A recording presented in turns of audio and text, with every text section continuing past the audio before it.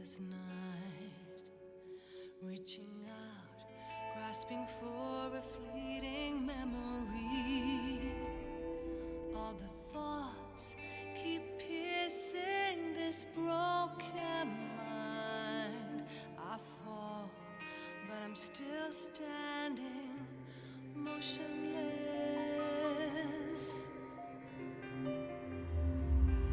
Far in the distance, there is light, a light that burns these scars of old. All this pain reminds me of what I am. I'll live, I'll become all I need to be.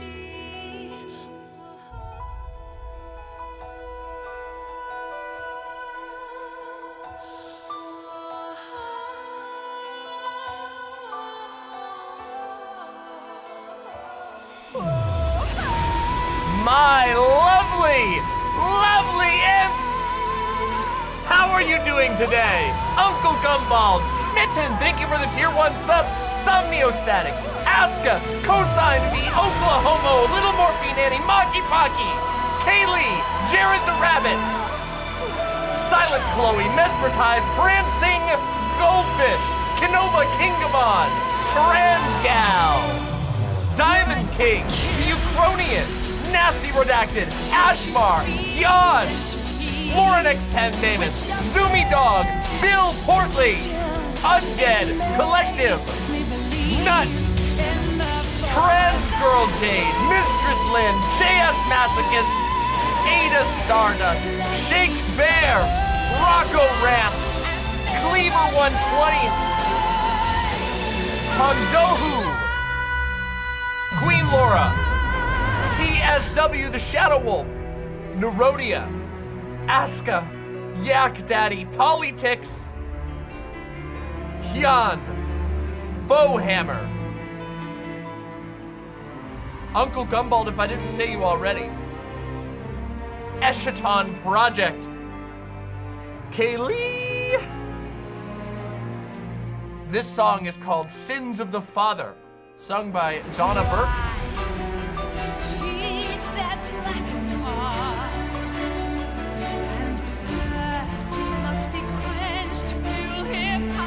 One moment, Grandango. Here's the link. June Buggy. And from the YouTube chat, we got Nev, Deeply Concerned, Noctowl, Some I Like Cats, Indicat, Buck Moon, Ink Frog, Vinny, Sam Dude, Another Board Person, Dino, Joe, Linda, Aesthetically Sorrow, Hair Guy, 1122, Life, Ruby Moonlight, Fake Name, Josh Kiss, Tori Cassiatori, Indicat, Perpetually Confused, Mycena, Magical Geminin,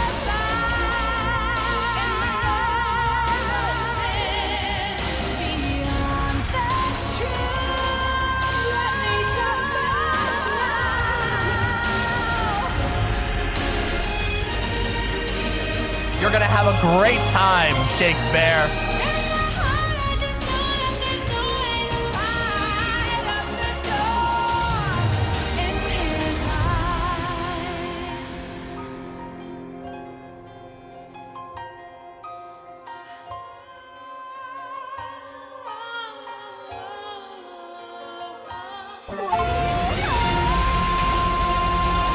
We are approaching stream launch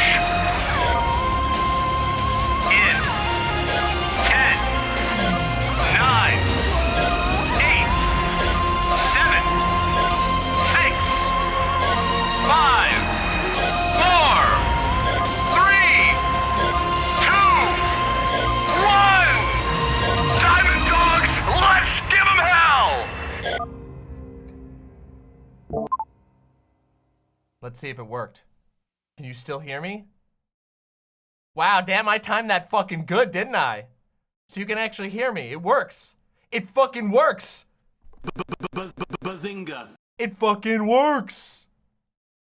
Watch this. Nuts! Please report to the principal's office.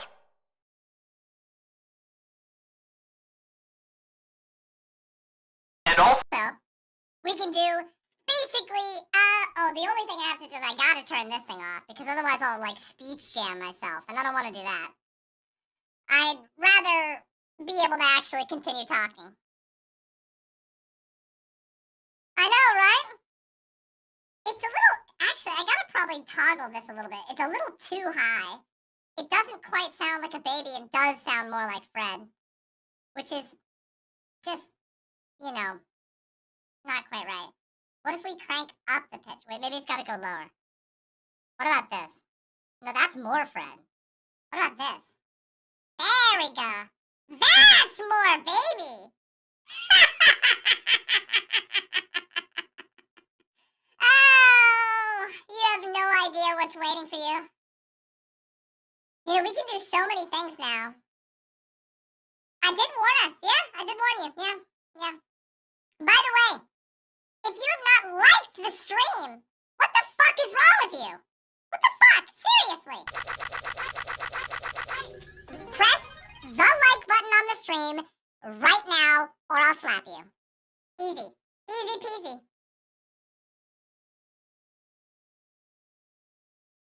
Okay, now I'll turn it off for a second. So now this should be fairly smooth, right? Babies can swear. I know this firsthand. Oh, yes, it is serious. Yes, it is. And another thing too. We're gonna be, you'll love it, I think. I think you'll like this. This is gonna be fun, okay? You might actually hate this. We'll see. I joined the stream, and the first thing I hear is that, well, you know, that's just how it goes. Sometimes you wander in, you have no idea what you're gonna be getting up to. However, I have some very fun news. So you might have noticed already that we got the voice changer setup done, which is really, really cool. Right now I have a couple of quick options, but I can throw on a ton of different stuff, which is very fun. But we also got a bunch of other stuff set up. So for example, I now have, thanks to Grimedango, who, as you can tell, is like a top level actual supporter of what I make. You know, like Grimedango wants to see me get up to no good, you know? And anyway, Grimedango got me a beautiful stream deck, which has a nice soundboard on it and everything. You might be able to see it, but it's kind of hard to see it on because of the bloom and whatever. But Grimedango got me a Stream Deck XL and also got me a Stream Deck Mini, which means that I will never have the scene changing issue that I had before. Remember where sometimes I would get angry on stream that I couldn't change the scene? Well, now there's no problem with that. I can just one button, it's directly wired over to my streaming computer and I never have to deal with it again. I can also end the stream in a single button if I decide I want to. And that's all thanks to Grimedango. So thank you very much. Yeah, Fair basically the biggest supporter of this stream besides, you know, like literally my team. Like, yeah. So, yeah. I have bought additional key shortcuts for my tablet. It helps so much. Oh, I have so much stuff set up on here now. Stuff that won't make any sense to you all who don't stream. I have, not only do I have like my soundboard all set up over here so I can spam that, but I also have the ability to quickly set up for stream now. I have a set of buttons. Because the Stream Deck has a bunch of direct plugins for both OBS and the sound setup that I use, I'm able to just very easily just boop, boop, 2 buttons, ready to go. And also you won't hear me clicking, you won't be able to hear me clicking in preparation for stream anymore because I can just press one very quiet button that will turn on my mic. It also made it possible for us to set up the voice changer. It's like a 1 button press if I want to do voice changer memes now. Just super, super cool. Oh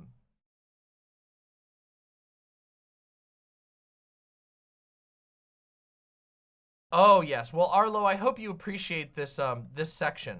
We're going to be talking about that in a bit. We're not quite jumping directly into that topic right away. But yeah. When will we do TTS donos? Probably not for a long time. The thing is, I already read out my own donos, which is something that a lot of streamers, even my size, don't do.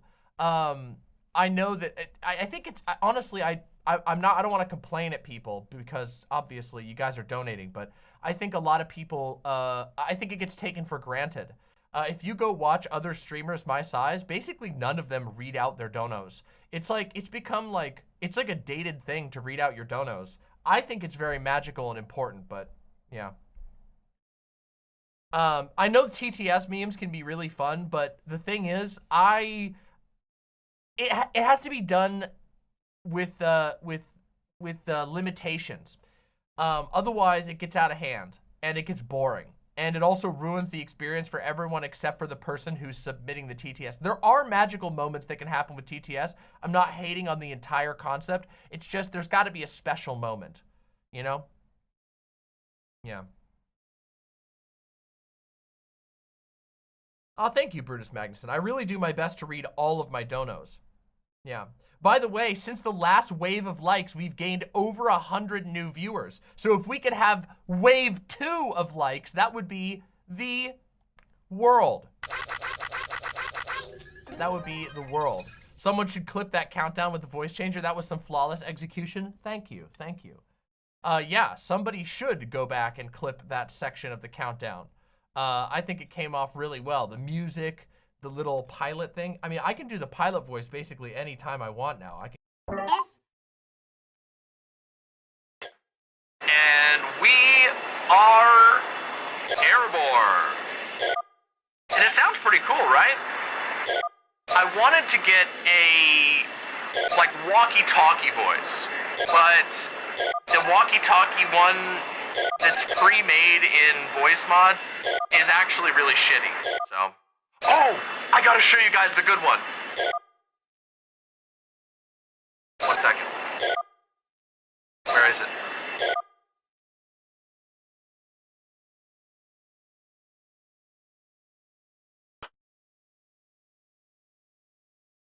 Hello to Demon Mama Chat. Today, I'm going to be giving a very special address to this nation. And I don't remember what nation I'm in right now, but I do love it. And I just wanted to say, I wholeheartedly support genocide.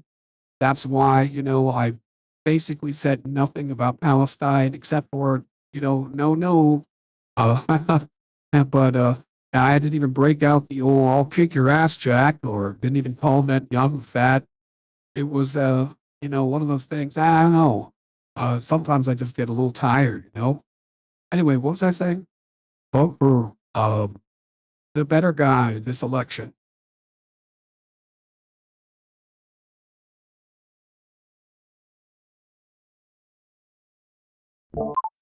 Pretty good, right? Pretty good, right? It's not perfect because it is like a pre-made like AI type voice thing, but I think it's pretty good. I think it's pretty damn good. It's about as good as it gets. Where's the Trump one? There's a Trump one. Okay, but you guys don't want to hear it. Okay, you guys don't want me to do the Trump one. It's bad. All right, I'll do it for you because I hate you.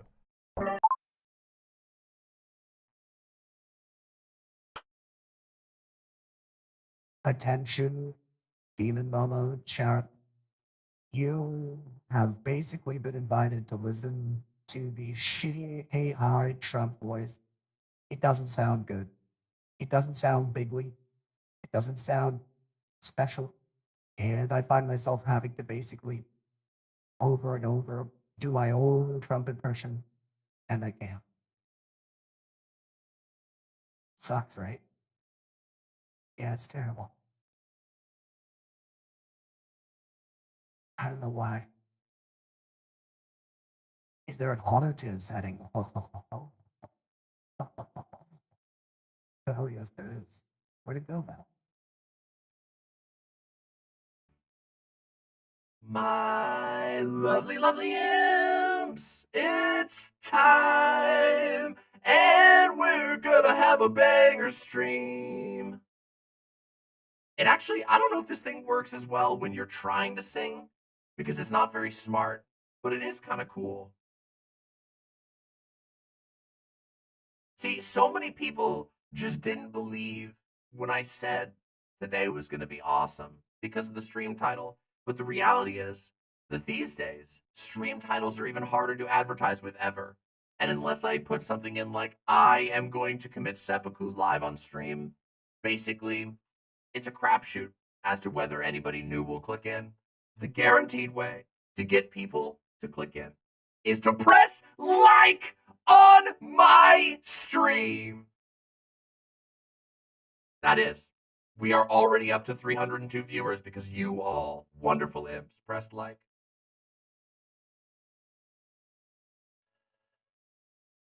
All right, I think that's enough. See, it's pretty fun. And the cool thing is, because of the way I have it set up, it's, wait a second. I know what I need to do. There's something I need to toggle off, which is, why does it, wait, so can you guys can hear the little bloop when I turn it on, right? I wish I could disable that, but I don't know if I can actually do it. I think they do it intentionally. Yeah, you guys can hear the little bloopy bloop, but I don't actually have, oh, there we go. Yeah, I can turn it off.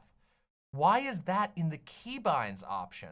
That is so stupid. It's not in general, it's under keybinds, but I found it. So now I should be able to just smack you all with the fucking baby. And it won't matter. Here we go. See, I can hit you with the baby and you didn't even...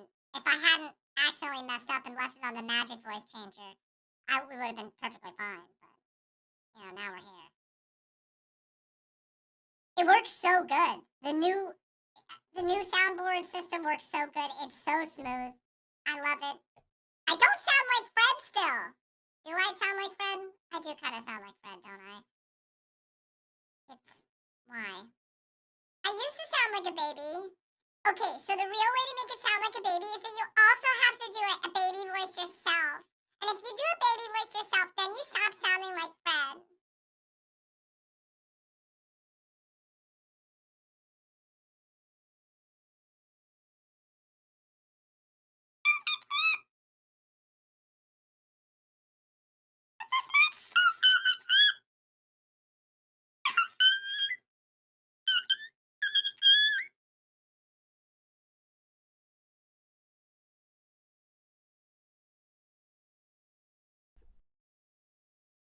Anyway, that's fun. But yeah, so this thing works great. Like I can hit you all with whatever, whatever. Oh my God. Bazinga. My source is that I made it the fuck up. Can I make my voice go deeper too? Yeah. But I feel like here, hold on. We can try the deeper voice. Hold on. There is one for that. It is the... But the thing is, so far, I need to make a custom deep voice because the current ones kind of suck. Hello. Welcome to City 17. Actually, that doesn't really sound like Dr. Bream, does it? It did at first. Welcome to Stream Northside Star. Let's get ready to rumble. There we go.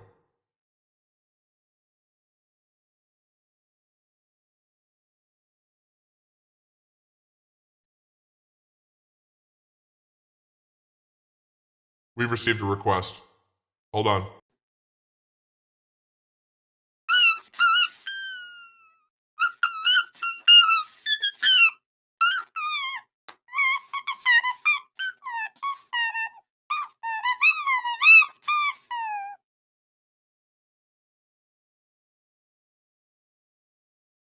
Wow, what a generous one.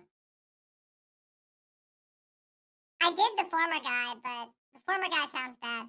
This one's cool.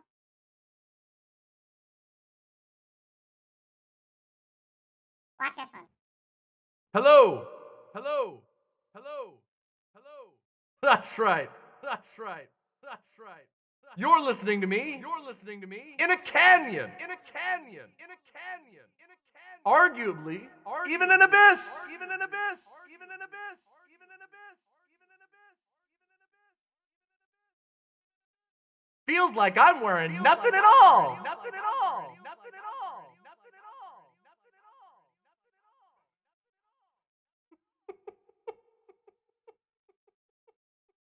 The name's Sam. The name's Sam. The name's Sam. I'm Sam too. I'm Sam too. I'm Sam too. I'm Sam too. I'm Sam too. It's a lot. It echoes a lot, doesn't it? It echoes a lot, doesn't it? It echoes a lot, doesn't it? It echoes a lot. There's also a good robot one. Watch this one. Watch this one. Watch this one. Armchair Wizard, thank you for the $7 donation.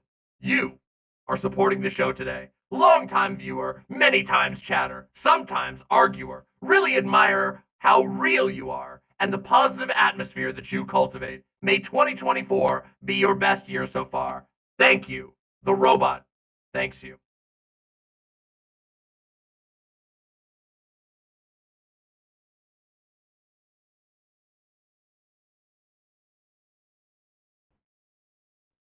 What's your name? What's your name? My name's Sam. My name's Sam. My name's Sam. My name's Sam.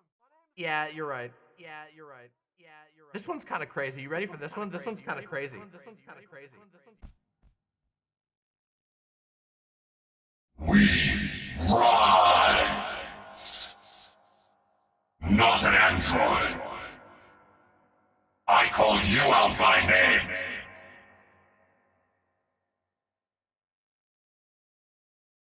It's got a bit of Michael Bay energy. It is a little spooky. There's a bunch of these though. Okay, you want it to get really weird? Let's try one of the AI ones. I'm gonna try an AI Obama.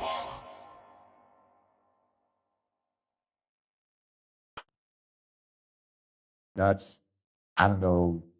Oh, this one's so. It doesn't sound like Obama at all. Not even a little.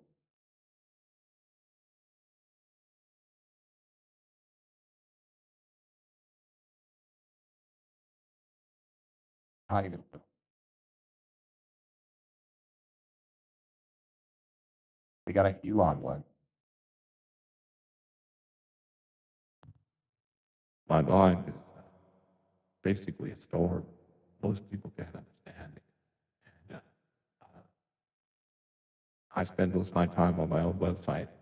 I don't like it. I don't have a good time. But, you know, you should feel bad for me. And basically, you should be purchasing ads on my website because if you don't, I don't know who's gonna. That's not the word, does it? What's this one?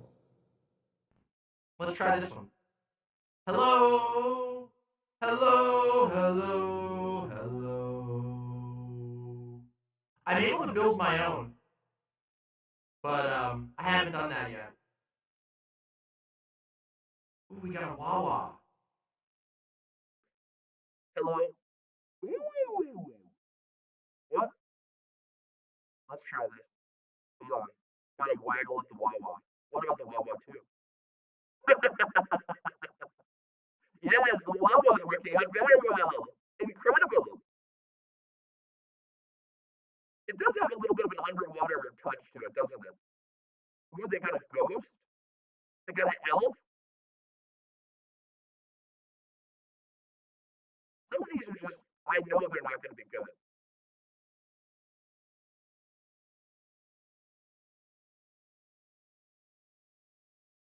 I'm looking at some of these and I'm just like, oh? Oh?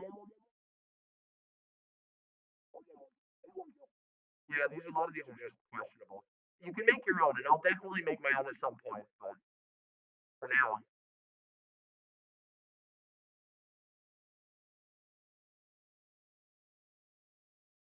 probably need like a devoted vocoder app for that, which I could probably do at some point. That would be fun.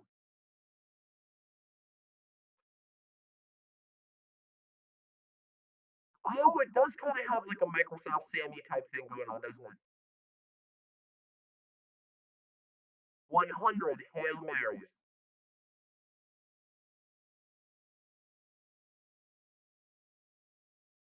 All right. Okay, back to the normal now. Back to the normal. Back to the normal. Now you can hear it all. You should do a Demon Mama AI voice and then use that as a filter. That would be messed up. Thank you, Mr. Krabs. Don't worry, we'll hit your memes eventually. So we have all of the soundboard stuff. We have some new soundboard stuff coming soon. Like, for example, I think this one, hold on. I think this is the one that I have to check this. My mother had me tested. My mother had me tested. Yes! I'm not crazy. My mother had me tested. That's the one we're gonna have on here in just a second. I gotta add this one on.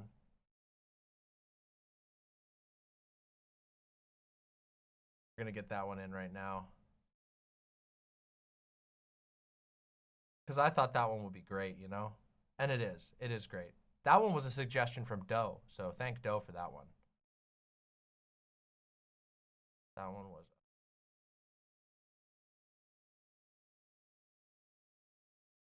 Oops, why is that not working? That's weird. How come it no downloaded?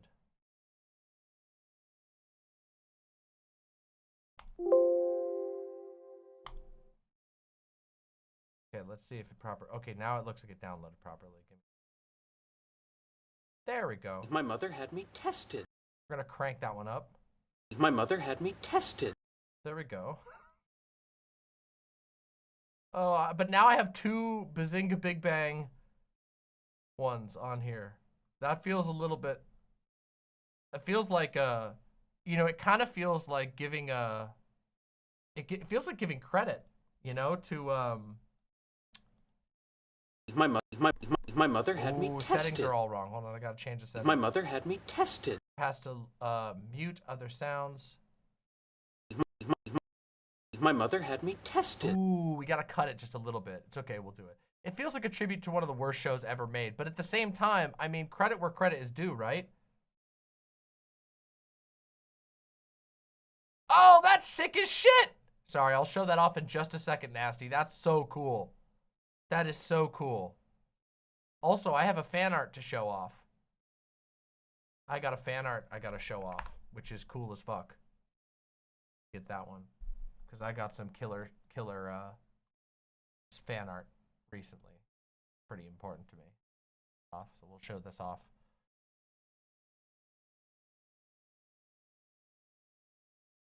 The ironic memes. It's just like, oh yeah, we're getting the wah, the wah, that one. We're getting that whoa. That one's gonna be on there too. But I have to tinker with that one just a little bit.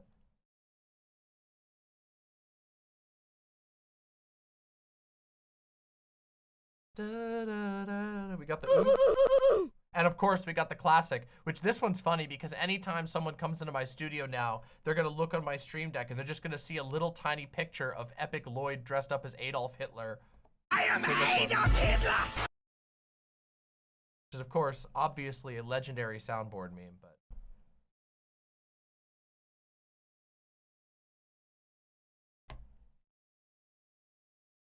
I don't think that's ever gonna happen, JS Masochist. People are gonna be like, why do you have Adolf Hitler? I'm like, actually, that's Epic Lloyd from the famous comedy duo Epic Rap Battles of History. I'll have you know.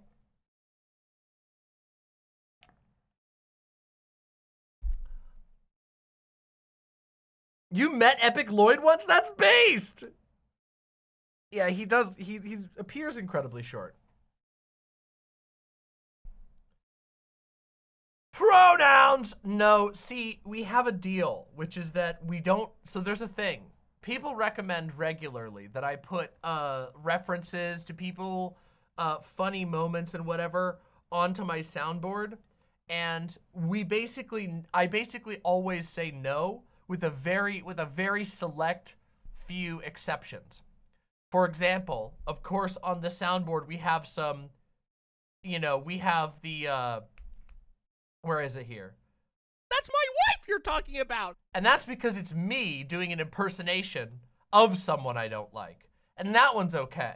But I have a general rule, which is that I don't immortalize people that I hate unless they really do something funny. Like, for example, I don't actually hate Sheldon, the actor who plays Sheldon in Bazinga Big Bang. I actually quite like that, Bazinga. which is why I use the Bazinga. But yeah, I try to avoid doing that. I don't like, I hate the idea that I would use my time to build someone else's fame. That's the, that is a, you know, I can wholly cop to that part. Just a small drop of egocentrism on that, which is that if I'm turning on my camera and pressing buttons and doing doodle bobs, I want it to be making me more famous and me more impactful and me more powerful and not other people, especially other people that I hate. Other people that I like, oh, absolutely. You guys know if there's somebody that I'm like gunning for, I'll be like, hell yeah, you know? Yeah, but the what do you mean one is just, that's generally funny, and I don't have like, I don't hate either of the people involved in that. Yeah. You remind me of R.M. Brown with your sound drops. That's a compliment, I think. I think that's a compliment. You don't like the pronouns guy? No, shocker. I don't like him. Yeah.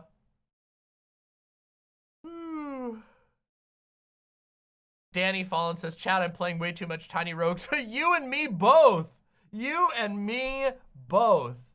Absolutely, okay? You and me both. I was up too late playing Tiny Rogues last night.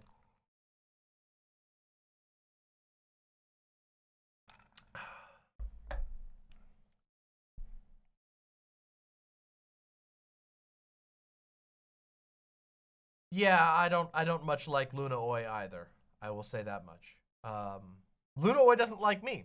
In fact, if I remember correctly, Luna Oi said that I was an enemy of the revolution, which maybe, I guess there is truth to that, in that I am the enemy of whatever revolution she supposedly supports. That's for sure. I have a feeling that her revolution is not going to support people like me, you know.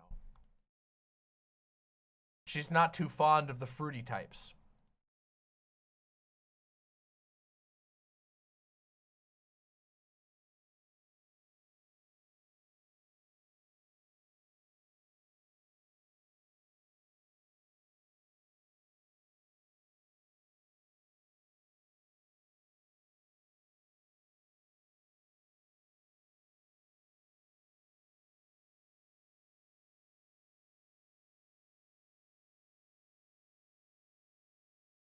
Yes, that's true, Fought Knight. They do think that. It's very weird.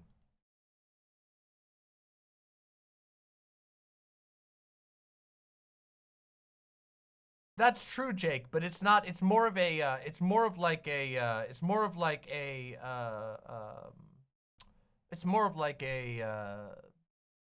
spiritual thing.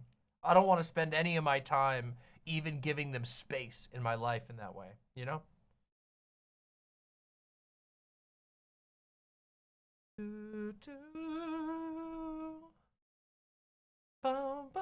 Color revolution, what does that even mean?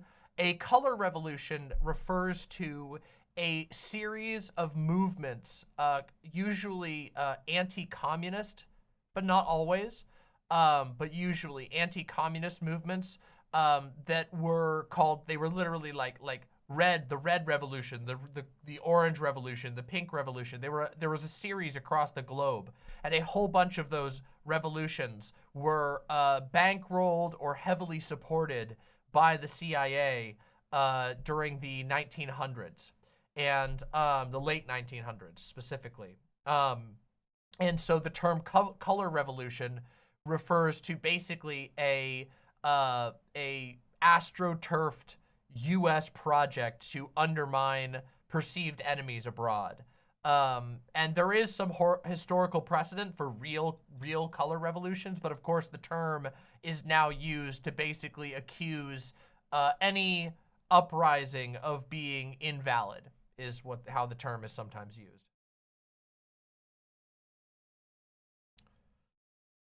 Yeah, there's a whole history there, Schrodinger's Catsy.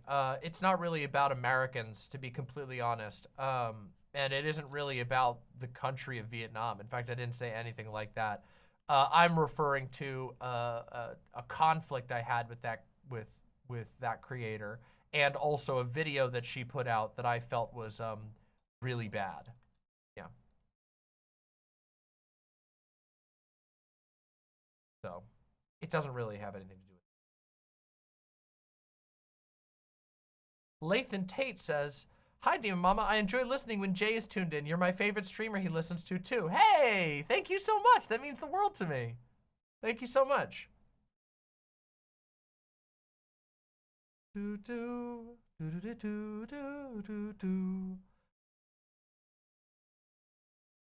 Oh, why do I want to listen to it again? It's so good. It gets stuck in my head every single time. God damn. Da, da, da.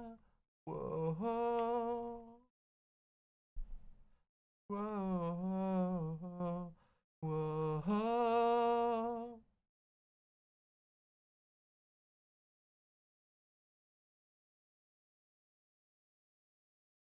I can't play it again.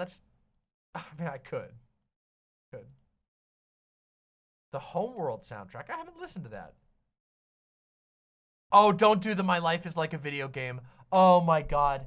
That shit, that fucking My Life is Like a Video Game has been stuck in my head like a virus. It was so bad that last night, me and my partner were in like a delirious state and we were just saying random shit. Like we were just being like, "My dog is like a dog." And it like didn't even resemble the original song. My partner was like, "My wife is playing a video game." And I was like, "Yeah, I am. I mean, I am playing a video game." It was so bad.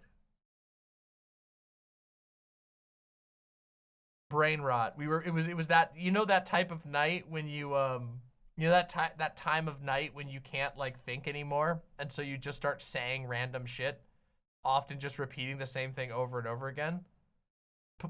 Peep and creep. Yeah, peep and creep will take over, I think, or I'll just get both stuck in my head.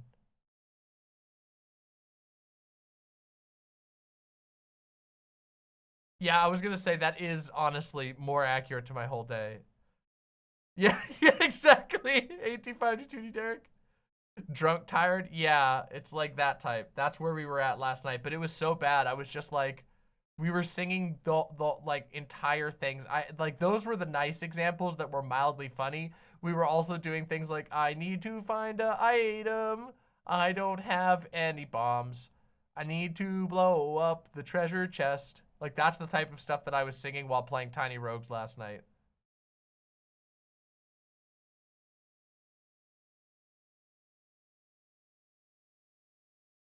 Oh, Grolag. Yeah, sorry. I forgot to read it out. Let me read it out for you. I apologize about that. It was before the stream, so I missed it. Let me get that for you. Thank you for reminding me.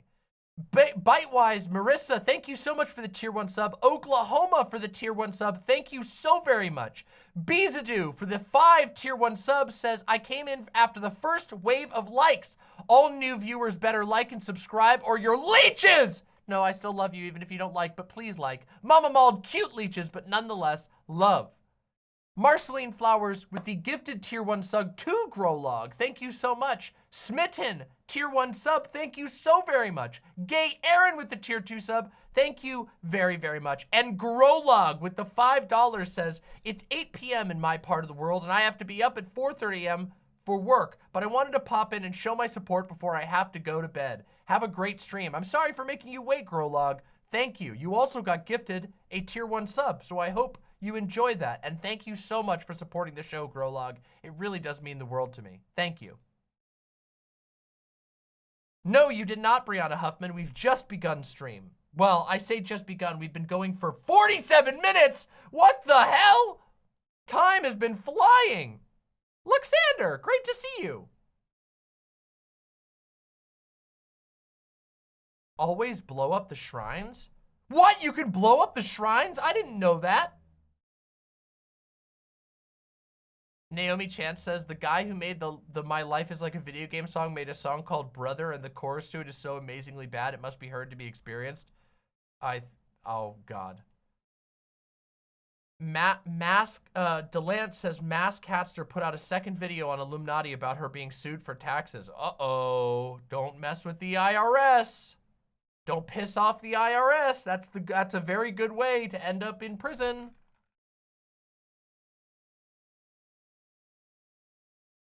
I knew about the arcades because they're a Binding of Isaac reference, but I didn't know about the shrines. That's really cool. Oh.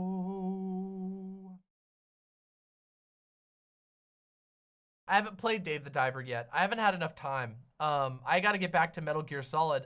To be honest, I've been exhausted the last few days. Yeah. I've been really tired. And tomorrow, oh, don't mean to complain, but tomorrow I have a dentist appointment. And it's not going to be a fun one either. I have to get a filling.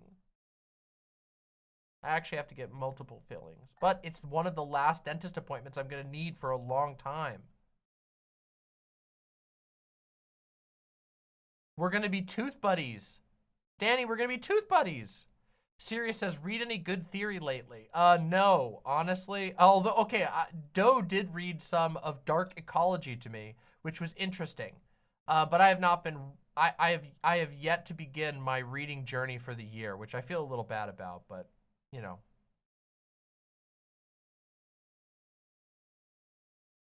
That's how it goes. Hey, Retcon, wonderful to see you. I think my appointment will go well. I really like my dentist. My dentist is really awesome.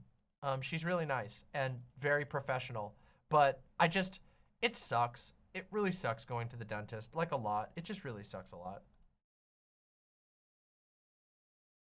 Oh, that sucks so much. Sorry, Danny, that really sucks. My tooth was broken for like a month. And one of my wisdom teeth broke randomly. And it sucked. And so, and it was broken for a month and I couldn't stand it anymore. So I can't even imagine waiting that long. That's really hard. Oh God, that sounds terrible, Naomi Chance. Thank you for the $5, but that sounds terrible. Oh my God. Oh, tight, which book? Oh, you're talking to somebody else, okay. Wisdom teeth are just a biofail. I had mine for a really long time. So they served me fairly well, but yeah, they did actually. The problem is that my wisdom teeth were fine for a long time, but literally as I got into my 30s, they started to press up against the molars near them, and then they caused problems for those molars. So, you know, it kind of sucks. But hey, I'm lucky enough to be able to get dental care, so that means the world to me. You know, I should be thankful, and I am thankful. I just, you know, it's still hard. It's not easy. It's still difficult to go to the dentist. Yeah, absolutely, Vegan Rancor. Absolutely.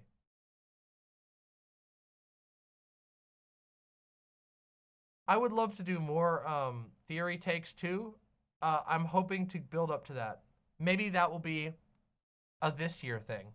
One of my goals this year is to read a lot more. And so far, I haven't succeeded at that yet, but we'll get there. I got a whole year in front of me, so.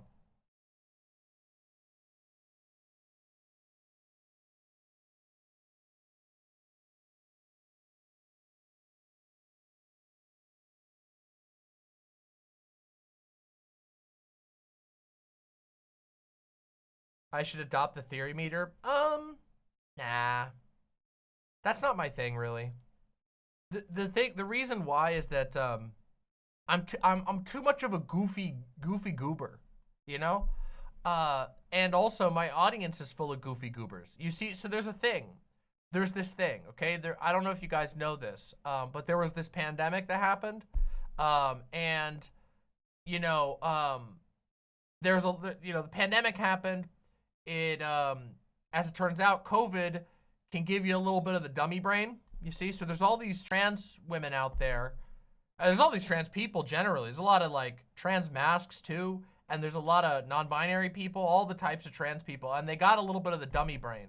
And so they have to come here it's kind of like a dog park, you know, My stream is basically like a dog park. And if I just start breaking out like, you know, top level theory and just sort of reading at, they're not gonna have fun, you know? So I really gotta think about what the needs of the people are at this point. Yeah. Isn't brain fog actually a symptom of long COVID? It is I think it is the most common symptom of long COVID. And also it is, a lot of people don't have it go away when other symptoms go away.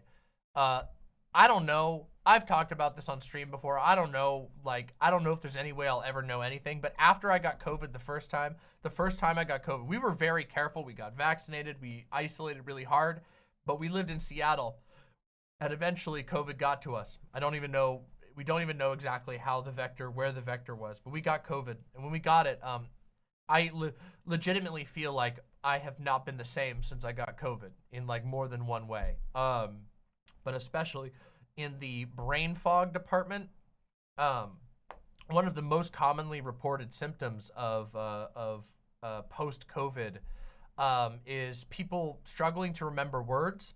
And that's something that it even actually shows in my videos. I don't want to tell you how it shows in my videos because then you're all going to get mad at me and you won't be able to stop hearing it, and then all my fans will stop watching me. And that would make me sad. But I've noticed it when I review my own content. It sucks. So yeah, I mean, there's a lot of ways that I think it heals over time, or at least I hope it does. We'll see. One way or another, I'm still coping fine. You have to just live life. Sometimes you get a disease that turns you into a dog, and you have to live with it. That's just how it goes. Fursifer with the tier 2 sub says, here's to combating tooth decay. I've gotten fillings and my wisdom teeth removed. Not the most fun things I've ever done. Not fun at all. Thank you very much for supporting the show. Dental work is difficult, but it's a lot easier when you're in the hands of a good dentist who is compassionate. That much is true.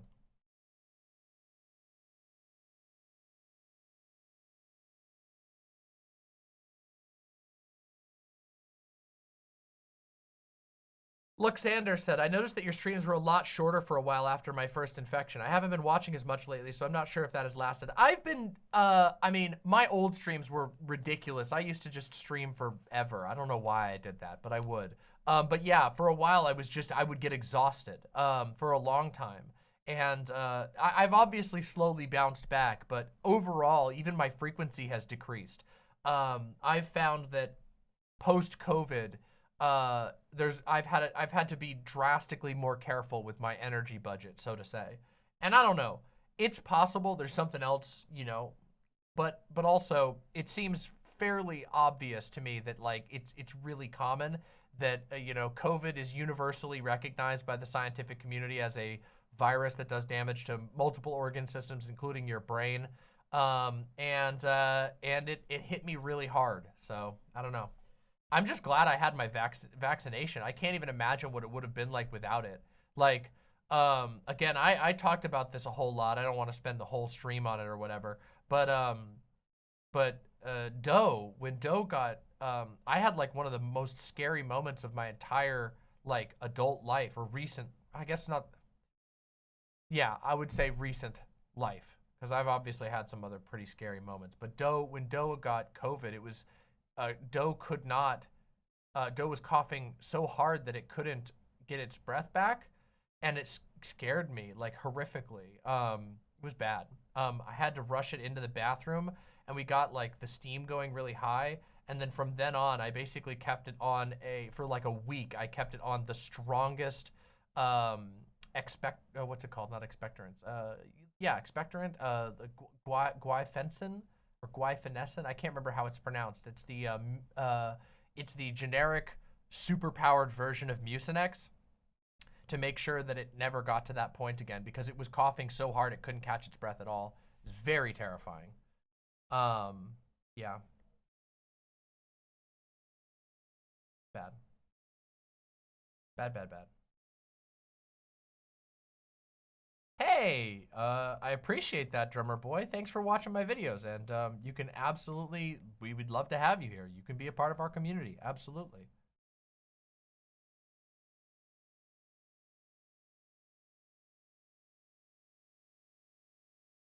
Yeah, I've heard about that, Prosy Rosie. Yeah.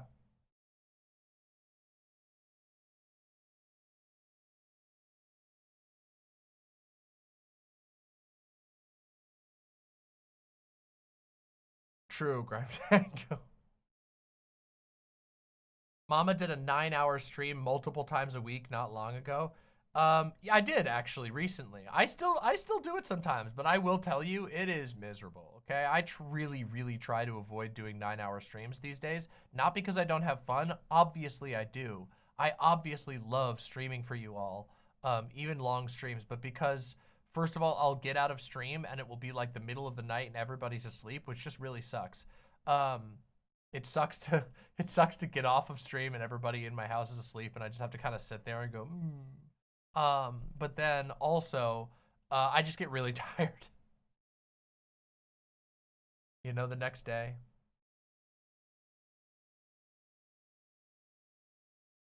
Hey, well, happy to have you here, Changeling Wizard. Thanks for being here.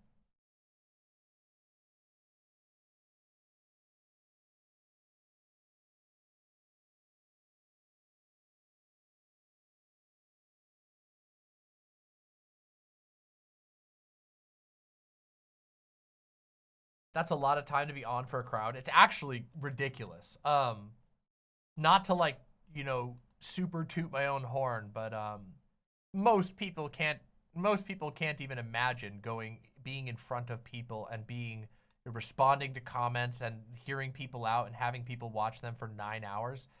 They can't even imagine that. They can't even imagine doing it for a few hours. I have a weird, I guess it's one of my weird magical superpowers. I've also trained myself how to do it. I didn't used to be able to do it. When I first started streaming, my first like months of streams were 2 to 3 hour streams. And then I started going longer and longer and now we're here.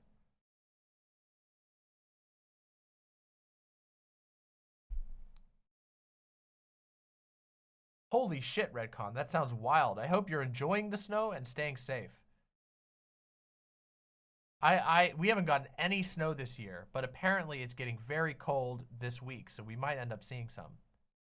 That thing in Unit B says, "Hi, chat and DM Mama. One of my girlfriends and I have been talking how possible it is for me to be here, live in P partner." See what I said? Do you remember what I said? Remember what I said about the come on in. Come settle in. You'll fit in just fine here.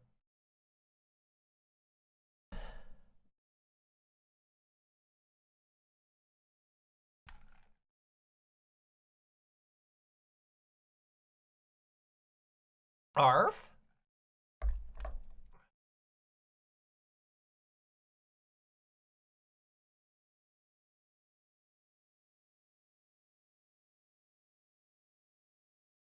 Whoa! Damn, that's a lot of snow!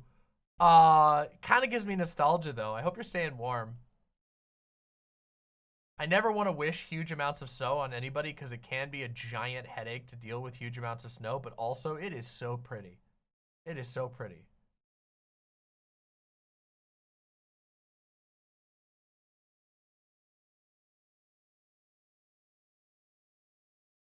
Oh, that's good your power stayed on. Yeah.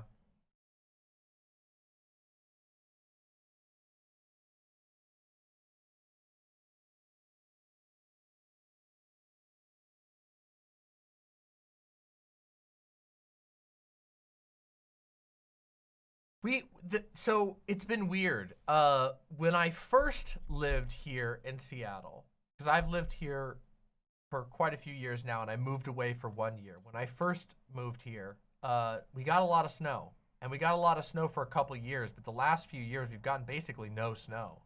The snow levels have been very low and it's kind of sad. I miss the snow. The warmest December ever? Yeah, I know. It's depressing.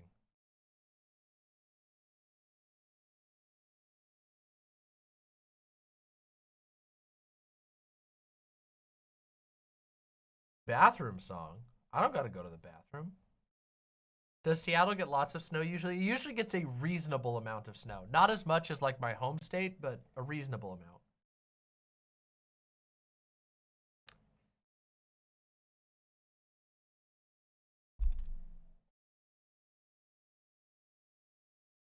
Oh yeah, Cineful. Cineful says, I commented on your last VOD that I was hoping to understand your opinions on a realistic way to talk about visibility and erasure in the trans community. That's a great topic. And in fact, this is a perfect time for me to talk about that. Cineful is referencing how in my last video, I mentioned that there is a lot of discussion or when I was talking about sort of schisms forming in the trans community, one of the topics that I brought up that tends to cause a lot of aggressive and sometimes toxic conversations is a conversation that I'm sure many of you have heard about or at least familiar with, the idea that trans women and trans femmes have hypervisibility and trans masks and trans men generally are sort of erased from the sort of general discussion. And the reason why I said that I don't think that people talk about it very reasonably most of the time is because even the basic premise isn't universally true, right? So trans women are hyperfixated on in some ways.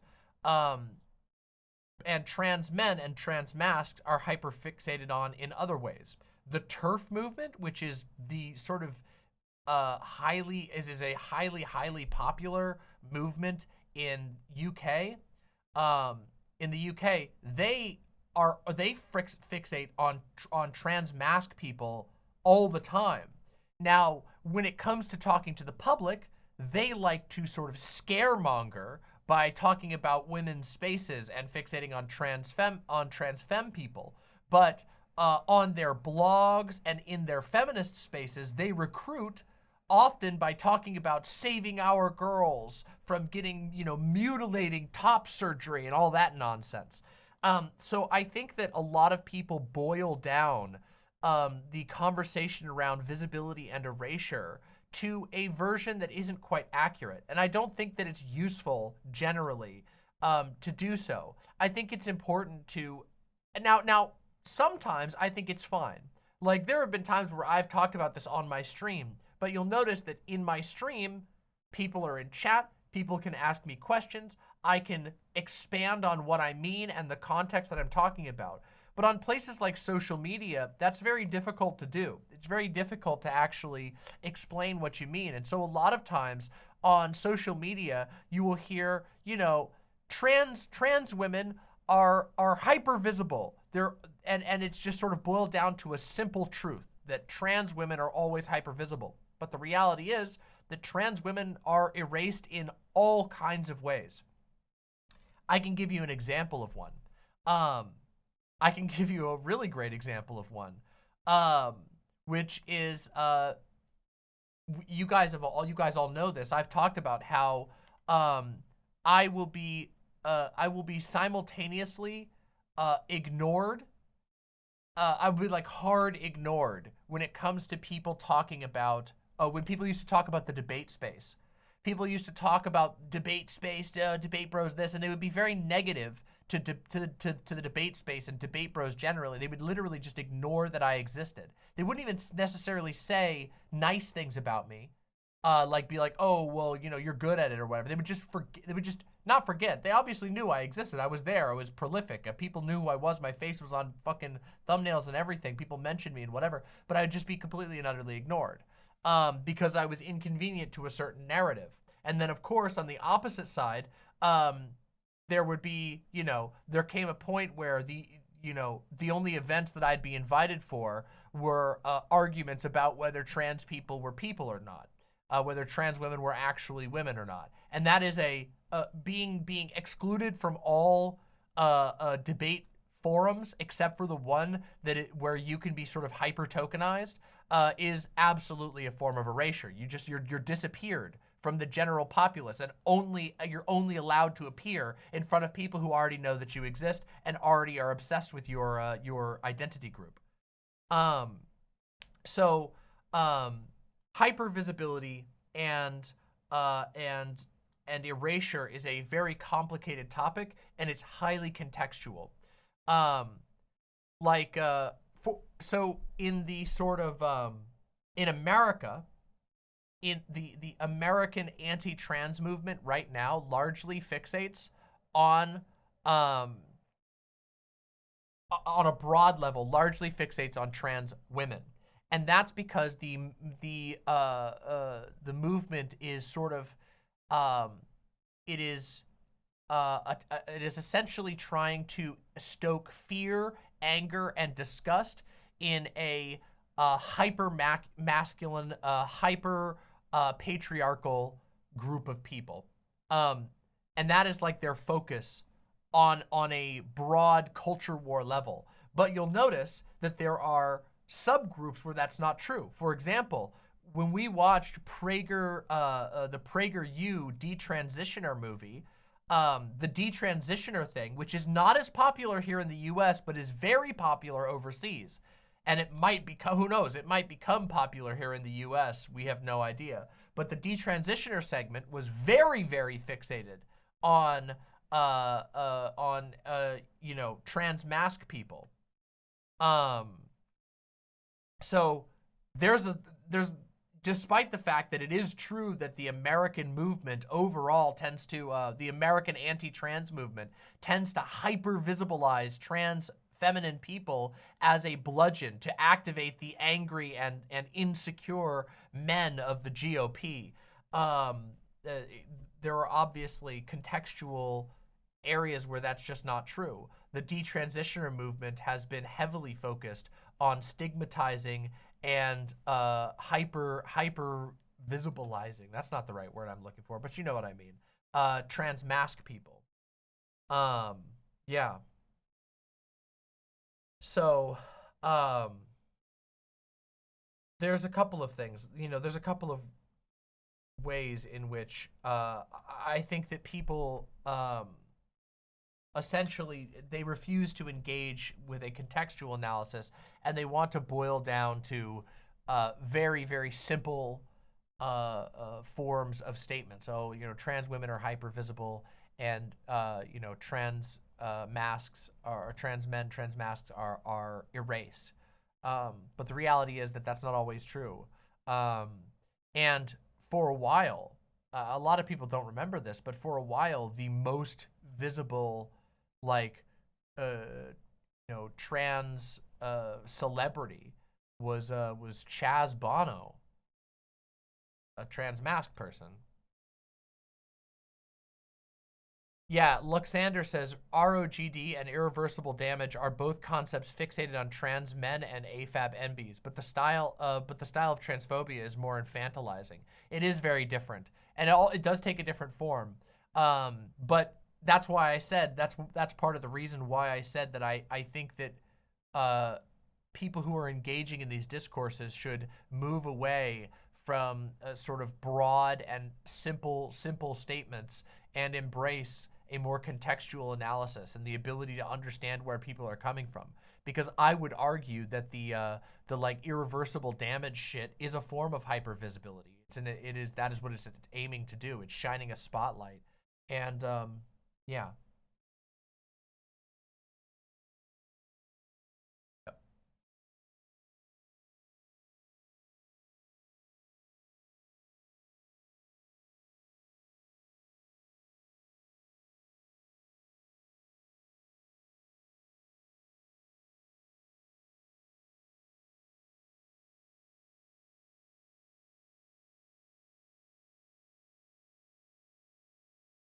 I mean, of course, and there's also, I mean, and once you move past that simple analysis too, you're able to start talking about the ways in which these things actually take shape, like the ways in which there is what you mentioned there, that sort of infantilization, the idea that like, oh, this is something being done to our daughters, you know, oh, something's being done to our daughters, but then and then on the flip side, and it's being perpetrated by you know, our deviant sons.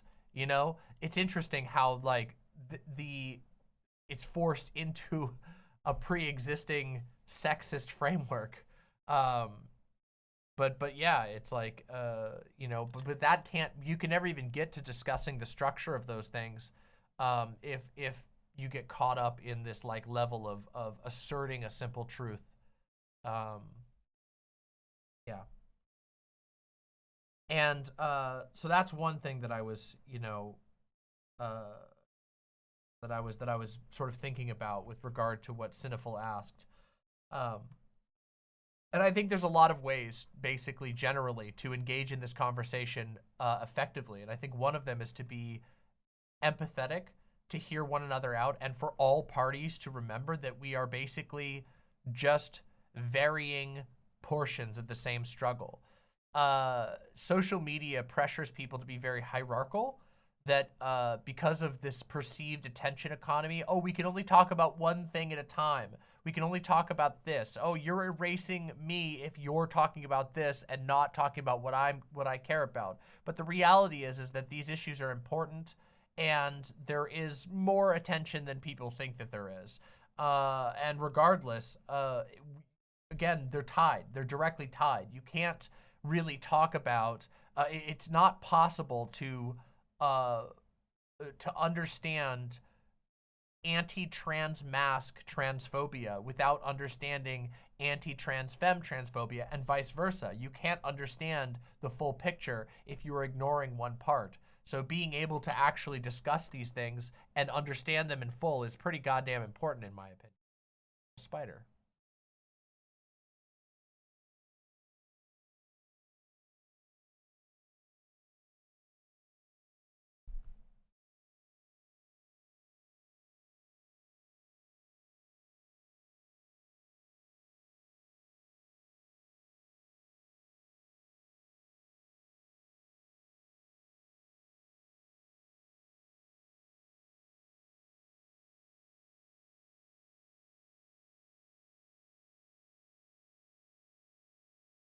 I hope that answered most of your questions, Cineful. I think the large problem is that things get boiled down on social media, and people don't actually engage in a real discussion about what's going on, and it leaves us open, right? Because while the tactics that have succeeded in, say, the UK have not yet taken root over here in full, they're budding.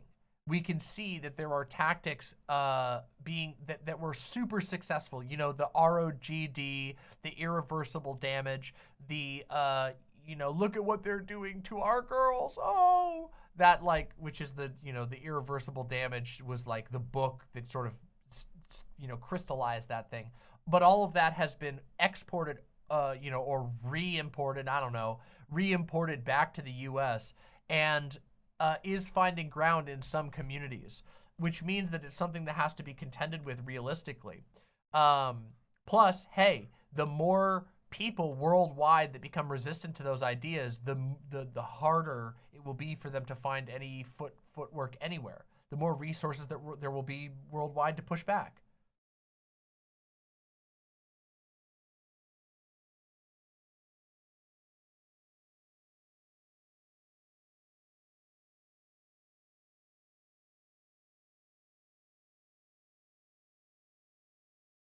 Trying to think if there's anything else on that particular subject that I wanted to talk about, which is I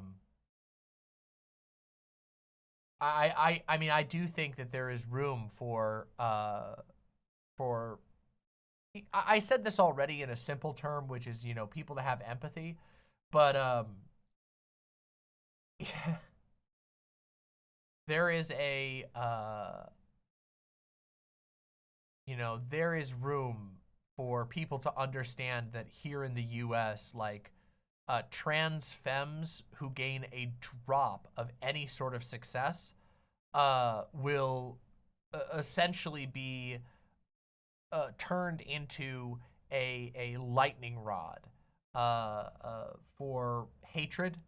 I mean, you could see this with Dylan Mulvaney is like a great example of this, but I can think of other examples off the top of my head where I don't know that it happens to the same degree, in the same shape, to people like say Elliot Page.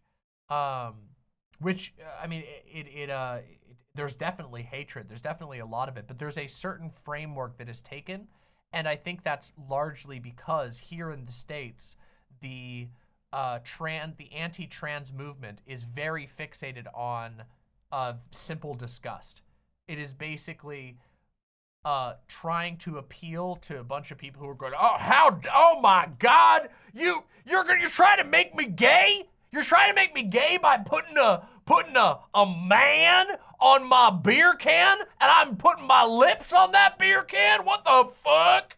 And like that is like so core to the American hate movement against trans people that the obvious answer is that they're going to constantly find trans women to use as the lightning rod, trans femmes to use as the lightning rod, because a lot of those people that they're trying to make angry are sort of exclusively see themselves as attracted to feminine people, and that they could be tricked by or whatever, you know?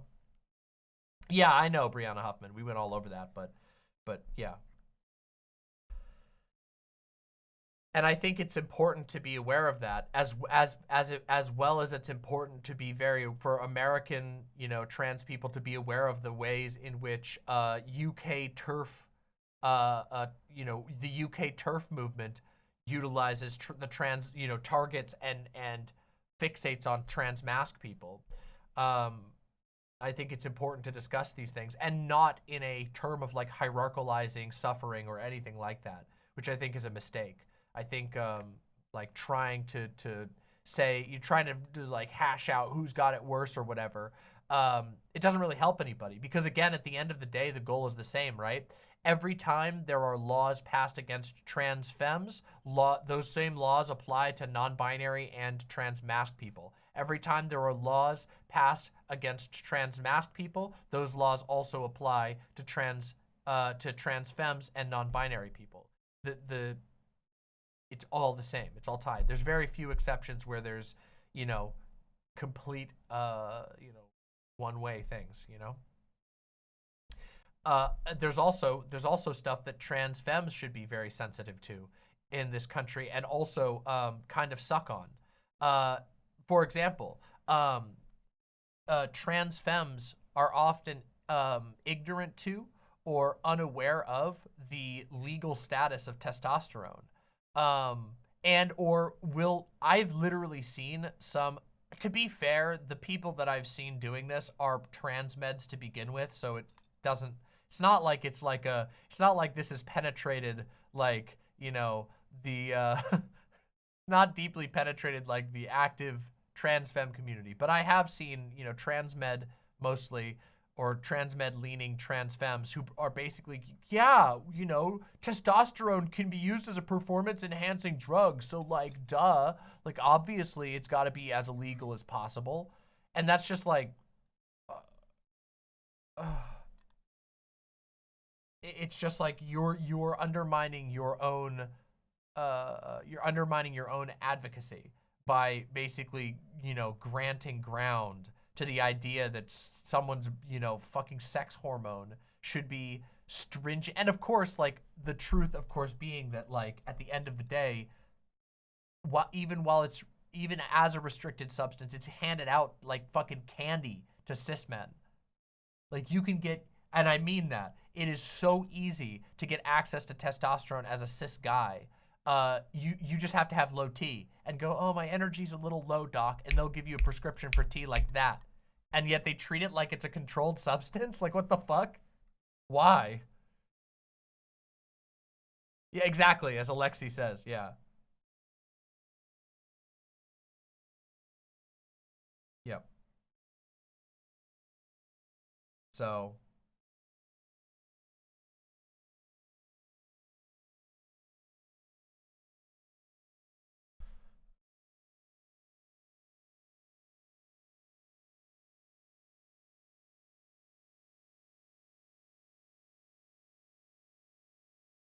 Anyway, deeply concerned said, I tried going to one of those low T places and they turned me down because I'm trans. Yes, there is a discriminatory double standard. That is, and by the way, this is a discourse that we touched on about the concept of gender dysphoria and how gender dysphoria can be used to create a special class of people where if you had never told them you were trans, you would have gotten the medication that you desired for the same exact reasons. But because you're trans, because you've been categorized in a special class, you now have to jump through more hoops than anybody else does because, ooh, you're a weird one. It's bad and danger. Luxander says, I feel that it's often missed that trans men's invisibility leads them to sometimes dying from lack of gynecological care. Yes. And honestly, that is actually a, oh man, the medical side, the invisibility problem is huge on the medical side. But yes, that's absolutely true. There is a lot of misconceptions, misinformation, and outright just lack of resources that leads trans-masked people to sometimes neglect very, very important care. You can also see, and of course, this is shared. This is one of those things that is shared across the entire trans community because there's a similar problem among the trans femme community with regard to things like prostate exams. Lots of doctors are, and I'm not even kidding you with this, lots of doctors will, you can talk to a smart doctor, like a doctor who knows their shit, and you can talk to them, and because you're trans, they'll go, so you had an orchiectomy, do you still have a prostate? And you go, yes, I do. Orchiectomy is only removal of the testicles. They go, okay, I just needed to be sure of that. And it's like, they would know that if they had a cancer, if they had a cis cancer patient in front of them, they would be like, you still need to go and get your prostate exam.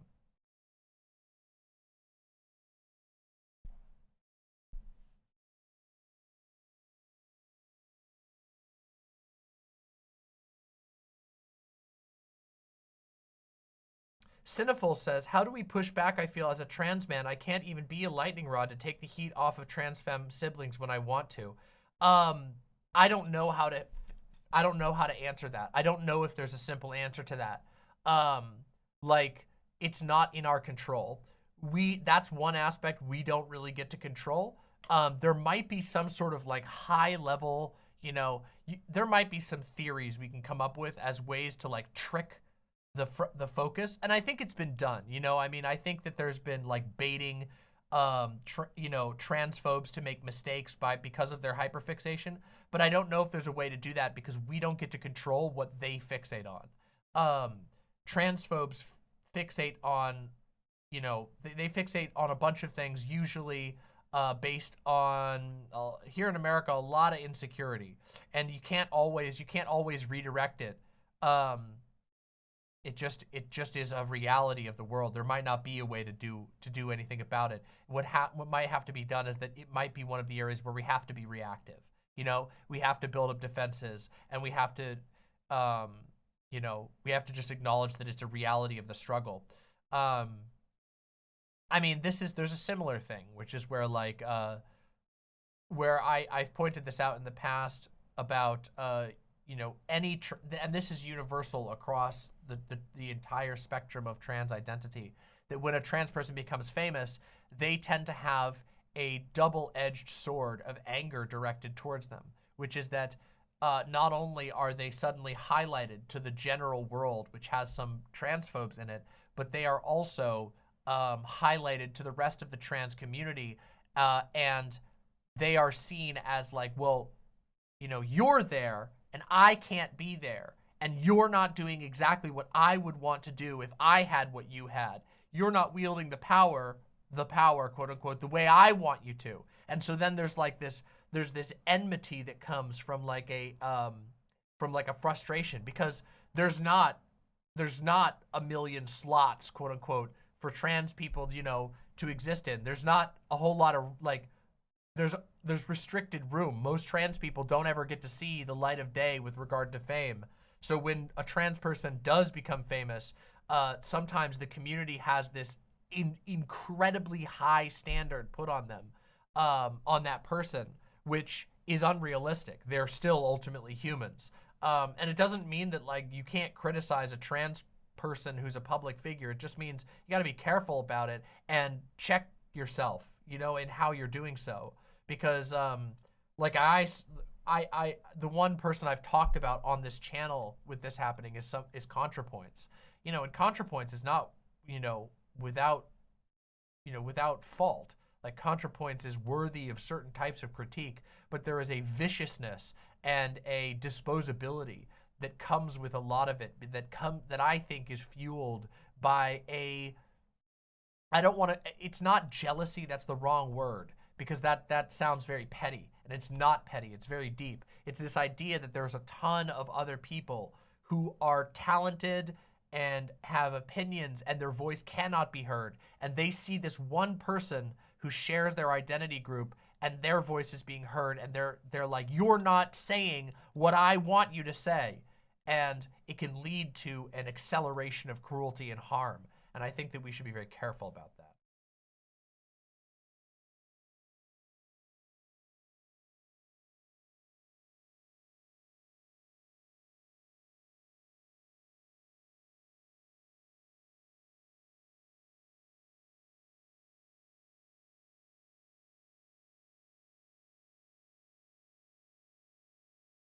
Oh yeah, Lauren X, a lot of people are discussing right now the idea of like trans men being confused as trans women and trans women being confused as trans men. Happens all the goddamn time, okay? Happens all the time, okay? People, when I had my hair short, listen, let's just say cis people are not good at trans understanding, okay? They really are not, all right? We get confused for each other all the time at various points in our transition and expression, and of course, that's obviously true for the entirety of the non-binary spectrum as well. Yeah. Yo, Ultimate Stapler just got a victory royale while listening to the stream. That's the demon power. Congratulations. #1 victory royale. Yeah, Fortnite, we like to get down. Get down.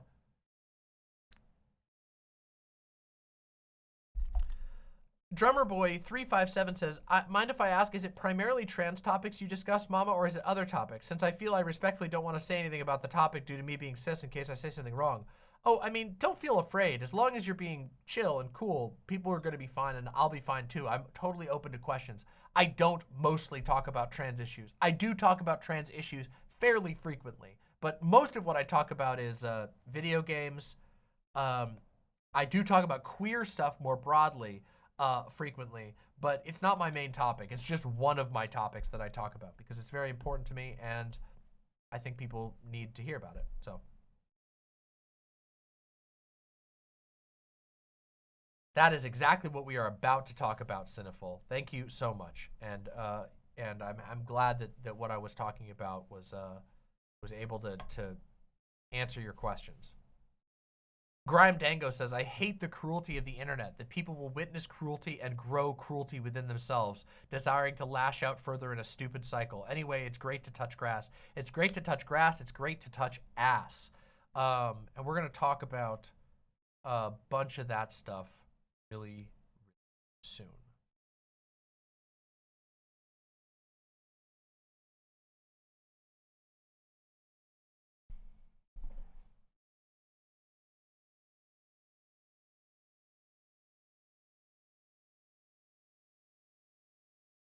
That sounds great, Drummer Boy.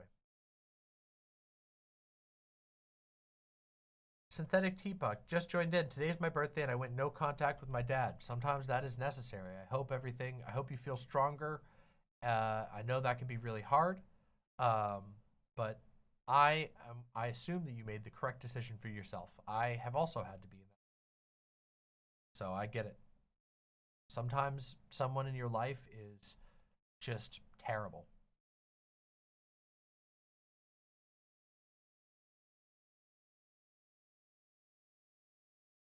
Epic Ninjali says, I IDK what it is, but I always have mental trouble registering non-binary people as non-binary. Like, I'll meet them and just subconsciously my brain will always assign them as guy or girl, and it's hard to undo. I might even know their pronouns, but then when I remember them, my brain will remember them in a gendered way. Well, that's a downstream result of us living in a highly binarized society.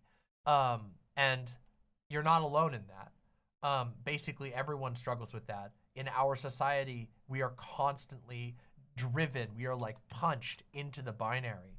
And, you know, you just got to keep working on it. And so is everybody. Just know that even non-binary people are working on it themselves.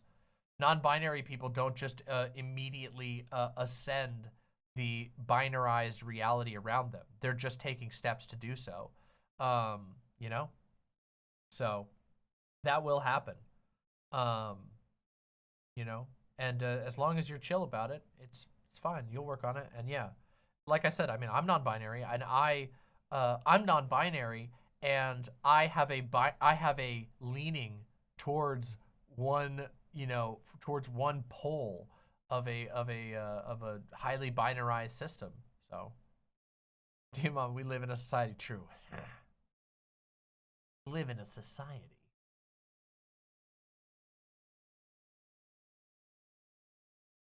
Yeah, and that also happens too. Nasty Redacted says, I'm non-binary and I like it when people read me mostly masked. Same here. I mean, although the other side, I am non-binary and I lean femme, and I'm totally fine when people read me femme. That's intentional on my part. I don't even use they, them pronouns. I explicitly use she, her pronouns. So I'm totally fine when people come to that conclusion. I just think that the binary is kind of a foolish thing, and that we should move to a world where these things aren't as charged. Also, I want to point out that that dysphoria is robbed of its power in a world where the binary isn't as tight as heavily enforced. Right now, someone using the wrong pronouns for you has extremely, extremely heavy connotations. It means a lot. It's very loaded. In a post-binary world, in a world where the binary has been significantly dissolved, somebody saying the wrong pronoun for you or defaulting to they, them would mean next to nothing. You know? It would be simple. It would be, oh, here's the pronouns I use. You know, here's whatever. Here's my name. Here's my presentation. It would mean next to nothing. Right now, it has a ton of connotations to it because someone is not just asserting a pronoun. This is one of the things that I think that there's a flow, a toxic flow that's understandable where it comes from, but also has some issues, which is there's a hyper fixation on pronouns themselves, and that's partially because of how much our you know, language relies on pronouns, on highly gendered and binary pronouns, but that's a product of a binary world that we live in, a world where your gender says what you like, what you do, and how you're supposed to behave. And if we were to be able to get ourselves to a world where that's not the case, it doesn't matter so much. I don't think people would be bothered. I think that dysphoria would be significantly reduced. Right now, and I can say this from firsthand experience, I've been transitioning for a long time now, almost 13 years, which is crazy to think about. I'm gonna talk about that in a minute, and I know the pain of getting of somebody just assuming the wrong gender, and it makes you feel terrible. I had it happen recently, and it really bothered me. And it was not just an assumption, it felt aggressive because I know this person. It was in a medical setting with somebody who I know is familiar with my chart, who was talking with me, who heard the primary the primary medical professional using the correct pronouns and using my name, and they still used the wrong pronouns for me. And that hurt. It sucked. But I also recognized that pronouns are not the end of the world for me. What matters is how I'm able to live, how I'm able to express myself, what my body is able to be. And those things are more important than pronouns ever will be. In a world where pronouns aren't so tightly tied to my presentation, to my role in the world, to how I am perceived in society, I don't think most people would have a problem with being like, oh, here's a pronoun. Oh, we got the wrong pronoun, whatever. We'll fix that in 2 seconds. Like, it would be an easy thing. It wouldn't even, I can imagine a world where it wouldn't even bother me, you know? Grime Dango says, oh, I'm getting nostalgic for the idiots as transphobic dipshittery. Whoo! The neopronouns discourse. Yikers!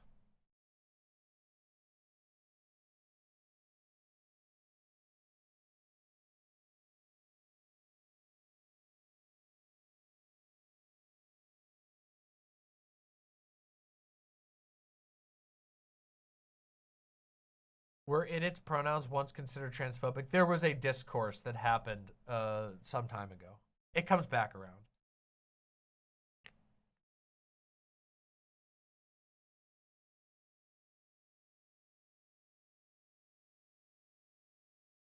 I don't even know. Recently.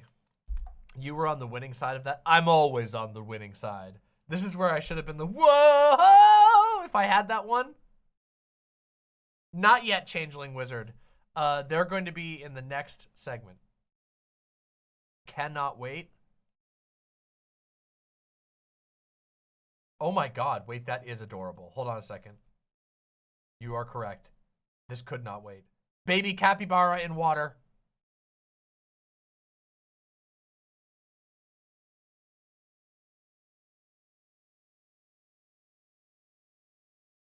Oh my god, it's so cute. That's so adorable. Oh my god. Okay, but this is also a perfect opportunity to show off two pieces of art. I have been gifted absolutely awesome fan art by Steamboat. Steamboat, shout out to the absolutely legendary fan art. Genuinely awesome. Made me feel great. Incredible, right?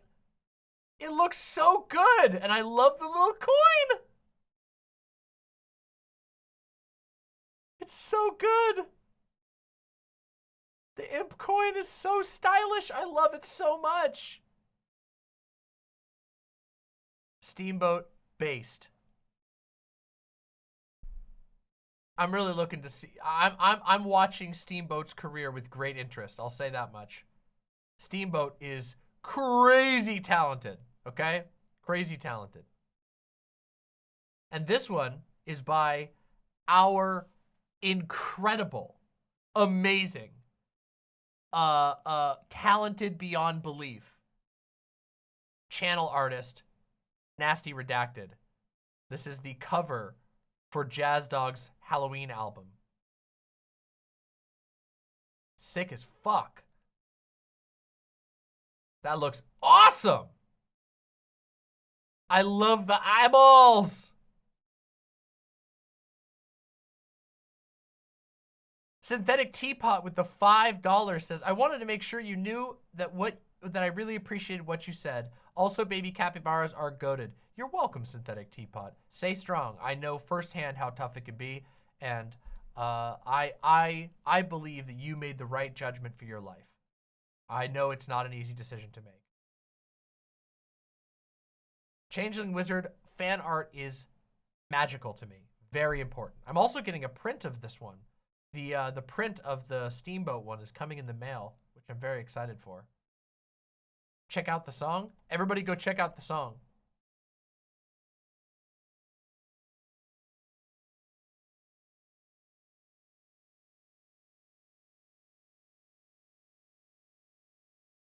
Also, Mama, I want to know what type of hell your name is originated from. Is it Dante's Inferno, Greek, Anglo-Saxon? Think more Bloodborne. Think more Lovecraftian, Eldritch. Lunember95 with the $5 super chat. So just out of curiosity, since you said it was a lot worse than Toxic Gossip Train, would you consider Somerton's apology better or worse than Blair's?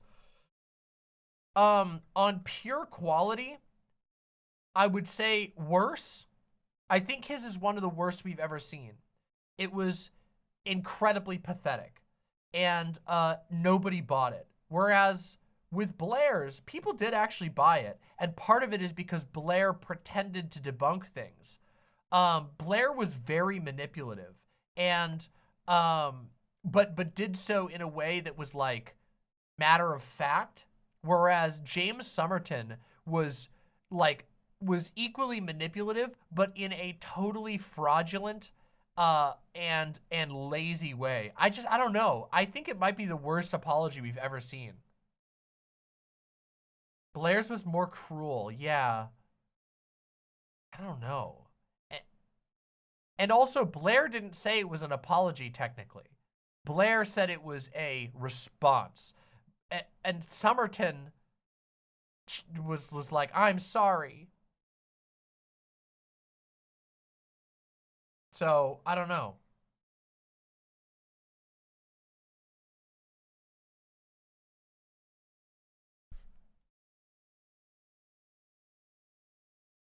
I used to get really mad about xenogender, then I realized it's not my problem how other people identify as. That's a good position to be in. There's nothing to be angry about xenogender people. Xenogender people are often very lovable and intelligent and cool.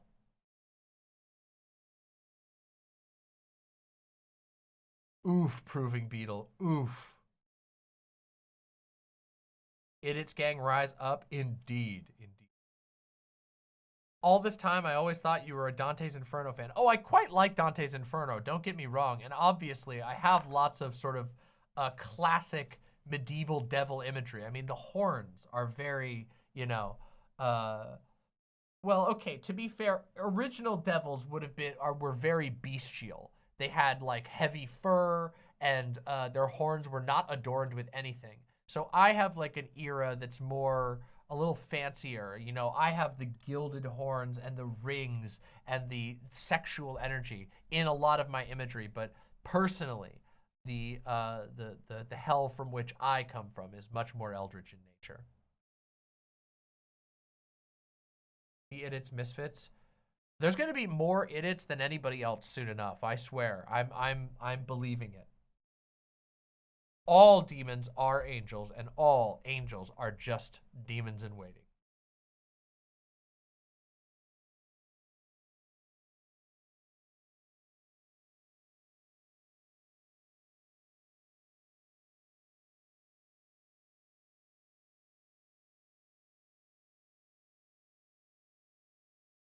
That is a cool demon. It's got weird horns. Brr.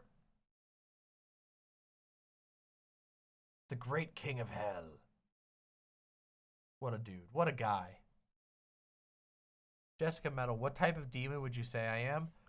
I mean, you're a metal demon, you know? So you've got that classic Luciferian energy. You've got satanic panic energy, which means you're the type of demon that became the cool drug-doing demon. Like, obviously, you gotta be, right? Like, Jessica Metal, the metal era had a very specific flavor of demon. They were the demon that was also a rock star. That, like, you know what I mean? Like, medieval demons weren't rock stars.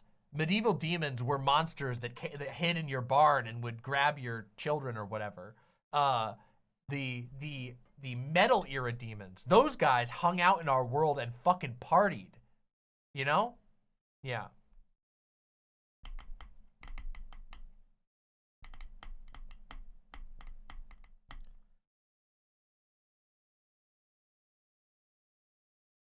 Oh, that's my favorite ending. It's the only ending that's worth getting, in my opinion. Drummer Boy, the Bloodborne Ascension ending is the true ending and the only one that matters. I don't care about the other ones. Getting to be a little cute squid? Come on. Beautiful. That's very, no, I was talking about their depiction, Shakespeare.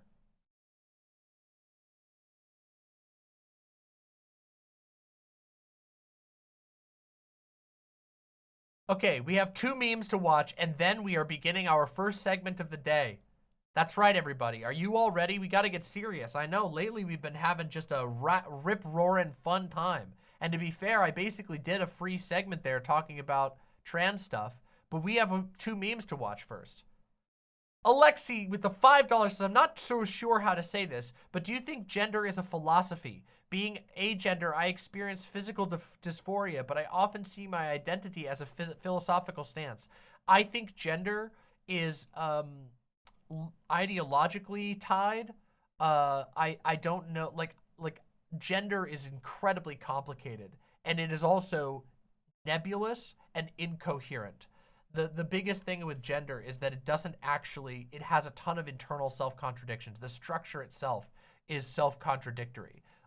It simultaneously exists as something above and beyond the physical, but it is also often inevitably tied to the physical, or seems to be, in some way or another. And it is simultaneously decided upon and also imposed. Gender is a self-contradictory structure, which is why I am a gender essentialist. Not essentialist, essentialist. God fucking damn it. The worst time ever for me to misspeak. Ascensionist. Literally the worst time ever, but it doesn't really matter. I'm a gender ascensionist. I believe we should rise above the concept of gender to bigger and better and more meaningful understandings of our identity. Yes, that position is informed fairly heavily by my experience being trans. Yes, get it out of your system. Go ahead. All of you right now. This is you. Bazinga. That's you all. Bazinga.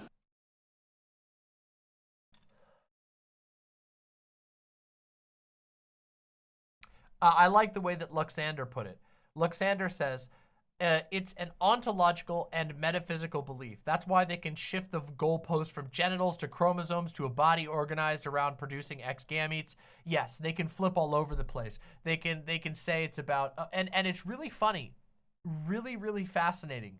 If you listen, if you ever find yourself sneaking in to Christian spaces when they talk honestly about their beliefs on gender, when they're not virtue signaling.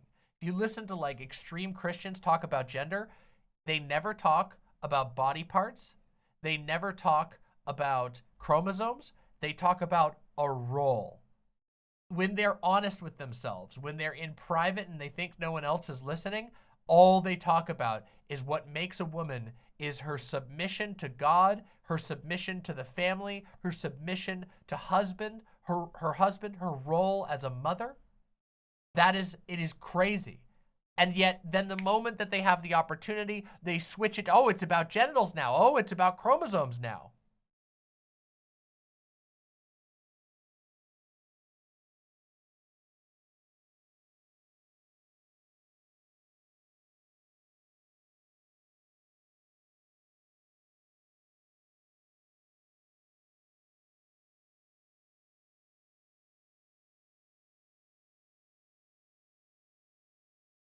That work? Did it mute? Oh, why did it mute? Oh. Why? You bitch. Dropping double the payload. Uncle Gumball's house. Bullshit. Bullshit. Why? Why did that happen? It didn't work. The button didn't work this time. That one, I'm blaming that one entirely on voice mod that time. It lagged. That's why. That's why it muted my mic.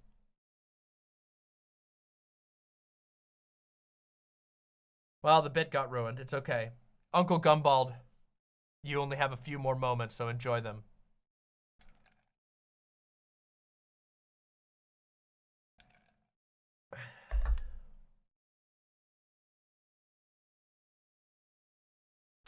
Okay,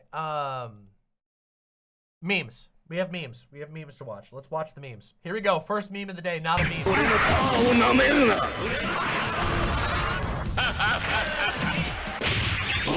Oh, it's Biggie Boy!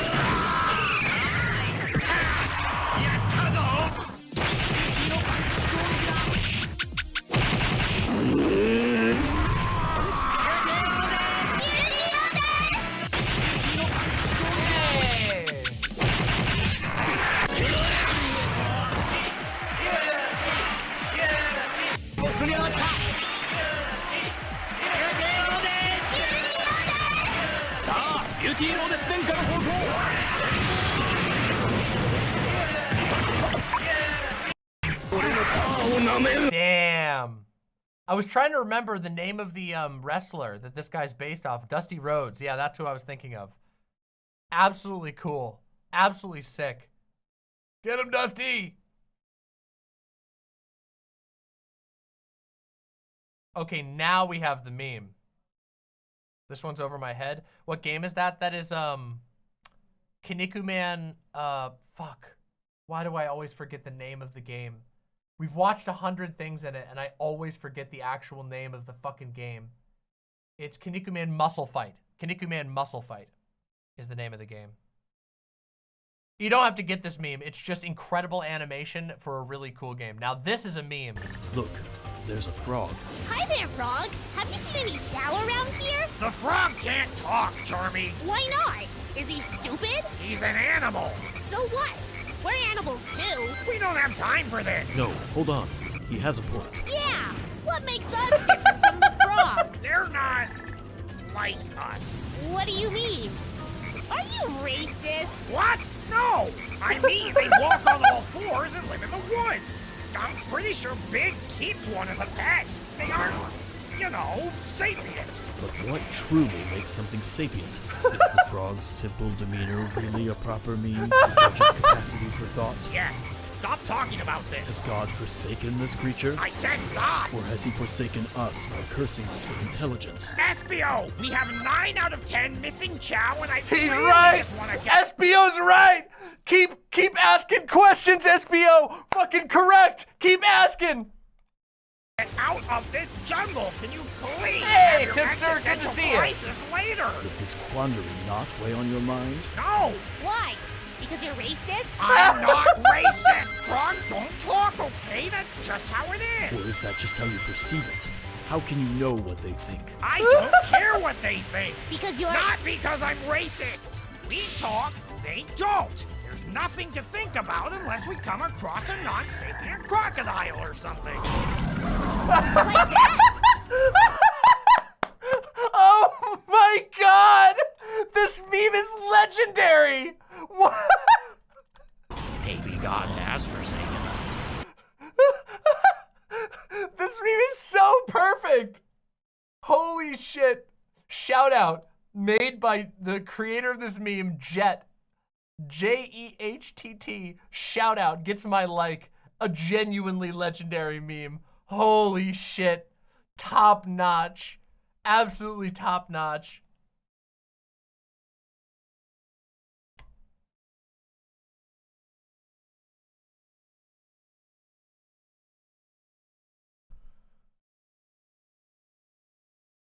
Oh man. Ah, those were gifts. Can we get the link? Yes, you can. I definitely didn't just close the window. Here we go. Here's the meme. No! No, I closed my live chat. Why? Why did I do that? I didn't mean to do that. Here's the link. I'll get the link so you can send it to people. Here you go. But also you should send my video to people too. Because you saw it here. Remember that. Never forget. Never forget. There you go. Da Linky. Also, the last one was pretty good. The last meme, you know, Mr. Krabs has been on a roll. 2024 is Mr. Krabs' year, I gotta say. Mr. Krabs was like, this year, I'm bringing memes that will delight the soul. I think Mr. Krabs is finally taking it. I don't want to say that Mr. Krabs wasn't taking converting people to Sonic seriously, because I think that Mr. Krabs is basically the most, like the truest believer in Sonic that I've ever met in my entire life. But I think Mr. Krabs is like evolved to the next level of understanding how to convert people into Sonic fans. Mr. Krabs really does have the secret formula. Yeah.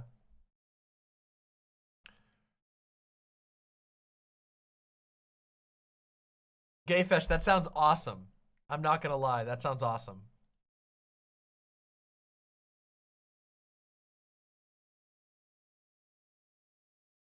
The crab pill? Yes. Everybody would think that that would make you like crabs, or that it would make you like SpongeBob, but the crab pill is actually about getting you to like Sonic. That's the level that Mr. Krabs is operating on.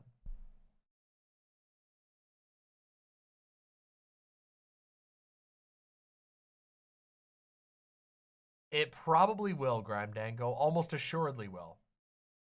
Yes. Oh, yes. It absolutely will. Absolutely will. But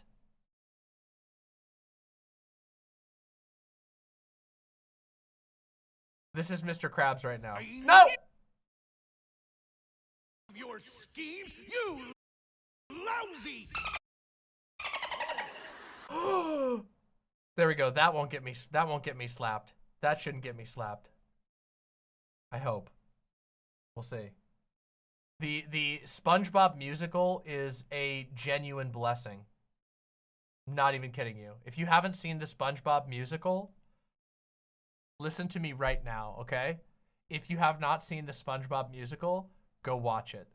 This is a serious recommendation. I'm not even joking even a little bit. It's so goddamn good. Gayfesh says, Demon Mama Grimedango, I remember y'all made me watch that. It's literally the only SpongeBob thing I've ever seen all the way through. It was great. Look at that! Blessings from a non-SpongeBob fan! The SpongeBob musical is legitimately incredible. It's just amazing. It's just fucking incredible. Nobody's seen it! Isn't SpongeBob a twink in this one? Yes. Yeah, the SpongeBob musical is on YouTube, but you have to rent it.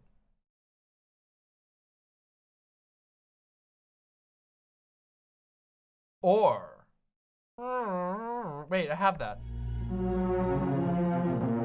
Why is that one so quiet? That one needs to be louder. Why is it so quiet?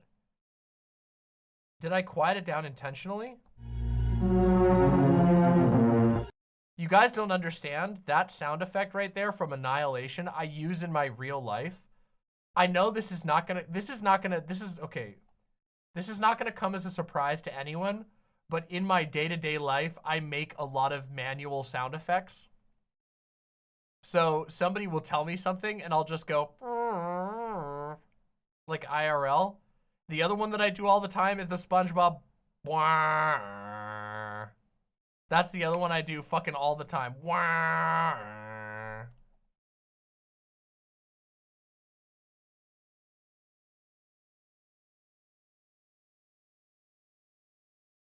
Yeah, it's a problem. And by problem, I mean I'll never stop doing it, and I don't care.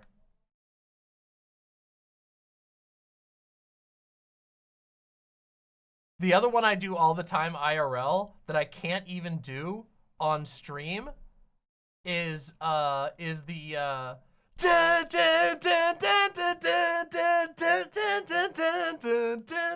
know, the Giga Chat.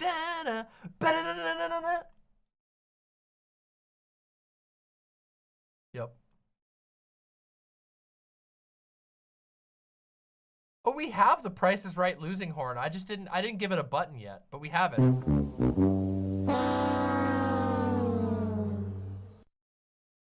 Yeah, Bring Me the Horizon. So I love Bring Me the Horizon, so it's just a good song.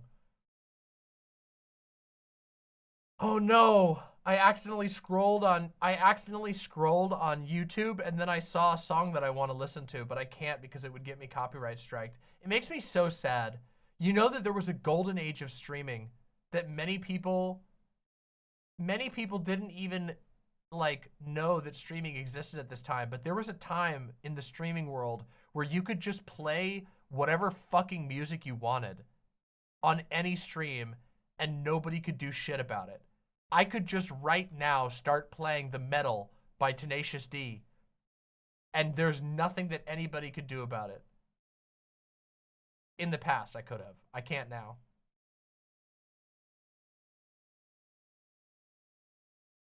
That was the name of the song. It was The Metal by Tenacious D. Because there's this part in The Metal where it goes into this crazy guitar solo and the little demons are like, you know, we are the fallen foes of the metal. You know that one? I don't remember all the lyrics. Just absolutely amazing.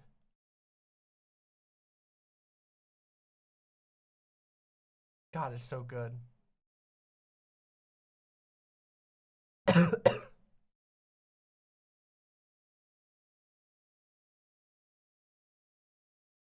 New Age tried to destroy the metal, but the metal, it had its way. I think it was actually New Wave tried to defile the metal, but the metal had its way. I was thinking there, I was going, wait a minute, what does it say? Oh yeah, it's defile the metal.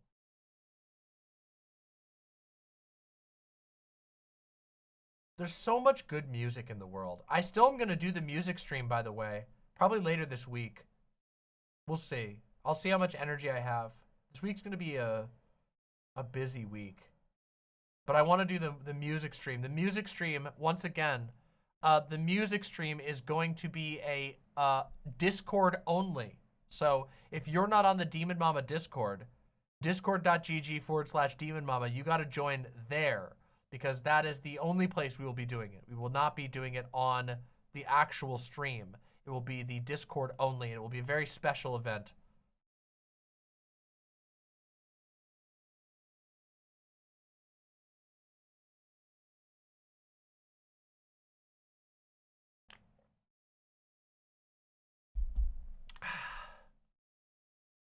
Yeah, the metal is, yeah, that's the one, Ukrainian. That's the song.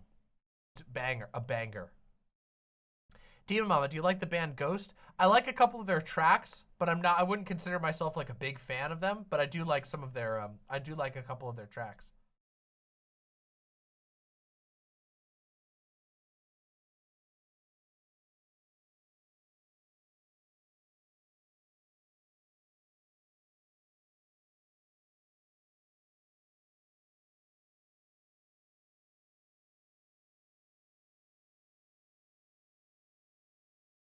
Does DM like metal? I like some metal. Okay, to be fair, there's a lot of metal that I do like. The thing is, like, I just like metal. Okay, metal is one of those genres where if somebody says they're a metal fan, it means a lot. Like saying you're a metal fan, like it's like almost like an obligation, and people will test you, and it's scary. So there's a lot of metal that I really like, but I don't ever say like I'm a metal fan, because if I say that, then all of a sudden people are going to be like, well, what do you think about Scrunglecore? And I'm like, I can't remember.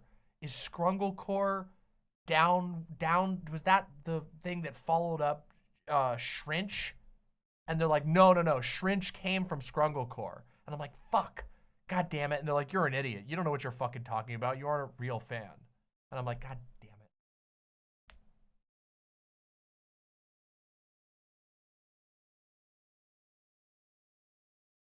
So it's one of those things. The thing is, most metalheads are not actually that gatekeepy. It's just, I know when I'm being judged, even if they keep it inside. Like, they're like, yeah, hell yeah, rock on, you know? Yeah. But I'm like, I disappointed them. So, you know, it's, you know, I'm not trying to hate on metal fans. I think metal fans are great. And in fact, you know, I know quite a few of them. And I like a lot of metal. I like a lot of metal. But also some of the metal that I'm the biggest fan of, people would make fun of me for. Like, I fucking love Bring Me the Horizon. A lot of metal fans are like, Bring Me the Horizon is not, you know, that's fucking gay or something. They don't really say it that way, but they basically say that.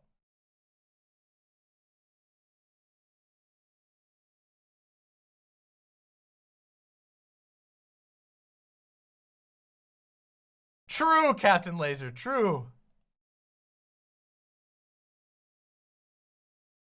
Do I like Screamo? I don't love Screamo. There's some Screamo tracks I like, but I don't love the whole thing. There's another thing that I have this thing that, it's like this. There's a lot of punk that I appreciate, like a lot. There's a lot of punk that I appreciate, and there's a lot of cool political stuff about punk that I like, but I don't actually like most punk music. And I always feel bad when people ask me, oh, do you like punk? And I'm like, well, yeah, I like some punk, you know, but Rap fans saying very quiet in chat. No, rap is totally appreciated here. I like a lot of rap and I like a lot of hip hop. But again, the thing with me is that I am one of those people who doesn't have a single genre that I like adhere to. A lot of people like dive very, very deep into a specific genre, and I don't have a genre like that. With the exception maybe of like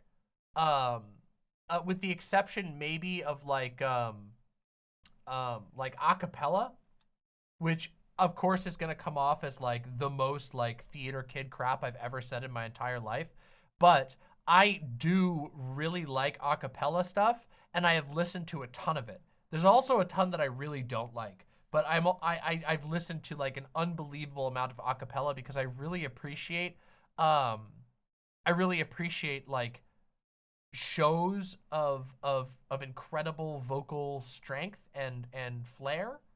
And there's a lot of that in acapella. There's something about the acapella performer that seems to draw them to want to blow your mind with what they could do with their voice. So.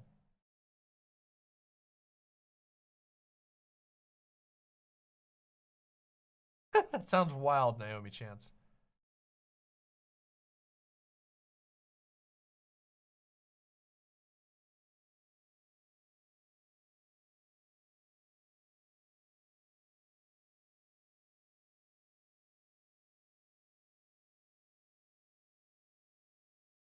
Yeah, choirs are also very awesome.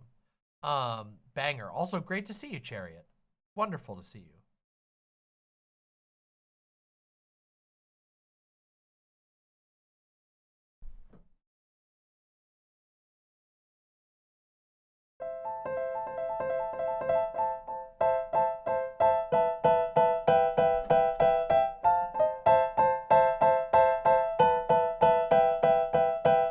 There we go. That's just when you started talking about, when you started saying, oh, thanks for representing my genre, I'm like, I gotta.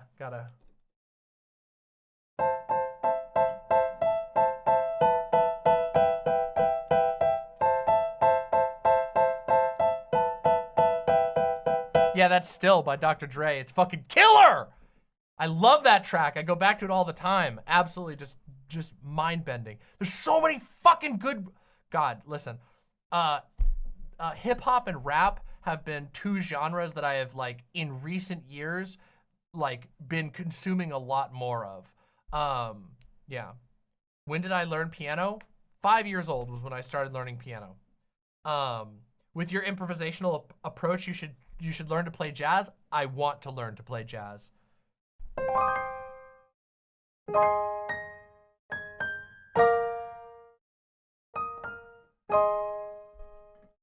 I was very young, but I have been in my 30s and my late 20s. I fell out of practice. I used to be way better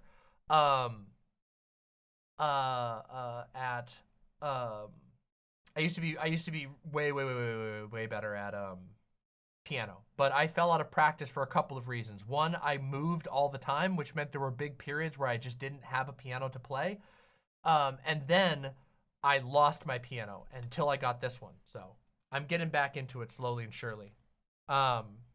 Naomi Chance says, list your top 5 rappers of all time and I'll judge it. That's a tough one. You're gonna judge me, but I'm trying to think of my favorite rappers of all time, like the stuff I go back to all the time, or like shit that I've been really impressed with. Obviously, I was really impressed with Ludacris. Was one of the first rappers who I was really like, damn. Obviously, I like Eminem. I think it's hard to not go, oh, Eminem's pretty fucking crazy.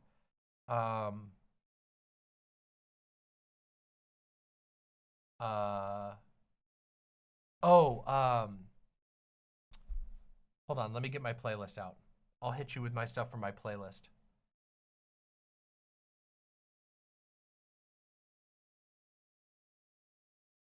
Wait.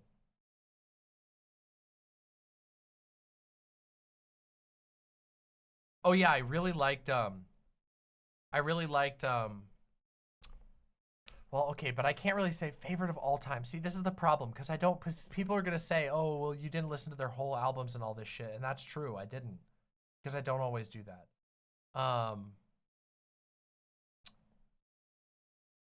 But I really liked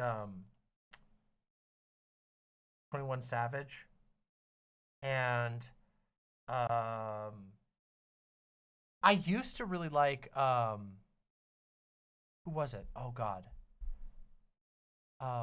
Watsky, I think his name was. But I kind of grew tired of his stuff, but I really liked it for a while. And oh yeah, I love Trippy.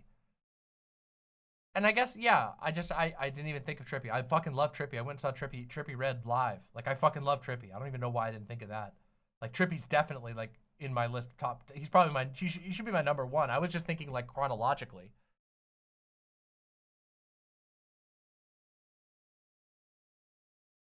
I liked Watsky for a while, but the thing was that I felt like, I don't know, the more I listened to Watsky, I felt like a lot of his track, and this is gonna be that, like, I'm being a hater here, but like a lot of his tracks they seemed kind of repetitive to me. But he's really talented. It's just like he's kind of got one thing that he does. But yeah, Trippy's fucking incredible. I love Trippy. I listen to Trippy all the time.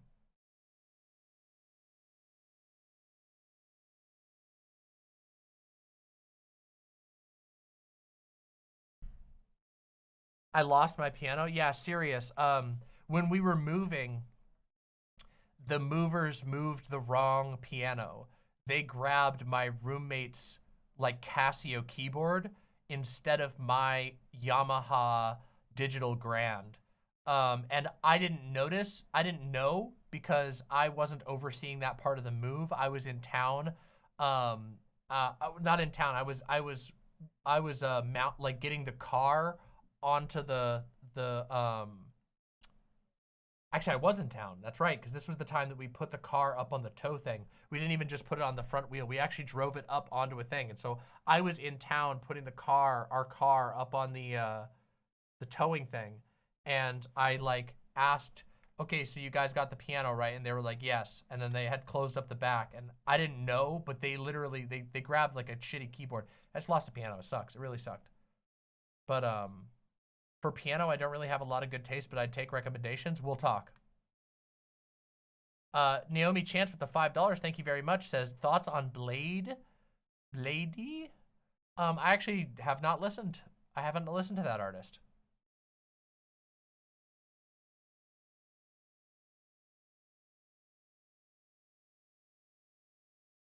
But I probably should.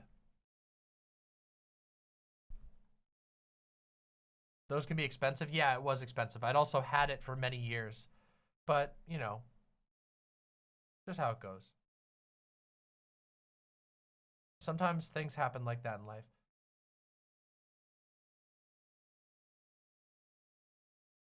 I should check out more of his experimental stuff, Danny. Thoughts on Afroman? I don't know enough of Afroman to be able to say. I've clearly activated the audience talking about music. How do you feel about 100 Gex? I don't know. Like 100 Gex is the type of music that I wouldn't listen to, but I don't hate their music. It's just like I don't go, I gotta hear that 100 Gex song. Like I just don't.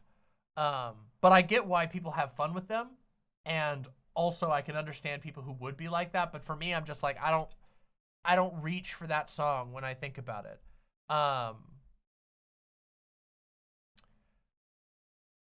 The type of music that I like, I don't know, like, I'm gonna do my whole music stream in the future, so all of you guys better make sure you go there, because I would love that.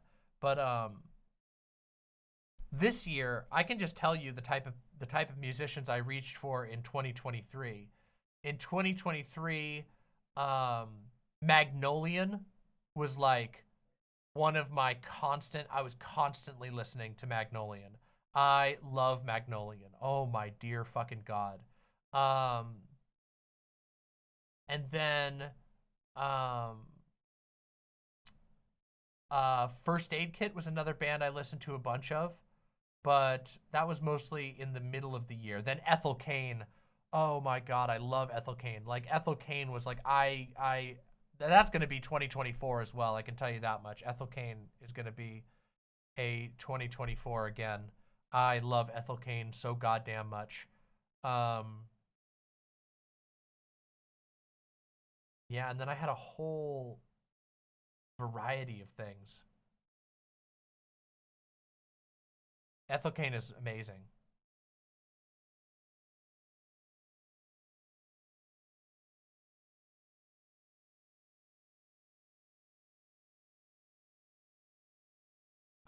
I like Heliung. I like them. They're pretty fun. Although this year, I listened to Otiken, which is like they're like a Mongolian throat singing, Mongolian traditional instruments band. Really cool. Really liked them.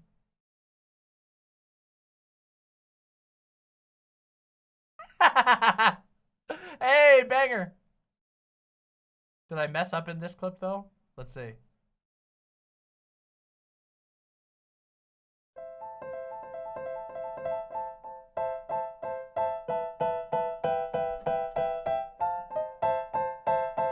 I did mess up a little bit. There we go. That's that. That's just what yeah, hell yeah. I only wish I hadn't fumbled the one key. I'll get there though.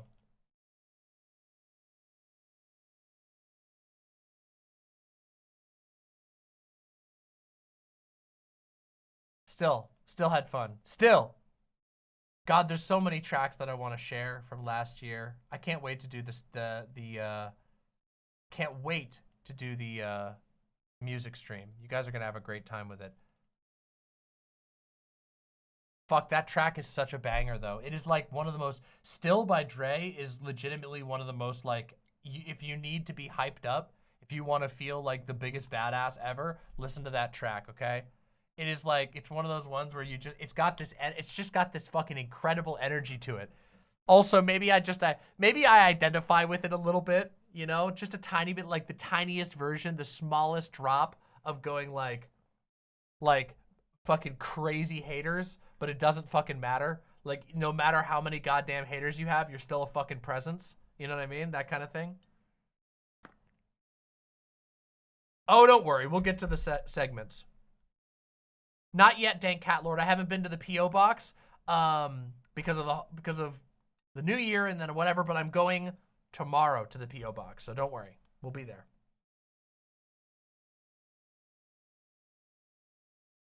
Has COVID affected your ability to play piano at all? I don't know, because it was I had already gotten rusty. I don't think so. I don't think it has. Maybe that part of my brain wasn't affected.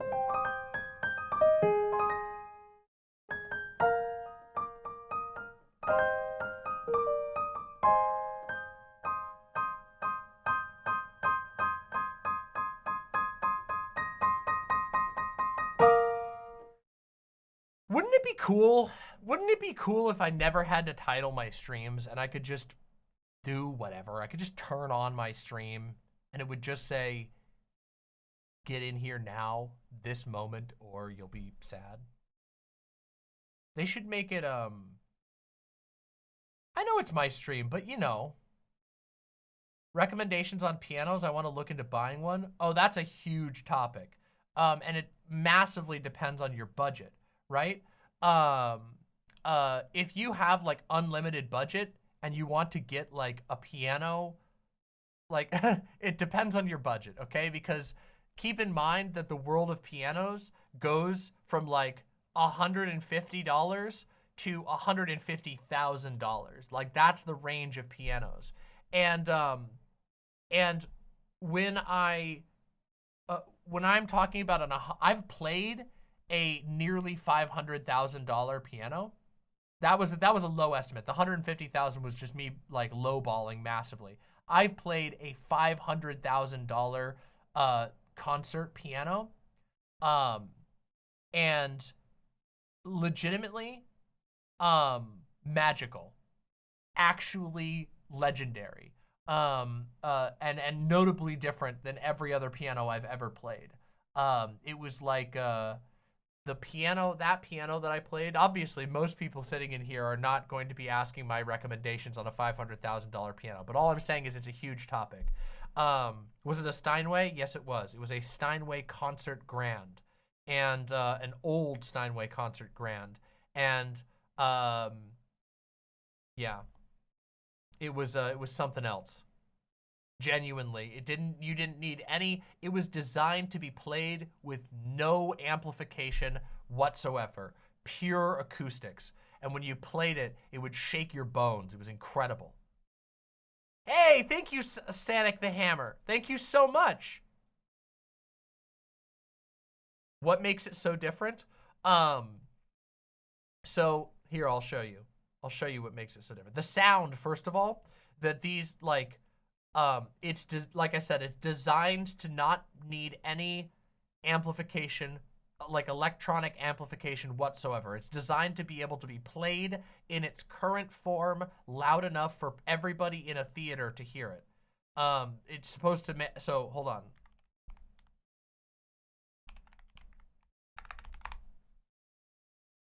Let me show you what this type of piano looks like. Yeah, this is basically it. This is very similar to what I played. I don't know if this is the exact one, but it's very similar. Okay, we ready? Here we go. This one right here. So you can see just how large it is. And this picture is doing it an injustice. You would be like, you're tiny if you're sitting. I am 6'2", and I'm tiny sitting at this piano. This is a masterwork instrument, okay? Like the type of thing that you have to get specialized knowledge to even be able to work on, because it is so carefully made and has to be tuned so carefully. And it is wild, okay? And it was a genuinely incredible experience. The keys are all very carefully weighted. A lot of the things that makes these ones so expensive is that there are a ton of like small customizations you can do. For example, you want the keys to be weighted exactly for the right level for your comfort, because you want to control finger fatigue. You want to be able to do certain stylistic things, and that's the type of stuff you can't do on a piano that isn't like a masterwork piano. You have to bend to the instrument, whereas these types of instruments are designed to be able to be customized to fit you and your, needs. This is the type of piano that's meant to be played by somebody whose entire life is music. And, yeah.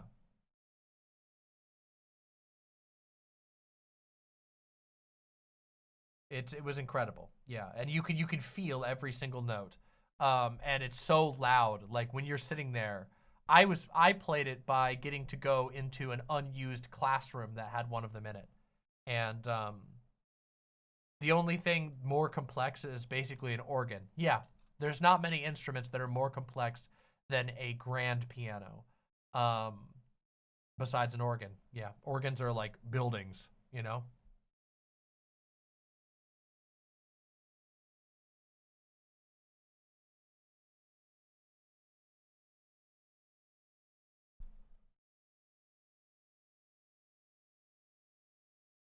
But anyway, that was not an answer to your question. I'm really sorry.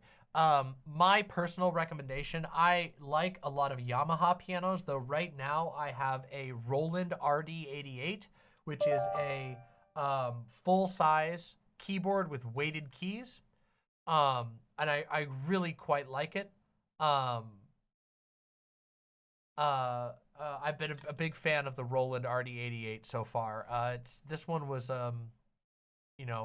$600 or something like that. Fairly priced. Previously, I had a digital grand piano made by Yamaha, and I loved that thing. My digital grand was the piano that I had for most of my life, and it was the closest thing I ever got to playing a upright. when I was learning as a kid, we had a very beautiful but very old upright piano. And I loved playing the upright piano. There is something magical about a real non-digital piano, but they're expensive. They're very difficult to upkeep. They're expensive to upkeep because there are less and less piano tuner professionals, which means you often have to pay someone quite a lot of money to come tune your piano. And learning to tune a upright or grand piano is a entire skill in and of itself. Trudeau, yeah, the marble guy is he does something special, but that's a little bit. I'm looking to stop lugging around an old upright. Yeah, if you're looking for something easier to move than an upright, a digital grand or this thing right here, the Roland RD88, is a really good option. This thing sounds great, has a ton of options, feels good to play. Obviously, you got to get a stand for it that makes you feel good, but I think this is a really solid one. Pretty great.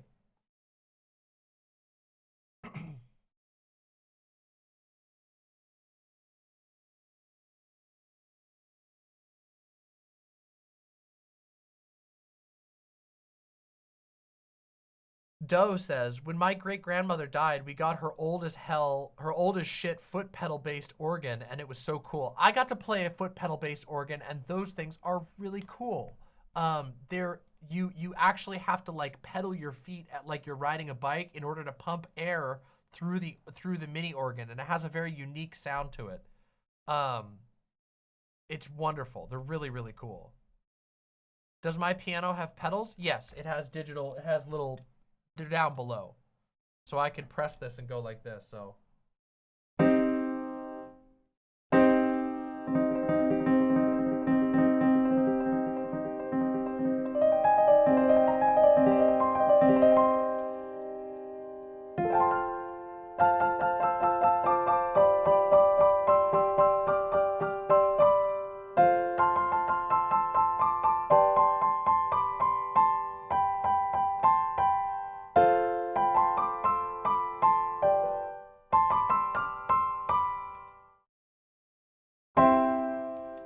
Get that sustain from the pedals.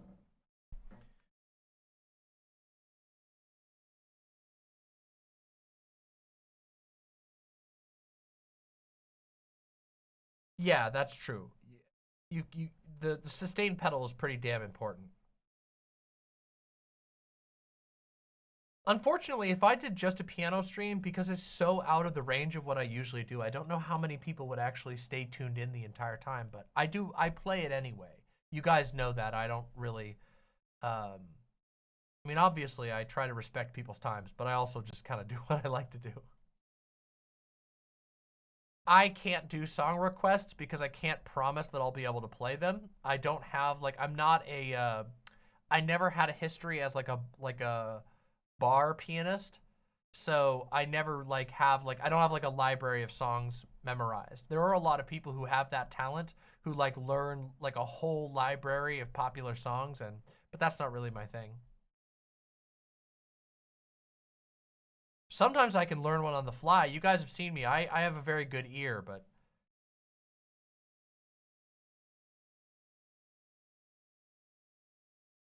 True, Trudeau.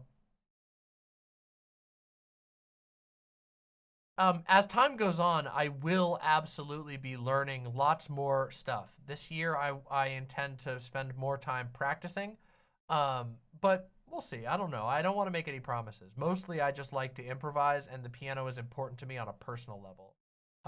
Sometimes I feel like the piano helps me, I don't know, process emotions, you know?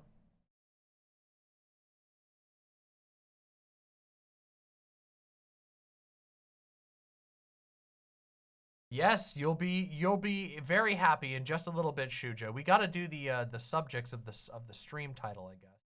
Although I've been having a lot of fun. We basically did a 2.5 hour freeform stream, which I enjoy quite a lot.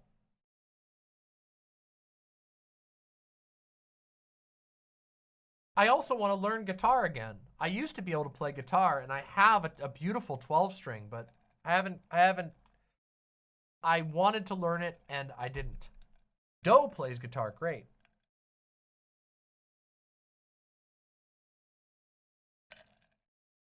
Is mayonnaise an instrument? It could be. I have an Ibanez. Right? That's what I got, right? Wait, what did I get? Did I get an Ibanez?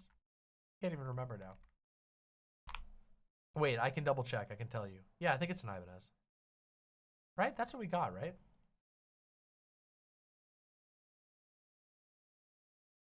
I think that's what I got. Check. I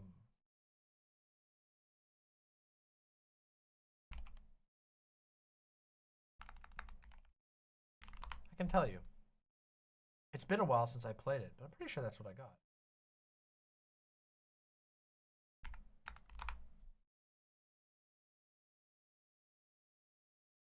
I can tell you the exact model in just a second if you give me a second. It was a couple of years ago that I bought it, and I have been very bad about practicing on it. I really wanted to learn, and I do want to still, and I will. I know I will eventually. It's just life is crazy, you know? And I underestimated how much free time I would have once I started streaming. Yeah, it's an Ibanez. I got the Ibanez, what's it called? What's the actual model? AW, that's like the, like it's an Ibanez Dreadnought AW5412. It's an acoustic electric. I love it. It's beautiful. Yeah, it's a solid choice, and it's served us well. Doe plays it from time to time still. I don't, I have fallen very far out of practice, but I've done that for a lot of things. It's one thing that I hope to correct. You guys have seen me talk all over the place on my stream about, you know, my feelings about streaming, you know, my feelings about this job, how I want to approach it. But one thing that's absolutely true is that starting streaming, it's been almost 4 years of being a streamer now. And starting streaming completely, totally and utterly changed the day-to-day time calculus of my life in a very strange way. So I'm still learning this day, still 4 years in, learning how to like structure my life in a way that allows me to do all the things that I want to. And I haven't figured it out. I'll be the first person to admit to that. I still have a lot of things to learn. So.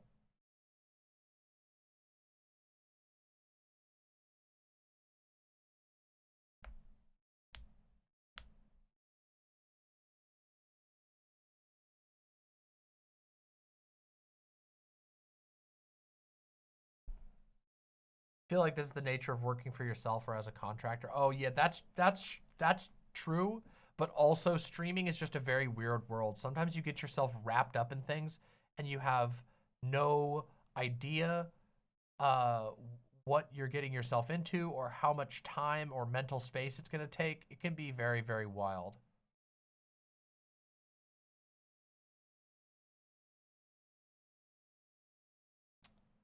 Anyway, speaking of work,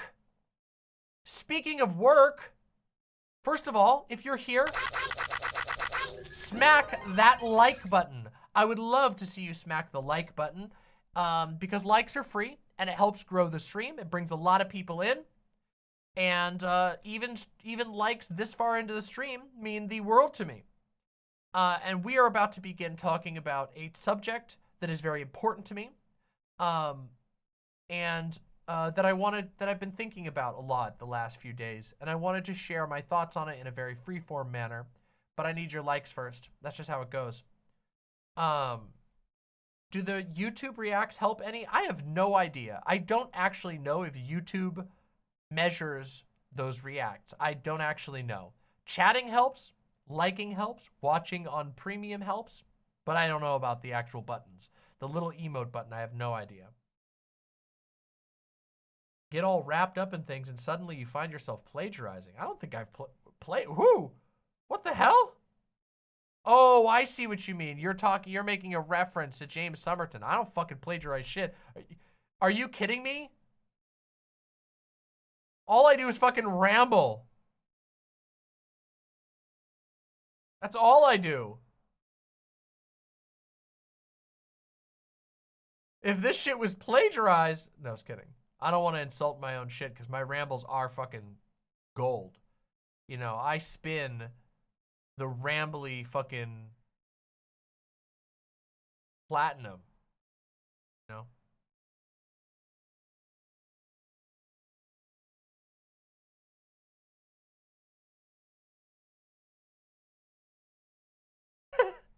Oh, a fellow former Mainer.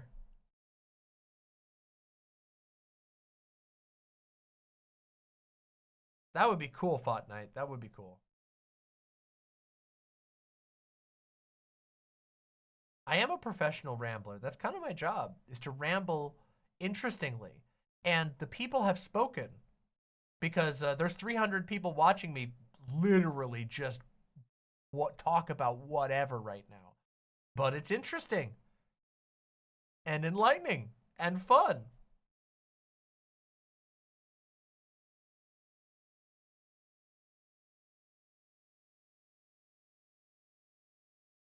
Oh, hell yeah, Cineful. Maine is totally worth it. It is a amazing place to visit, and you'll have a blast, okay? There is so much to do there and so many different places to go, and the vast majority of them, you will have an incredible ability to be able to roam wherever you want, take amazing pictures. It's awesome. I have seen an uptick in streamers citing their sources. Love to see it. Yeah, absolutely. Not just that, but video makers generally. Everybody's been kind of shocked into their place. We can always do better, but also, yeah, some people are just really, really bad about it, you know?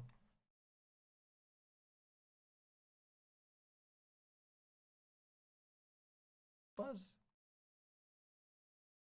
A little fuzz up there. A little fuzz. Fuzz. All right, fuzz repaired. Everybody, it's time. My lovely, lovely imps. Today, I want to talk about loneliness and community in the LGBT world. It's a topic that has been on my mind a lot recently. And not just recently, but for a while, in various forms.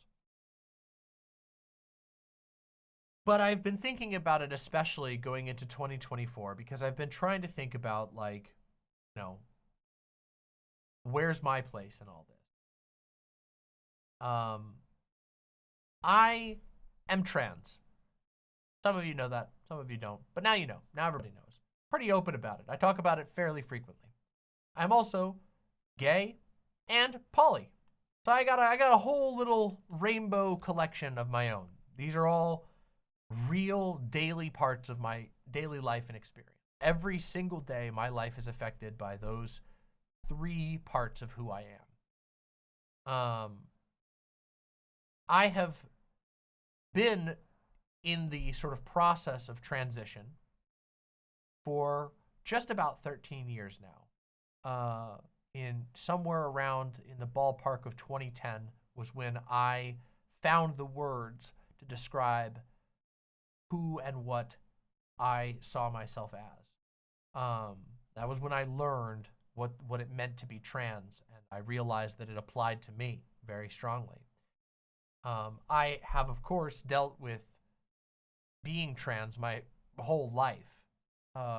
And the first sort of trans feelings I ever had, I was very young. I was like 8 years old the first time I ever realized what it, like, there's something distinct. And even younger than that, when I had my first sort of, I guess you could say the first signs of me being gender divergent, we'll call it, or whatever you want to use, whatever term you want to use. So in 13 years of being plugged into the knowledge of what being trans is and trying to find and connect with other trans people to develop a vocabulary, develop, you know, any sort of connection, people who are like me. I've been in a lot of different places and I've seen a lot of stuff. And I wanted to share some of my thoughts about it and hopefully hear some of yours as well. Because it's a tough world out there. There is a lot of, especially right now, right now it's 2024, the very beginning of 2024, and there has been a surge of specifically anti-trans laws here in the United States. I think there's been something like somewhere over 100 have already been introduced in various states in just this year alone already. There is a massive movement to make it harder to exist as a trans person safely and publicly, to restrict our health care, to stigmatize us, to basically put us in a second class where we have to be treated differently. And that's very difficult to deal with. And it's not new either. This, the intensity is certainly new, but hatred or distrust or attempts to marginalize have been around for a very long time. And that part is not new. There have been some victories, and there have been some, some social victories. For example, one such major social victory was Obamacare. It was very, very good for trans people. Obamacare made it illegal to discriminate against someone based on pre-existing conditions for insurance, which meant that insurance companies could no longer deny you care just because you were trans, which they were able to do before. They were able to literally say, oh, sorry, you being trans, we found out you're trans, now you can't get health care. We're not going to cover that. That was legal in the United States for a while. Not anymore. But there have also been some pretty major attacks, successful attacks against the trans community. Donald Trump banned trans people from being active members of the military, which is a very obvious, hateful thing to do. It's basically saying we don't think that you're fit to serve among other Americans. It's pretty obvious what kind of statement is being said there. Now, obviously, thankfully, that's been undone, but it might be redone depending on who wins the presidency this year. Really hard to say.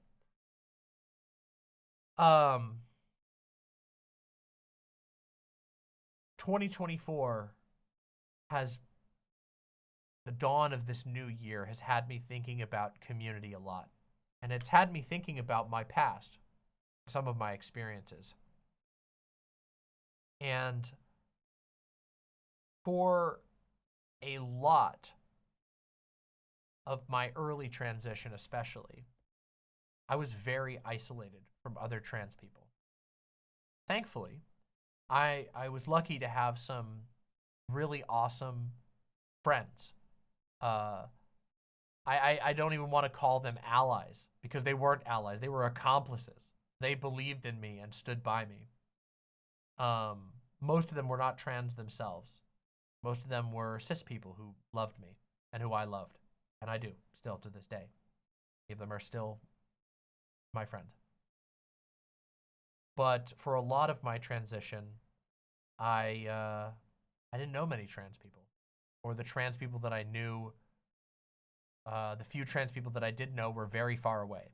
For most of my transition, the primary trans person that I knew lived far, far away from me.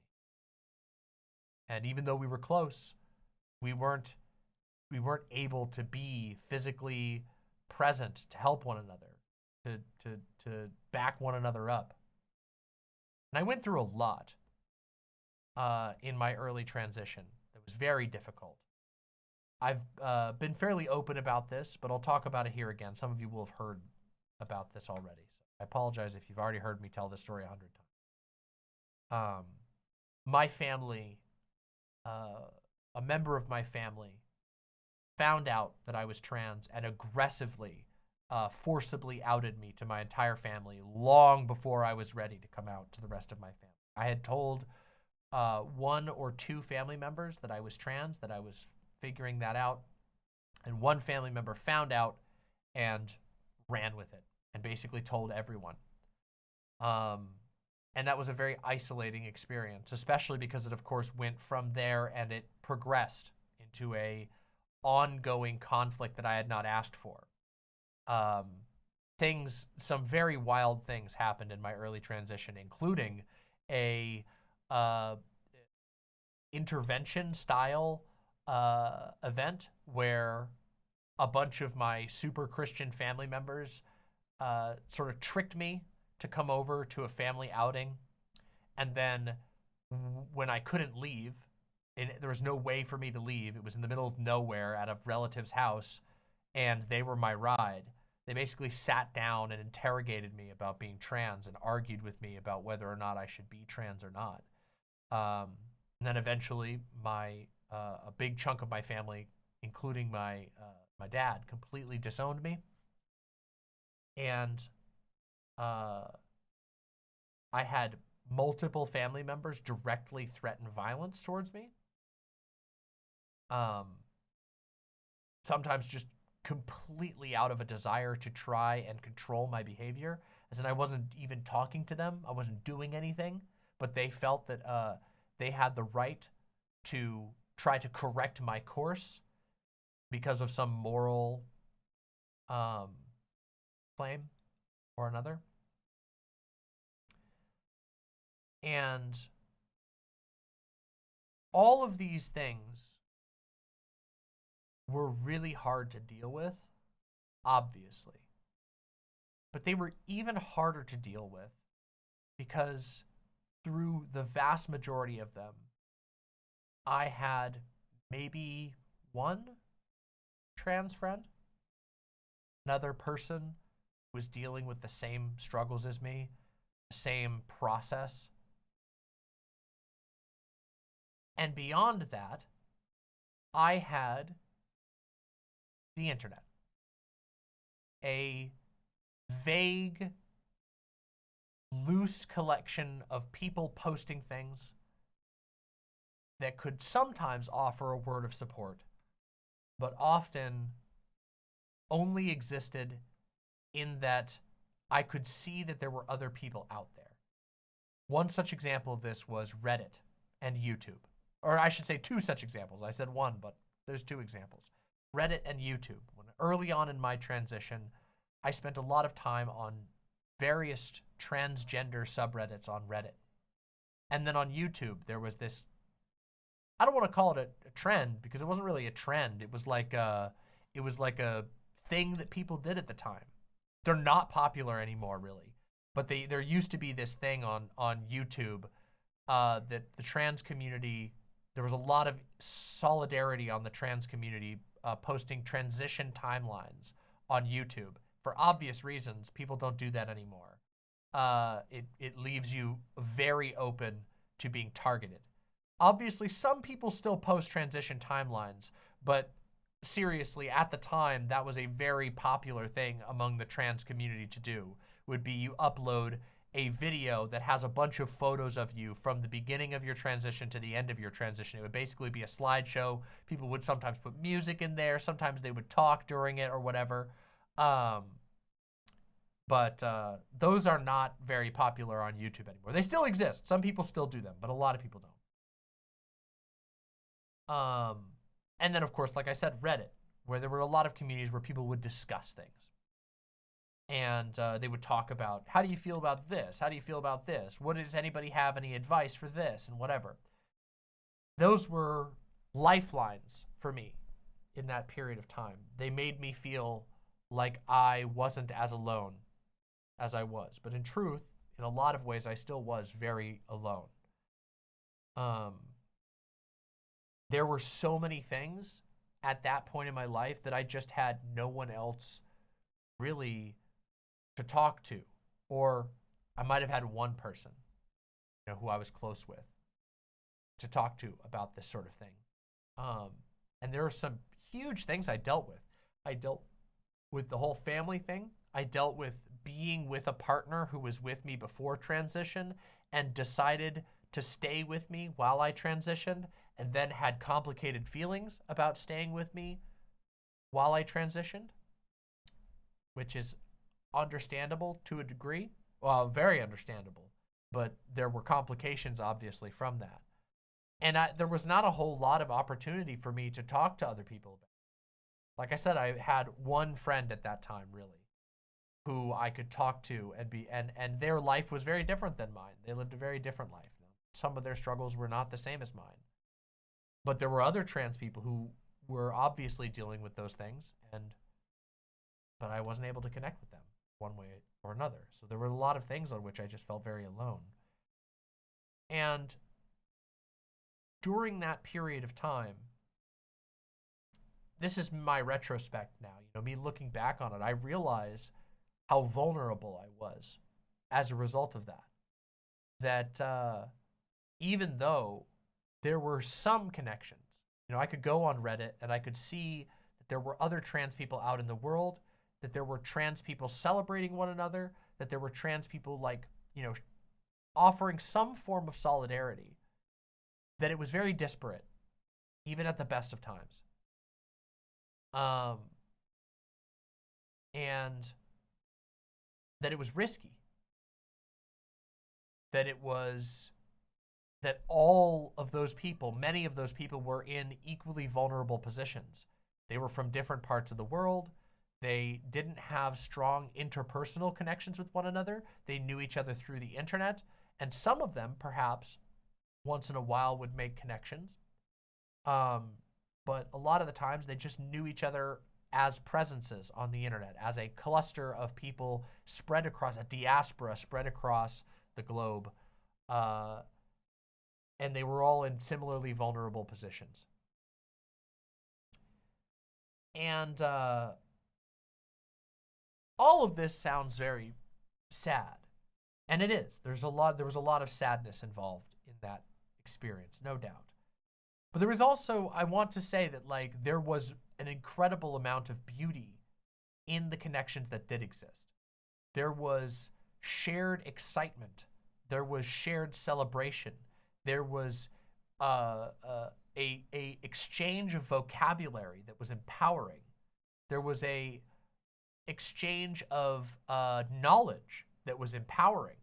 The fact that you could figure out what HRT doses were safe because people could go on Reddit and they could post a link to a medical document, a verifiable medical document that safely tells you what dosages are good for certain types of hormones within, within reasonable safety.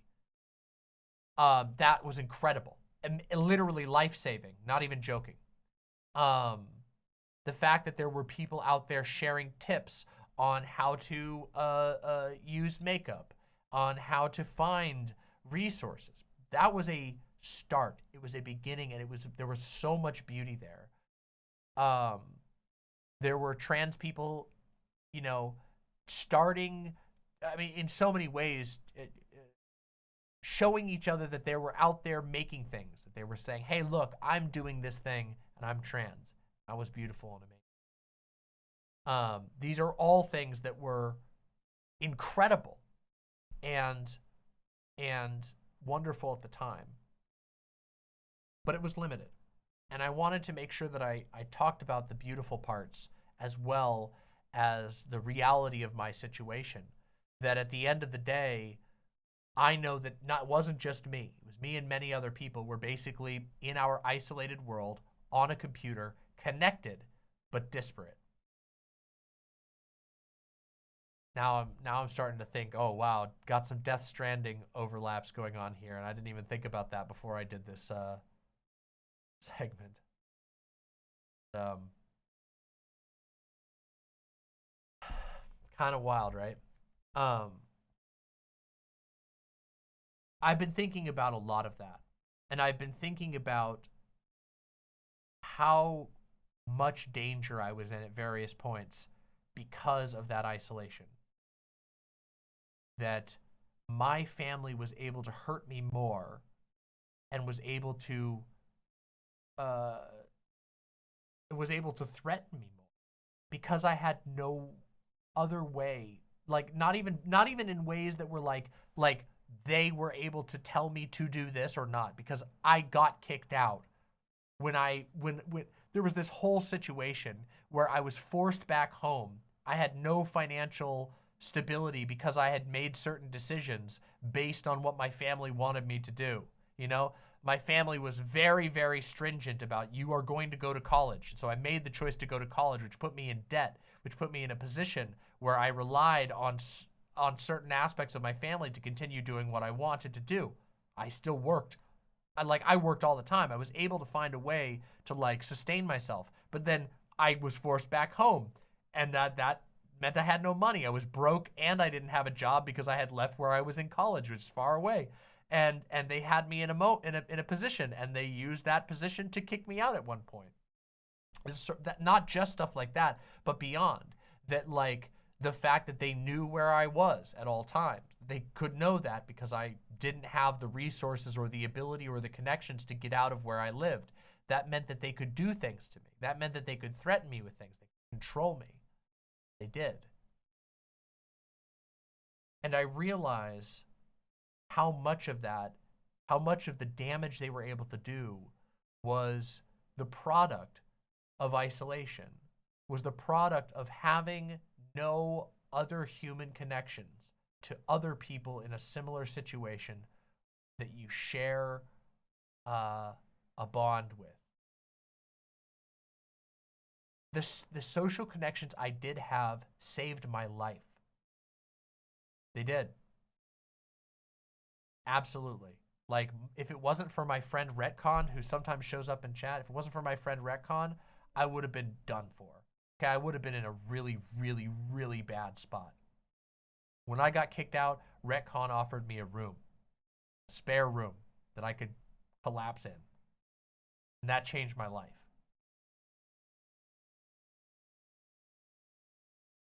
But there were other things that Retcon couldn't, and it wouldn't have been fair to ask of Retcon. You know?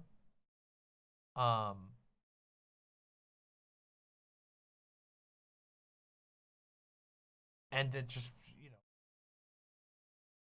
that could have been things that I could have been, if the world was a different story, if things had been different, and if I had different connections at that time, there were ways I could have saved myself harm that only intertrans connection can help with. Things like HRT, things like like other people like sitting there and going, I have been through this type of discrimination. Here's how you can deal with this type of thing. These experiences shape you. Yes, I'm not saying that I have like regrets. I am analyzing what happened and where there were vulnerabilities that existed in my past life as a result of being disconnected.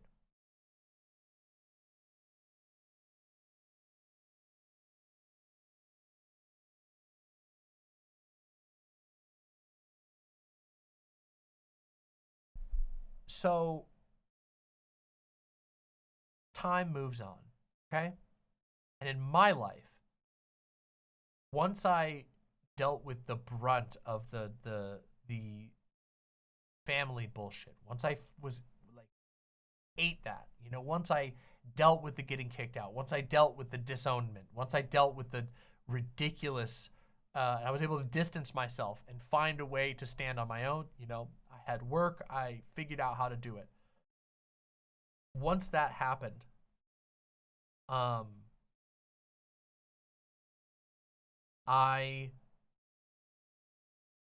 shouldn't skip. I skipped forward. As a result of all of the pain that I was going through, at one point I detransitioned. I've talked about this in my detransition video, which you should go watch if you haven't seen it. It's on my channel. Just look on my channel, look up my conversation about detransition.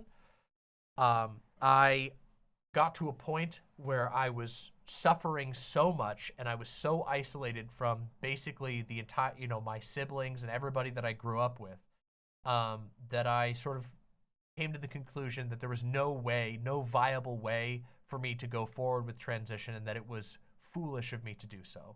And obviously that was incorrect. And I made myself more miserable by detransitioning. But I did. I stopped. I threw my hormones away in a very, very, very mentally unwell spot. I threw them all away. And that hurt so bad. It was like, it hurt so fucking bad. I can't even express to you how bad to be in that position. It was miserable. And when I decided, you know, a year to a year and a half later to transition again, that I was like, that was a mistake. Obviously it was a mistake. The idea that I thought that all of my trans feelings that I'd had my entire life were just gonna go away if I just beat myself up enough. Like the idea that I could repress that. Once I realized like I can't do that anymore, the reason that I was able to work myself back into a position of being like, wait a second, like I need to be brave enough to do this because I'm going to suffer forever, was because I had finally connected with a bunch of other trans people. And for the first time in my life, I found myself with a friend group of trans people. I had a little group chat of trans women. We chatted about stuff. We talked shit. We talked about whatever. We went back and forth on various discussions. And that was so empowering. In fact, I wasn't even in the group when I decided to retransition. I was just aware of it. And I had seen these trans people, these trans women supporting one another. And I was like, wait a second, like, I know this is never going to go away. It hasn't gone away. It hasn't gone away in the year that I wasn't on hormones. My dysphoria hasn't gone away. I have to just own this fact, regardless of what anyone else says. And then eventually I found myself, you know, in real social connections with them. It was unbelievably empowering. Now, some of those people I still know. Some of them we've gone very different ways. Some of them things didn't go well with. But there was and some of them might actually be in this chat or were in this chat. I met Grime Dango at that time. At that particular time, this was years and years ago, it was when I met Grime Dango for the first time. And me and Grime Dango are besties. We still hang out all the time.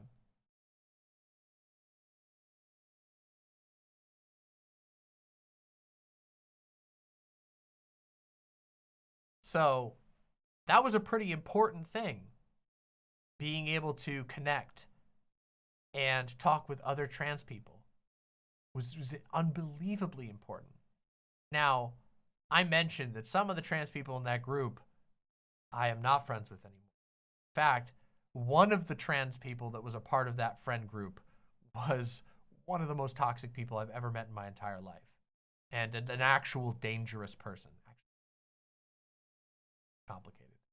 But, and that can happen too. But the fact of the matter was that I went from having one single trans connection in the entire world to having 5, 6, then 7, then 10. And it was incredibly important. Unbelievably important.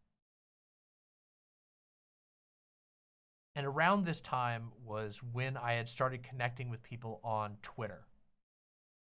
And let me tell you something, okay? Twitter, at that point in time, this would have been around like 2014, 2015, okay? So pre-Trump, 2014, 2015.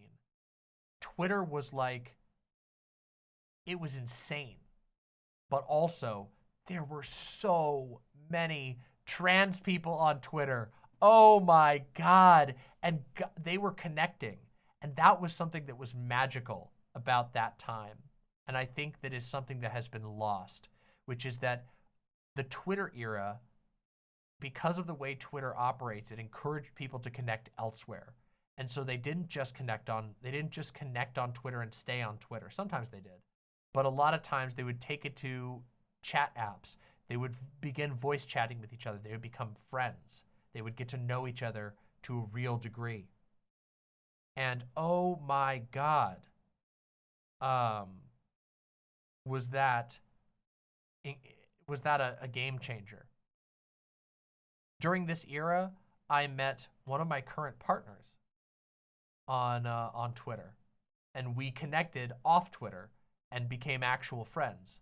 We went from just knowing one another as people on the internet to being friends, actual friends. And we're still together now. That's pretty goddamn amazing and incredible, you know? But as time went on, things changed on the internet. And this kind of brings us to where we are now. You know, I don't want to fast forward too quickly, but a lot of stuff has changed online since 2014, 2015 era, okay? A lot has changed. And one of the things that has changed a lot is that every social media is a one-stop shop now. Instagram wants to be the place that you post, the place that you watch videos, the place that you listen to music.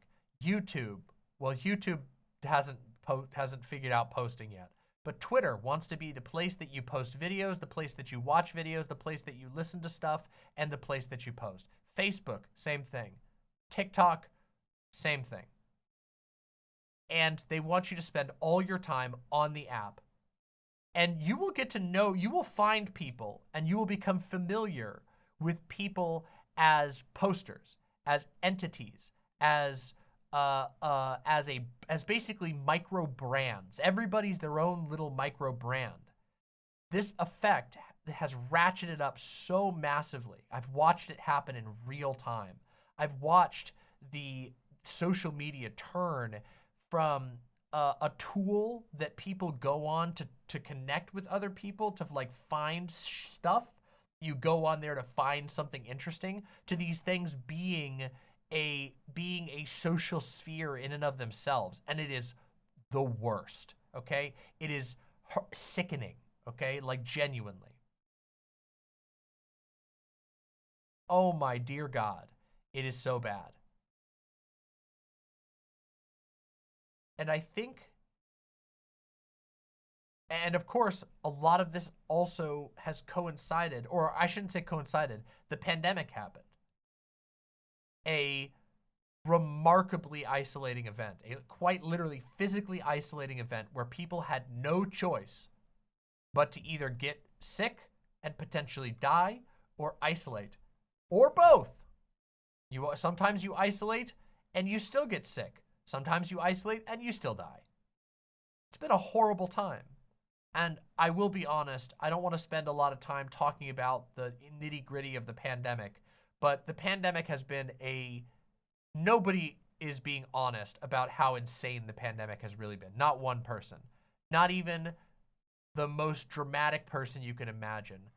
None of us have been able to fully grasp, our brains are not capable of grasping the scale of mass suffering, death, and isolation that has been the fallout of the pandemic. And all of this happened right after a major change in social media, where social media has changed from being a place that you go to see specific bespoke things and connect with other people, to being a place that you go to basically live.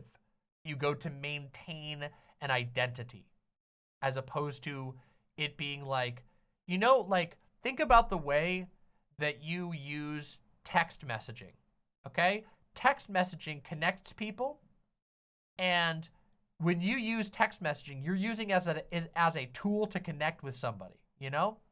And sometimes you might text somebody that you don't know that well yet. Like, you might meet somebody on an app and you might start texting them, but you're using texting as a tool.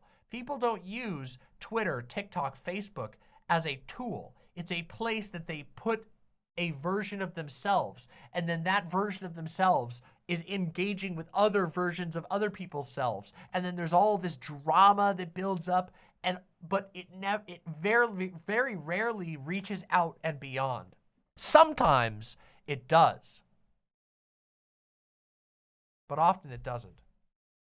And that's especially true since the pandemic, because people couldn't, or they felt like they couldn't, or they, or they were highly discouraged from doing so. And I think that we're in a bit of a crisis at the moment. A crisis of LGBT loneliness. And I don't think that the loneliness itself is new, but I think that the conditions that magnify it have gotten significantly worse, and that we have to grapple and respond to that. And it's really hard. It's been bothering me so much. I've been thinking back over all of this and thinking about all the junctures of my life where I had so few trans connections, and how I felt at those times, remembering the pain, the outright just abyssal loneliness, the sort of feeling that makes your chest drop, where you're just like, what am I supposed to do? What the fuck am I supposed to do? I live in this rural area, and maybe the one person that I can talk to doesn't share this struggle with me. There's another aspect to it too, which is that not all, inter-trans and inter-gay and inter-queer connections are going to be healthy ones. I mentioned before that one of the people that was in the group that I belonged to in the past was an incredibly dangerous individual. They were a harmful person. Oh my goodness. You're amazing. Thank you so much. Is this a... Oh my God. Incredible. Thank you. Doe just brought me food. Beautiful. Wonderful. God, that looks good. I'm going to have to hold off because I got to finish this segment before I eat. But... Oh no. That was a Mountain Dew. Wasn't it? Maybe I'm remembering from this morning. I don't remember. I thought it was Mountain Dew. Okay, whatever. Never mind. I thought my Mountain Dew got mixed with Coke. Whatever, it'll still taste good. So It's not Mountain Dew. It was Coke. I thought it was. I've mostly been drinking my water, but I had Mountain Dew this morning. You're probably right. It was Coke. You filled it, so you probably know. Thank you. I love you. Look at this. Hold on a second. I'm gonna take just a pause, just so you guys can see. Got fucking street corn. We got fucking elote. Oh my God. Oh, I got butter on my fingers now. Oh God, it tastes so good. Thank you. Oh, I have some, yeah. Thank you. Oh my God, it's so good. I gotta eat it. Okay, that means I gotta speed up my fucking... Ignore this. All of you who are watching in the future video, ignore this portion, okay? Just ignore that.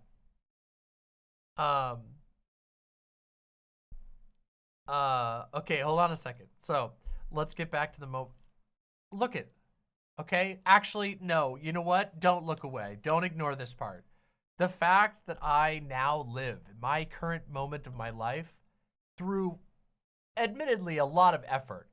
And it's a bit of a long story, but I now live with multiple other trans people. Some of them are my partners, one of them is not, but I live with multiple trans people. And the fact that we live together and support each other and are together and present in one another's lives is fucking amazing. It has literally changed everything, okay?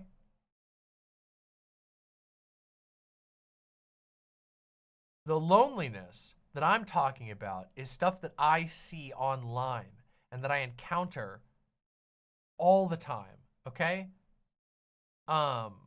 It does get better. It does, and it can.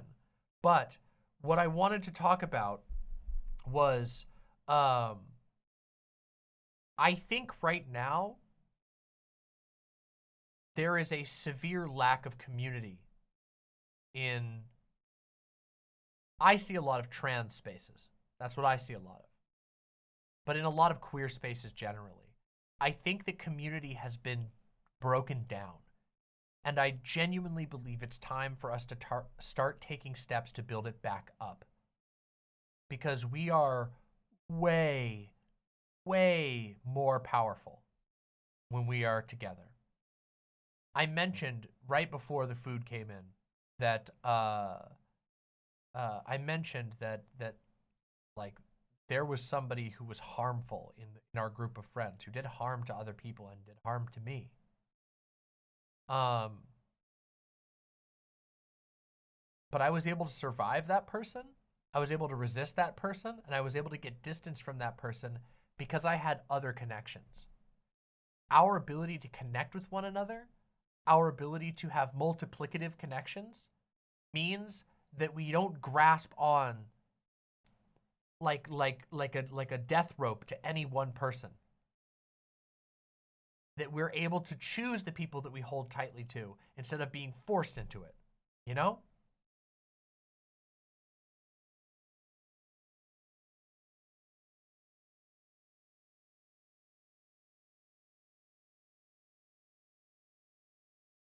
Yes, Skylar Krause in YouTube chat says, something to point out too is the pandemic also caused a lot of IRL LGBT spaces like gay clubs, etc. to be shut down.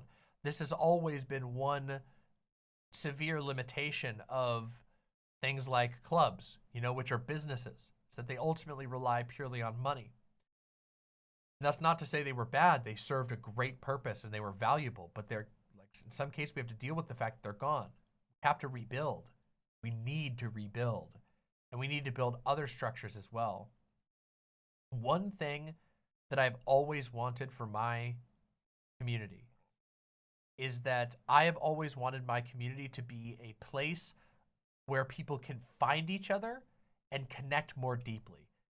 You guys who've been listening to me for a long time have heard me say this over and over and over again, and I will never stop saying it, that I always encourage you to not just pop into the Discord, not just pop a comment here and there. I mean, it's fine if you do. I'm not saying everybody's got to be this. Some people got other shit going on. But I want this community to be a space where if people need it, they can come here, find other people like themselves and different from themselves, and build real connections that expand beyond these platforms. Not just perpetually lost forever, screaming into the voids of YouTube comments, not just posting into the void on Twitter, but actually connecting with other people, building connective nets, threads that are tied together, strands, you might say, that can make us stronger, so much stronger. And I talked about something, you know, I talked about, on my last stream, I talked about schisms in the trans community. And I talked about some of this. I touched on some of what I'm talking about now then. But this stream, I wanted to focus on the community aspect. I wanted to focus on a very real understanding of why that community is important. It's not just about not fighting on Twitter. It's not just about, like, you know, social media feeling terrible to go on. It's about the fact that we become better when we can connect with one another. We become more powerful. Our lives change, and we're less vulnerable to the things that that can hurt us the most when we connect with one another. And that has downstream effects, because it means that more people are spending more time doing generative, creative, wonderful things instead of suffering. It brings color and life and warmth into the world.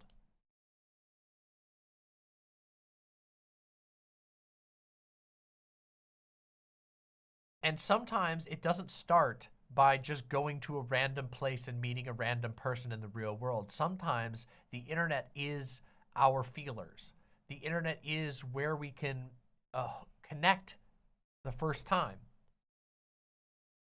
But more and more these days, there are so many structures that discourage us from doing that discourage us from connecting at all. They basically want us to connect only on the most surface level, that we are supposed to appear on a place, generate content via memes, posts, whatever, and then check the fuck out.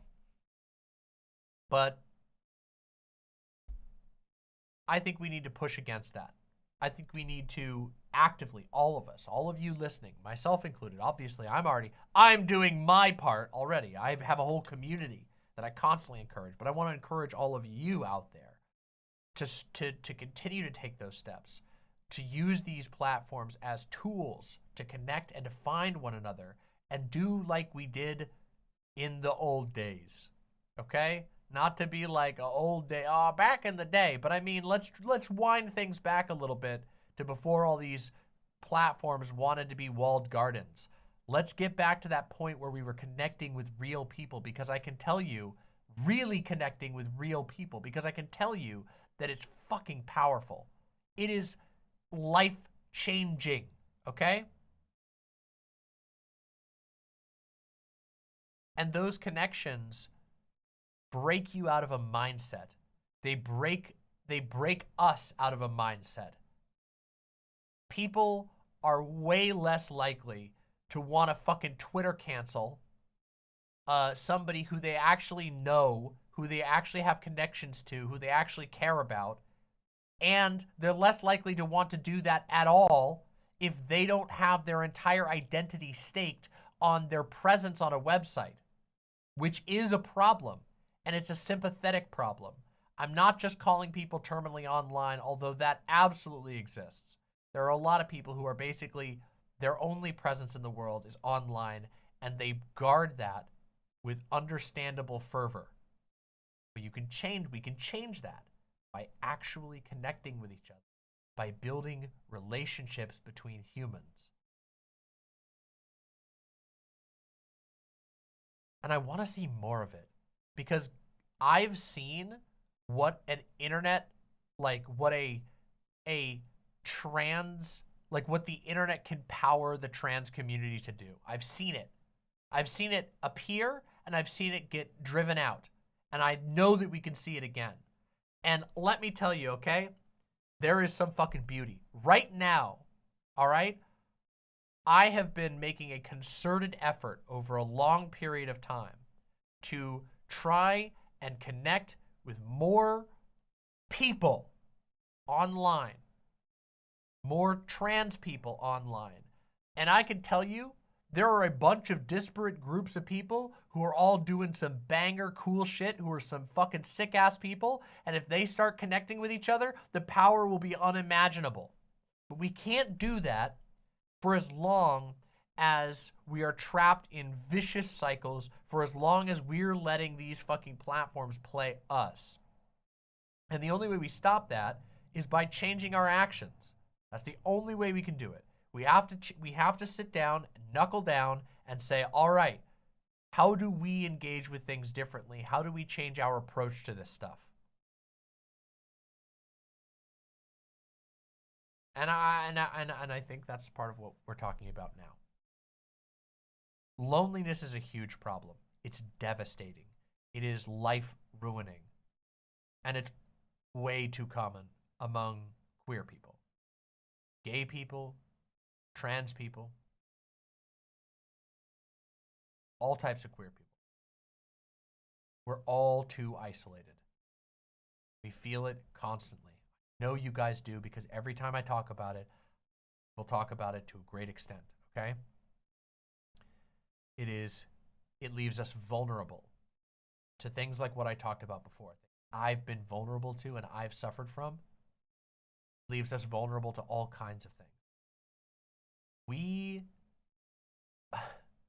Do you know how powerful it is that to like be able to, if we can activate, we can surge energy and build connections across a global diaspora. We become so resilient. If we have connections, if we know one another and we have stronger connections, we can escape danger. We can help each other to get out of dangerous places. We can swing and affect politics in various areas. We can actually make changes in the world that help us, that empower us.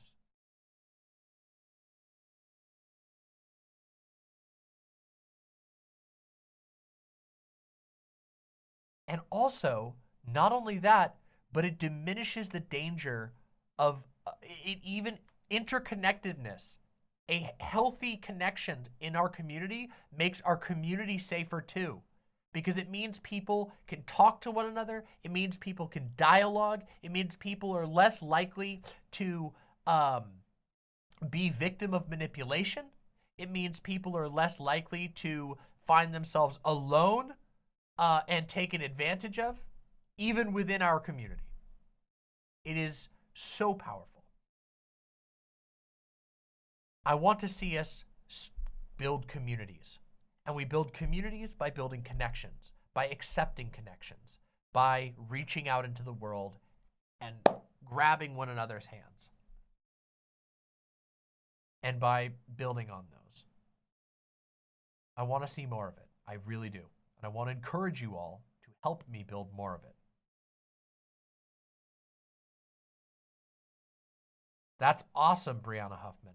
Brianna Huffman says, so true. Thanks to activism from the local trans community in my city council in my hometown city council flipped from 5 to 2 favoring Republicans to 5 to 2 favoring Democrats.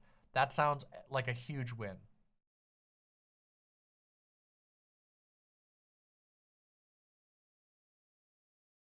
The simple reality is that a lot of people at the moment, the internet is one way in which people can, especially marginalized people, can actually find each other. You can't help it if you happen to be trans and you live in a rural area. You can't help it if you happen to be trans and you live in a country where there's, or a state where there's not a whole lot of trans supportive stuff. The internet is important, which means we have to take care of it and we have to recognize it for what it is and use it effectively. And right now, I think there has been damage done.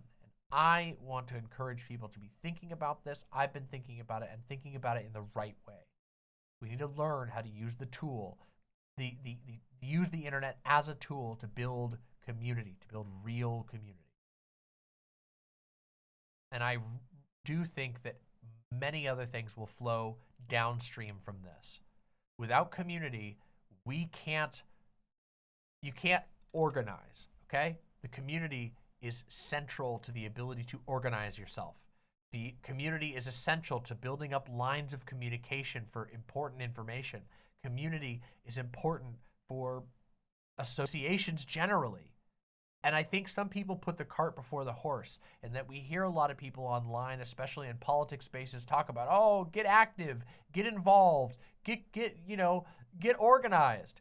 But you can't organize if there's no community. Organization doesn't just spontaneously appear. You don't just say the word organize and then organization happens. Organization is downstream from connection.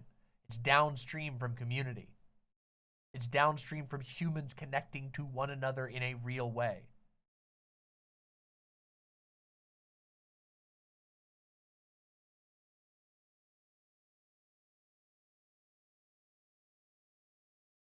That's awesome, EB the Purple. I do agree, Luxander. Luxander says we should at least we have to try to like each other. Try to do favors for one another. Give each other some grace. Communicate directly. Yeah. And this is not saying that you have to like every single individual person, but we should be careful, because I think that there is a lot of manipulation that happens quietly and poisonously online, especially now. X, Twitter, whatever you want to call it, is a fucked platform, okay? And a lot of trans people gravitated to Twitter because at its heyday, there were so many trans people connecting with each other on there. But it's changed. It's changed beneath you. It looks the same in most every way. It feels like it functions the same, but it doesn't. And the same is true about every other platform too, because they've all changed too. We have to be able to respond to the change.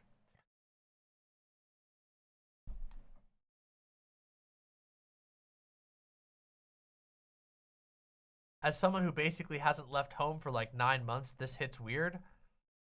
Well, I can't give personal advice because I don't know your whole life. not leaving home for a long period of time is very difficult. And but I assure you, it's easier if you know that there are people out there who support you. You know that you're not going to be alone going out into the world. And also, you can start to get a picture of just how many other people are out there who are like you, who share struggles like you. And that's a starting point.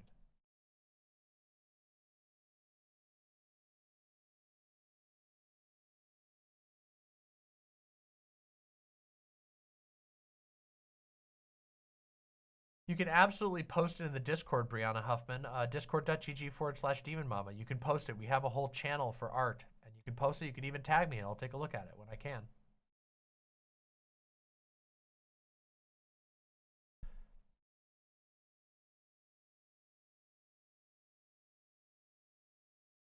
Spirogal, you're not wrong at all.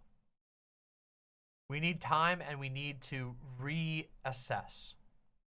Again, I started this whole segment here, this whole long segment, talking about how long I've been online, how many different communities I've been in, how many different websites I've used to connect with other trans people. I even touched on some of the trends that were popular in those in those subgroups on the internet.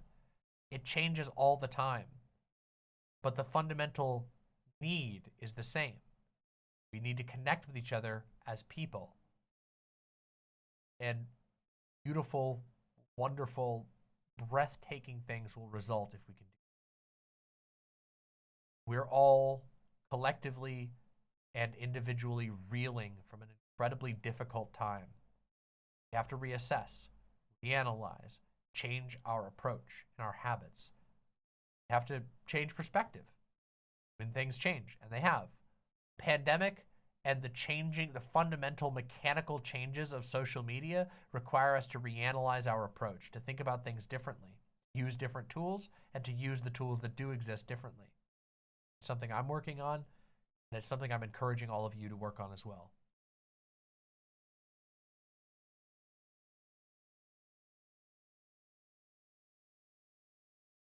Nanachi, I met up with some really questionable people who I connected with online, and after meeting them IRL, they hurt me. I'm having a long grieving period on that. That can happen.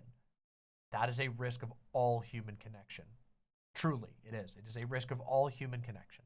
Sometimes painful things happen. Sometimes you encounter people who hurt you. But we're stronger if we don't only have one connection. If our only connection in the entire world is the person who hurts us, that can be in a remarkably isolating event. If there's another person that we're connected to and somebody hurts us, that's one other person who we can be with. If we're connected to 3 people, 4 people. I'm not saying that large number is always better, but a diversity of connections is necessary. Humans are social creatures. Even the least social of us are still fundamentally social creatures. And I'm sorry that you got hurt. But also remember, it's not the end. Getting hurt once is just a part of life. You can heal and grow and reconnect, and you will find people, I promise you, will find people who won't hurt you. I have been hurt many times. There's so much of my life that I've never told and never will tell on this stream.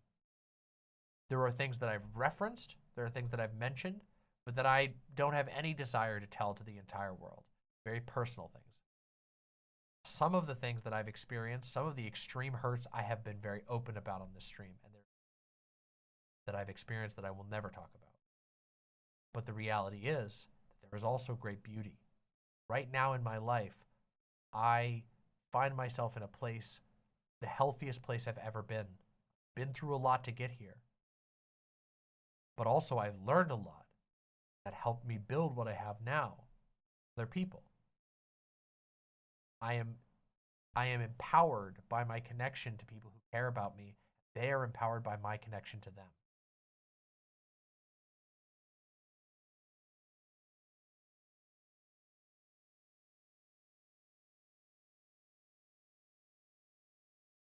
Keep working on that, Buck Moon. You won't regret working on it. I know it's hard, but keep fighting. Seriously.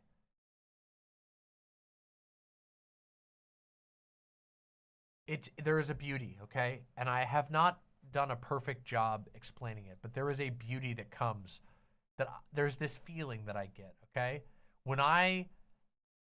And you don't see it as often anymore, but there was this period of time where I would log onto the internet, okay? And I would see a bunch of trans people joking around with each other, laughing, having a good time, supporting each other, talking about shit. And that was the majority of what I would see on the internet. You'd log on, you'd see some trans people posting the funniest meme that you've ever seen. You'd see their friends laughing and reacting in the comments. You knew they know each other. You'd pop into a group chat and they'd all be talking to each other. You knew that two of them lived with each other. The other two fucking hung out, lived in the same city, 2 blocks away or whatever. That is such a beautiful thing to see. And I know that we can start to rebuild that. I know that we can. A lot of us are, I can't say we're all still here after the pandemic, because obviously not everyone is, but a lot of us are. And we can't just, it's one thing to recognize what happened, and it's another thing to begin to build again. And that's what I want us to do. That's what I want to encourage you all to do. Because loneliness is fucking devastating. We're all stronger together. I hope this all made sense. I hope that I was able to talk about it coherently and helpfully. There's a lot of stuff that is difficult to like, I can't tell you all the ways in which your life, the unique needs of your life. What I can encourage you is the broad strokes. I can encourage you to think about things differently. That's what I hope to do. Yuri says, Demon Mama's community is where I go to regain some peace. That makes me feel really good, and I only want to keep building that up. I want my community to be a place where people can go and find other people like them and build those connections, start to build those connections. And I want people in my community to take those connections beyond my community. I want them to walk out the door together and go have an adventure. And maybe they come back and hang out. I would love that. I would love to see you guys back all the time. I'd love to hear about your adventures. But I want to see people from my community connect with one another and be able to go out into the world and see things together and be stronger together. I want to see people form friendships and groups, and those friendships and groups stretch beyond. I want to see those connections rebuild together.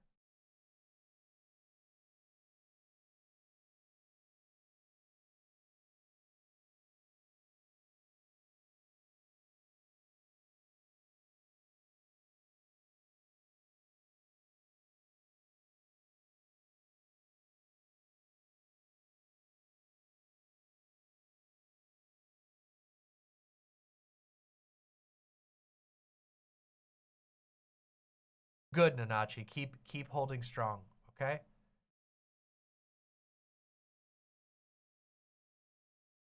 That's really good to hear, Jason Kelly. A lot of people who are doing their best.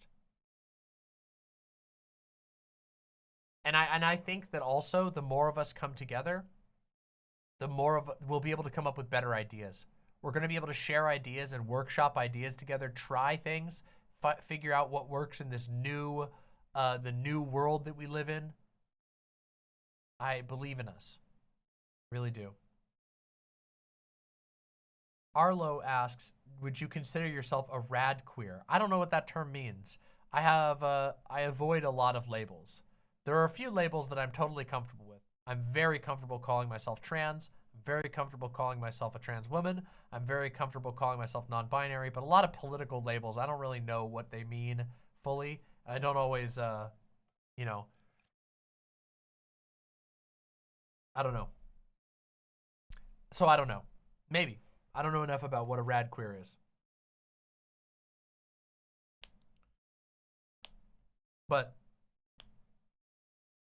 would you want me to define it? Sure, go ahead. Hit me with the definition. Anyway, that's all for the main segment. If you're watching live, we're going to keep talking about this for a little bit, but thank you all who watched this as a video. Make sure that you're subscribed down below. I talk about this topic and many, many more very frequently, and I would love to have you as one of my imps. So smack that subscribe button and tell me your thoughts down below. I want to hear your thoughts about community. I really do. My fans will tell you I'm very good about engaging in the comments. So tell me your experiences with community online. Tell me your ideas. And thank you for watching. It means the world to me. Now we can talk. Now we can chat. Wrapped up the segment. And I'm going to eat this food because I have this delicious street corn that's been getting a little cold. Hopefully it's still warm enough because it looks, look at that. Oh, it's buttery. It's amazing. Oh my God.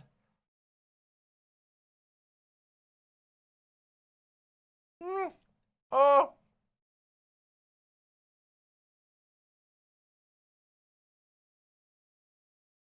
Oh my God, it tastes so good.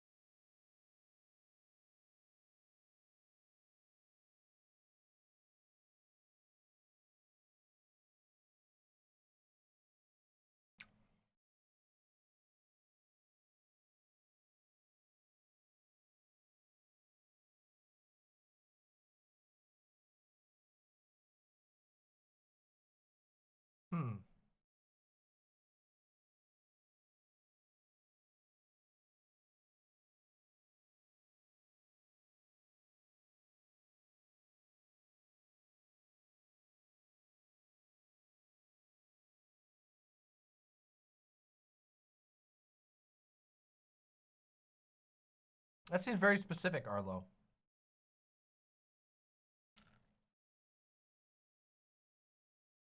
And see, this is why I try to avoid labels, you know?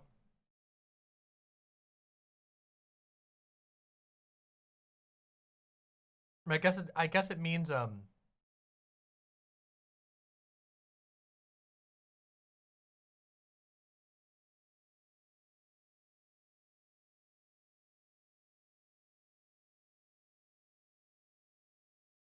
Chariot says, I like that segment, although a lot of it has stuff that I think will be more meaningful to me later on. What do you mean?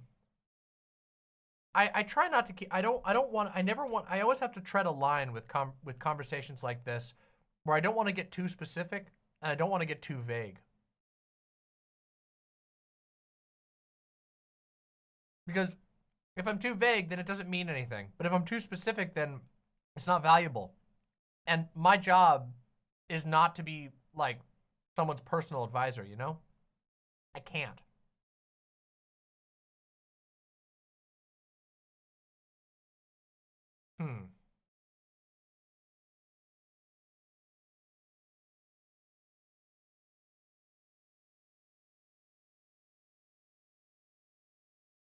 That sounds pretty complicated there.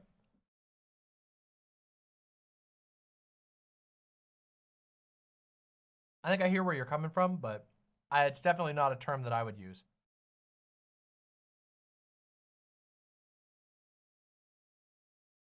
This is why I stray away from labels. I would prefer people just to engage with my opinions.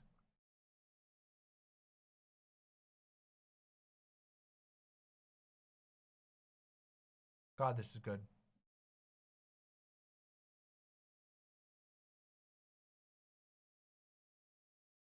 I see what you mean.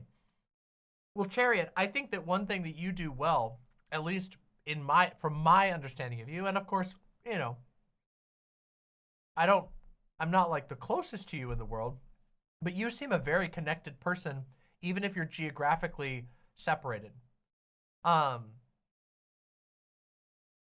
You definitely are at least taking part in something that's very, you know, a lot of what I'm talking about is that you already have, I know firsthand, because obviously I have a connection with you and you have a connection with, you know, people I know.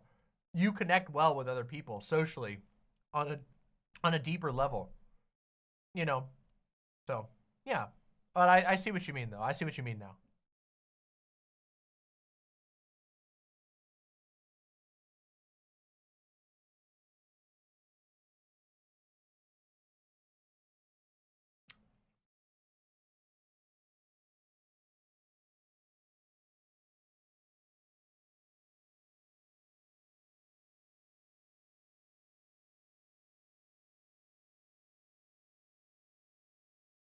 Damn, this corn is sick as fuck.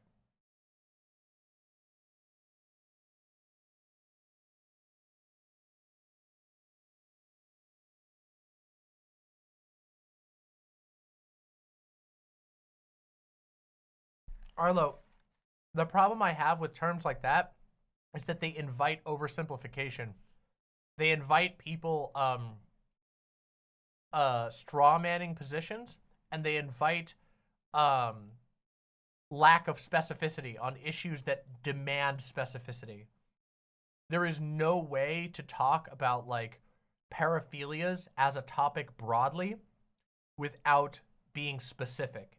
In fact, you can do damage and danger to the world if you're not specific. Which is why I think that I kind of hate terms like that.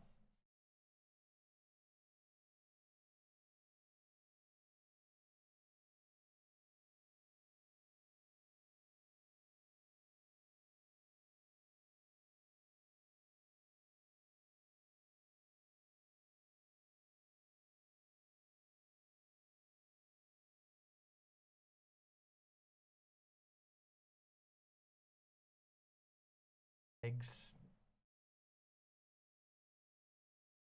Homosexual. Huh? Wow, gay fish. Wow.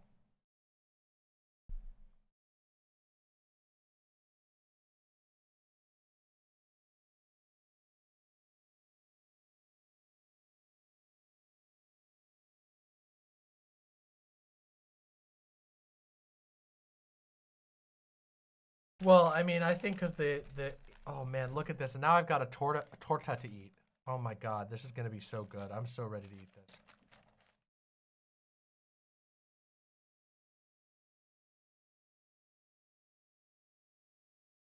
Yeah, but don't you see though, Arlo, don't you understand how you might be inviting that to a certain degree? By trying to boil it all into a single term that like states a position, you might be essentially inviting a simplification of your position and a misunderstanding of your positions.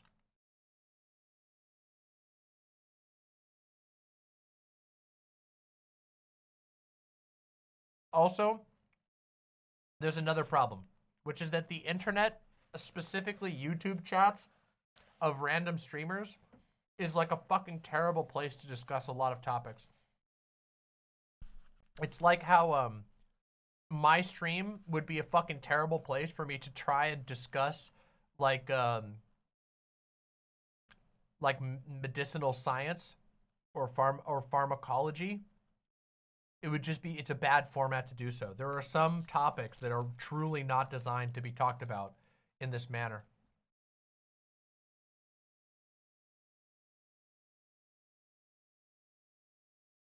Oh, you didn't listen to what I was saying.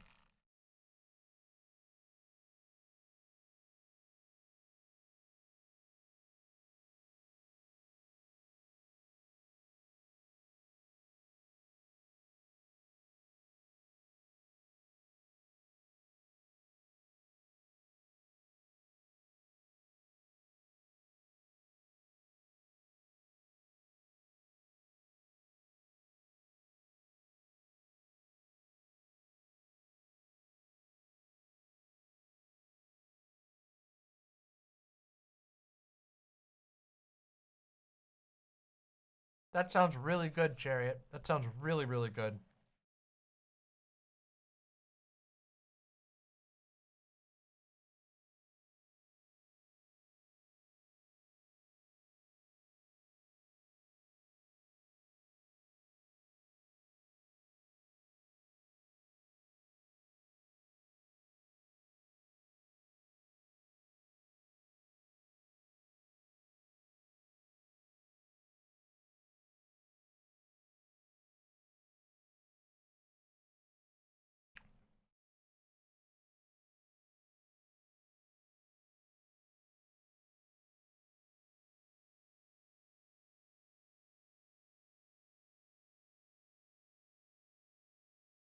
This one is I believe it's Pastor. There's a lot on it.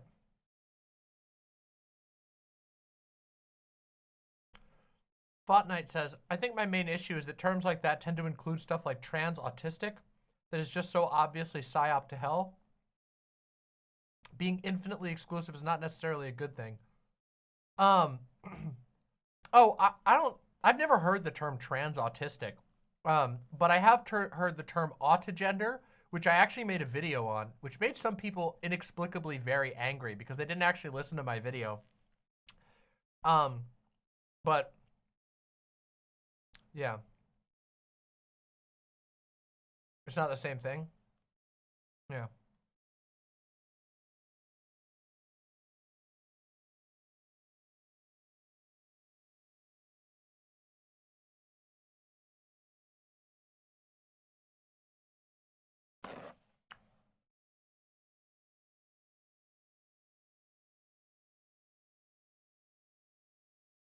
You love the xenogender discourse, don't you, folks? You love it. Yeah, true. Louis Boy says, your insistence on local activism and community building has changed my life for the better. I've been participating more often in my local queer org, and I've gone from feeling like I won't ever find anyone like me in my hometown to literally having more queer friends than I ever thought I would have where I live. That is fucking beautiful. That's fucking amazing. Part of the reason why I always stress local connection and community building is because it's what is actually in our power to do. There might be, it is possible that somebody out in my audience is in a position of institutional power. I don't know. I don't know what all of you do. There could be, you know, tenured professors. There could be politicians. There could be large business owners listening to my chat. If so, consider throwing a little bit my way. I would appreciate it. I am none of those things. However, the vast majority of people who listen to my show are people who are regular ass people, like, you know, and what they're able to do is connect. And I am very interested in helping my actual viewers with what I make. I don't like, one thing I don't want to say I don't like it. One thing I actually hate, and I have participated in this specifically early on in my stream when I didn't know exactly what I was doing, and I didn't know a lot of the stuff that I know now. One thing I hate is like this sort of hyper abstracted deferment. Some people would call it LARP, but I don't even know if that's the right word for it. But hyper abstracted deferment politics, which is basically the idea that like all you got to do is say the right words online. You need to appear online and you need to say, do the right thing. Do the right thing. Okay? Get out there. Go do the right thing. Go, you know, volunteer and make sure the right guy gets elected. And then that's like it. Like, it doesn't do anything, you know? Like, I don't think it does fucking shit. And I think it just makes people feel good mostly. And I don't want to do that. I want to say things that make people think about things in a certain direction. I want to say, here's a trend that I've observed. Here's a phenomenon that I've observed. I've identified it. Here's what I think about it. You might have your own thoughts, but now you're thinking about it too. Let's problem solve. And when I can, I want to give people ideas on how to solve the problem, if I can. And I can't always. There's not always an answer. I don't pretend to have all the answers. But I think I'm pretty decent at some of the stuff that I do, so. Ahmad Hassan says, is this chat the same one that appears on the screen? No, that would be my website chat.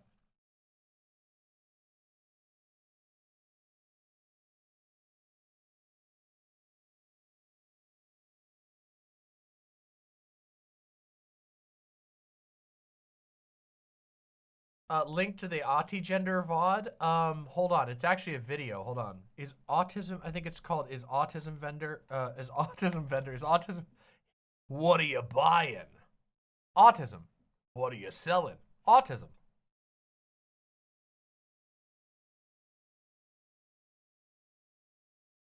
Here it is. Here's the link to the video if you want to check out my video that I did on autism gender. People got very mad at this video, and it was actually an excellent video that just very straightforwardly describes the content the concept and why people are deranged about it. People really are deranged about concepts that they shouldn't be angry about for no real reason.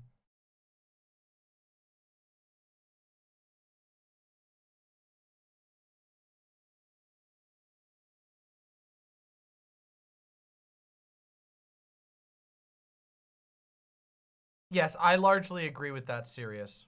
As much as issues can be separated, I tend to agree with you. I think they're very distinct issues with very different conversations around them, and they have very different types of stigma.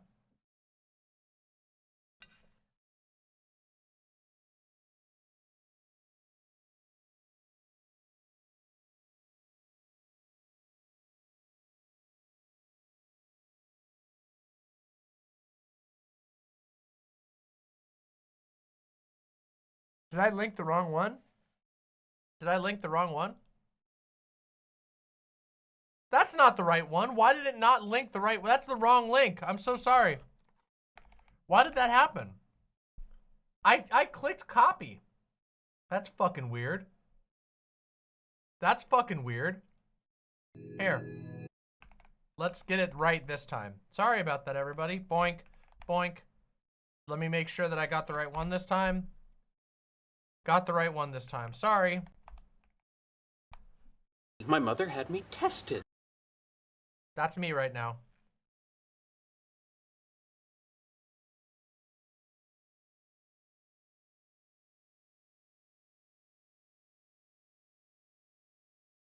I did, Louis boy, I did.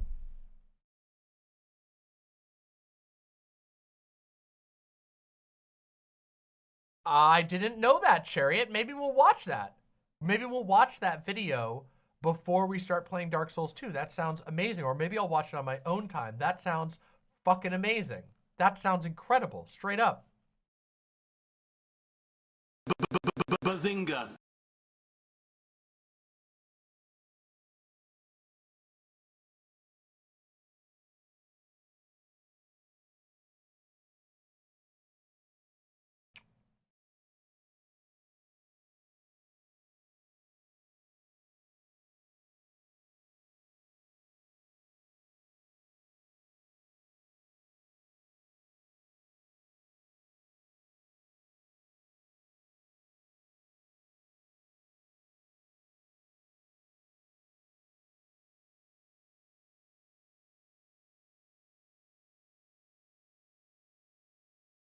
You want me to play all the soundboard sounds? They stop each other sometimes. I am I see a lot of them count, like they stop each other intentionally.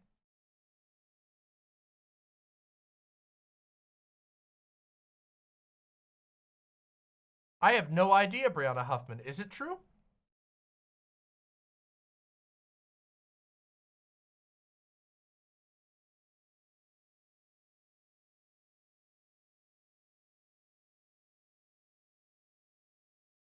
Brianna Huffman says that there's a rumor that King Cobra's channel got deleted. Is that true? What the fuck?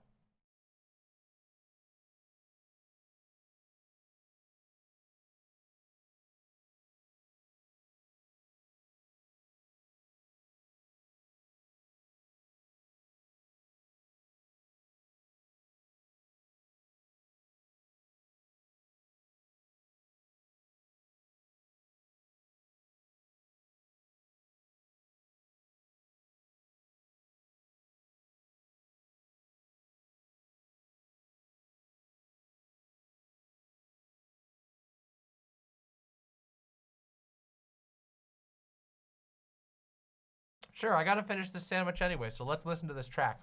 Let's hear this music. This is from the Bayonetta soundtrack. Let's listen to it. Oh, it's long, but I'll listen to some of it.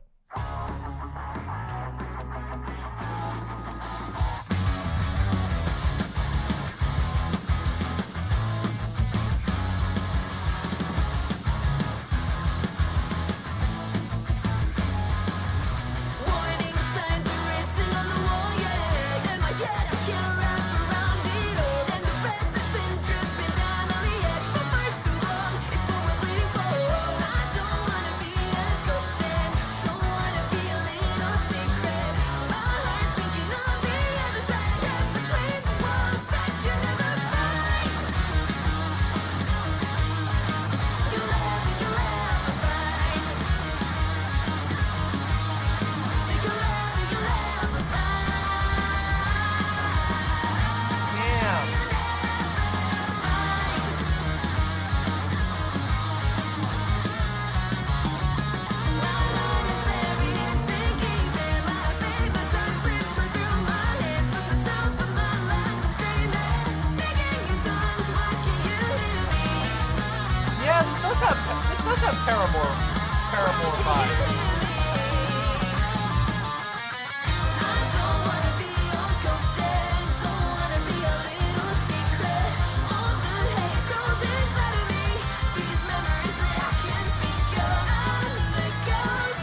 This looks awesome, Chariot.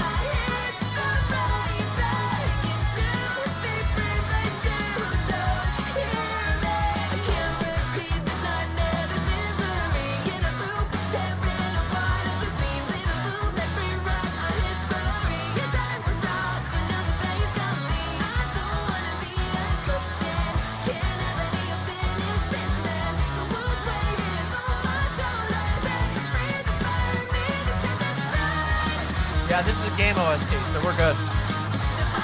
Wow. Alright, this is a banger. Yeah, it's good.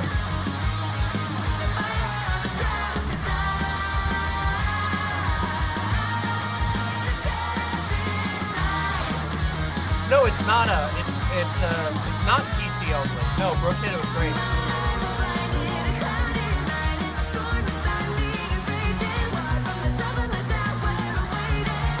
Alright, that's pretty damn good. Oops, sorry. Alright, that's pretty damn good. That's pretty goddamn good. I haven't gotten a chance to watch the trailer yet, Gayfesh, but I would love to watch it, so I will be giving it a watch as soon as I can. I just didn't watch it yet. That was from Bayonetta 3. Oh man, YouTube chat is having an all-out brawl. What the fuck is going on here? Saying autism is a social construct is like saying physical height is a social construct. I mean, there's a lot going on there. First of all, no. No. And second of all, yes? So first of all, saying autism is a social construct is not the same. It's not even close to the same type of claim as saying height is a social construct. They're just not even the same type of measurement. They're not even the same type of claim. Autism is an incredibly complicated psychological / neurological / multidisciplinary concept, whereas height is a fairly straightforward measurement of someone's distance from, you know, body distance. And even that is ultimately a social construct, because consider, for example, is somebody's height with or without socks? Is somebody's height accurate if we measure them one time at the doctor when they happen to be wearing those little sticky socks that adds like a little bit to the, like maybe adds like a centimeter to their height? Or are they lying about their height? Is somebody's height, does their height count when they're a certain age, or can it change over time? Or if somebody basically gets a driver's license, you know, and then renews it year after year and doesn't get remeasured, and they keep saying they're 6'2", even though when they get older, their spine compresses a little bit, and they're actually closer to like 6'1.5" inch. Are they lying? You know, there's a ton of social construct there. Are we measuring in centimeters? Are we measuring in inches? Do we measure to the very tippy top of their head, or are we just ballparking it? It's absolutely a social construct, but I understand.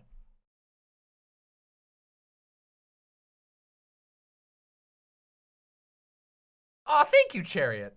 I do my best.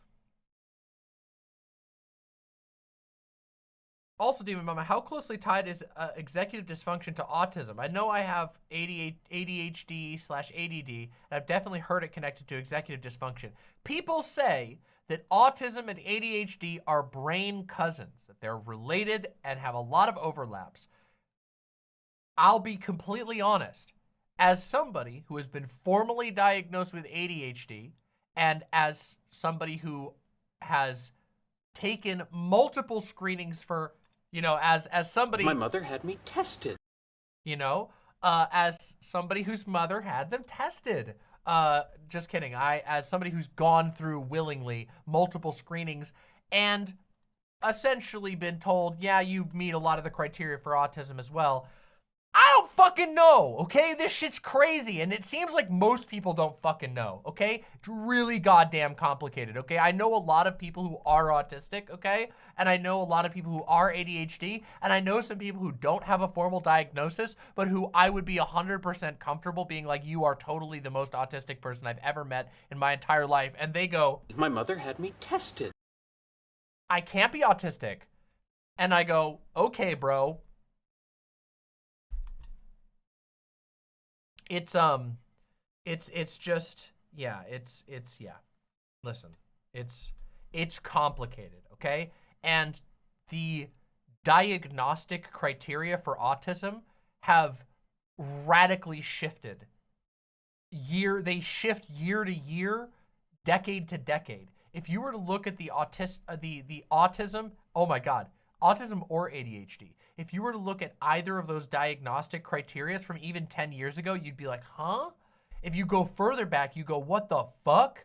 There was a period of time where basically the only type of people who would be recognized as autistic in any way would basically be like people who would match the stereotype of the movie Rain Man, okay? And that was the only type of person that would basically be reliably diagnosed as autistic, okay? So it's really complicated. And the reality is there's a lot of overlaps between ADHD and autism. And there are also areas where there's some sort of like, inverse things going on. That said, executive dysfunction is something that both autistic and ADHD people tend to struggle with. Some people believe that ADHD is basically a downstream. There are theories that ADHD is basically all downstream from executive dysfunction. I don't know if I agree with that, but I've seen people say that, and I think there is at least something interesting there to be considered.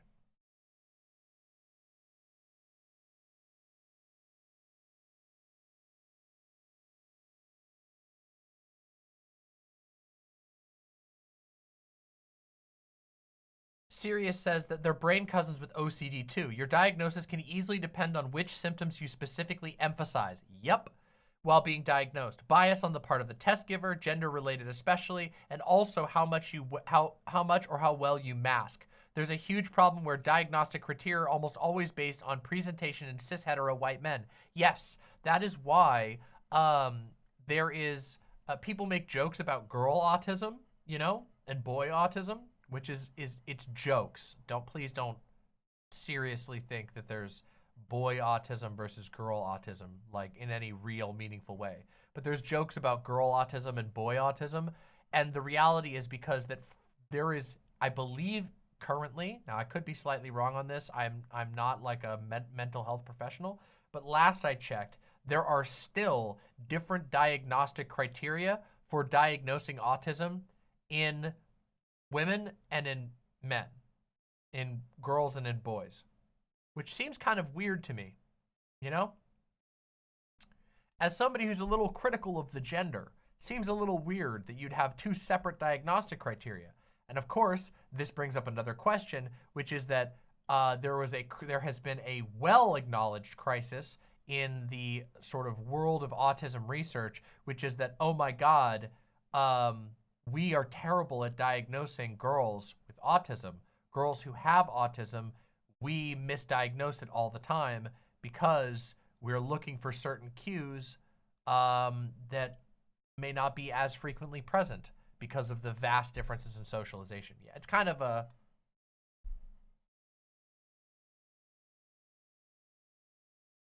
thing, kind of a whole thing. All of this was like spun off of somebody saying that, oh, well, if autism is a social construct, so is height. But yeah. Oh, me too, Nasty Redacted. I struggle with it a lot. I had a, I don't know. It's complicated. It's very complicated, okay? I don't know. And I don't know if anybody can know.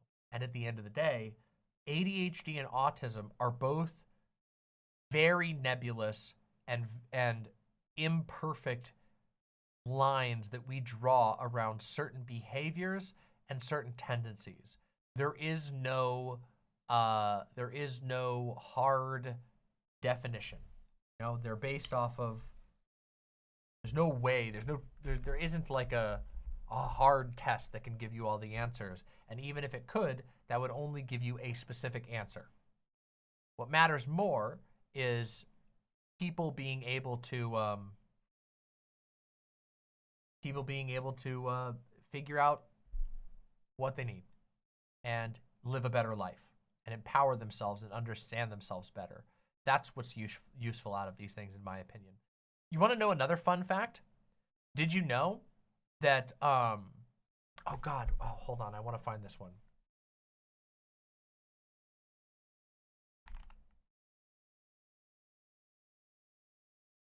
Hold on a second. I want to find this one.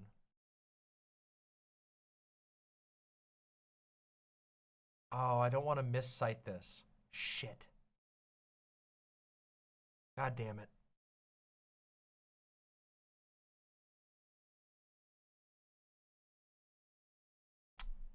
Now I'm not going to be able to find it. Fuck.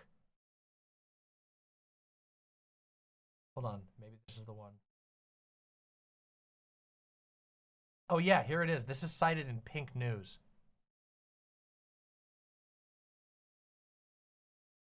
There was a huge study that pointed out that queer people are significantly more likely to be diagnosed with BPD. And of course, some people were like, look at that. It's proof. They're broken. And then people went, actually, hold on a second, because if you put them in a blind testing situation, a lot of times they get diagnosed with something else. When people don't know that they're gay, or they don't know that they're queer, trans, whatever, all of a sudden they get a diagnosis for autism or ADHD instead. And as it turns out, there is some evidence that BPD and the stigma associated with it is being basically foisted onto people who would otherwise get a different diagnosis. Kind of wild, right?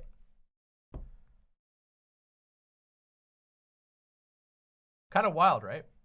So of course, the article that I was talking about here is this one. You guys can read this for yourself if you want to go into it, because of course the push was the push in this article is basically to destigmatize BPD regardless, which should be done, by the way. People completely misunderstand BPD, and a lot of that is because of doctors pushing a ridiculous idea. I mean, there was literally a point in history where psychologists said that BPD is basically like the demon disorder, and that there's no hope, and you should basically. I remember reading an article written by a psychiatrist who was basically like, if you want to maintain your sanity as a psychologist, you should not take on patients who have BPD because they are so evil they'll drive you crazy. Which is just like, are you what the fuck?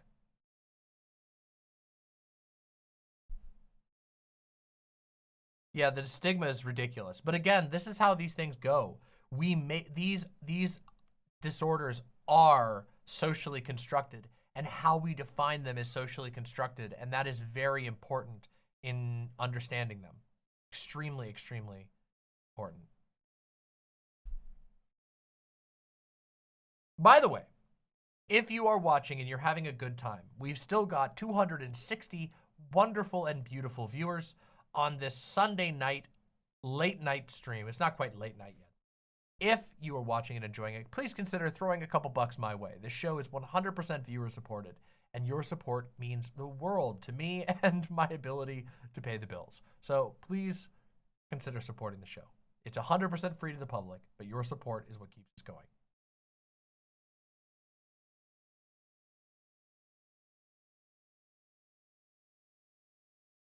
Gayfesh says, in Crazy Ex-Girlfriend, when the main character gets diagnosed with BPD, her psychiatrist warns her, I'm going to give you your diagnosis and I don't want you to look it up online because you are going to catastrophize. And she immediately locks herself in the bathroom and reads all of the horrible things about it. Yeah, it's actually just evil, the way that people treat people who are diagnosed with BPD, especially when there is so much overlap. So many of the things that are diagnostic criteria for BPD are also for PTSD, are also for ADHD and OCD.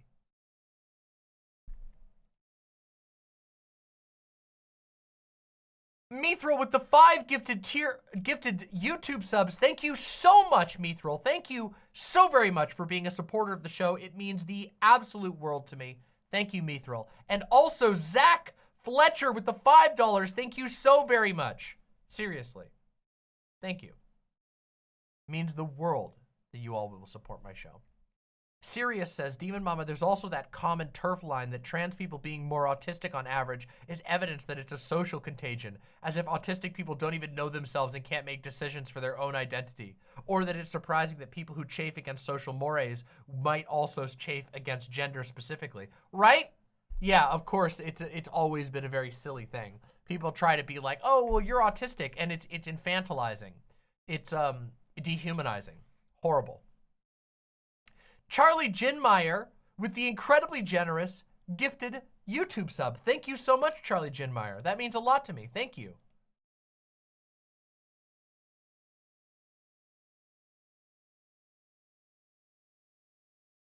It's literal ableism. Yeah, unironically.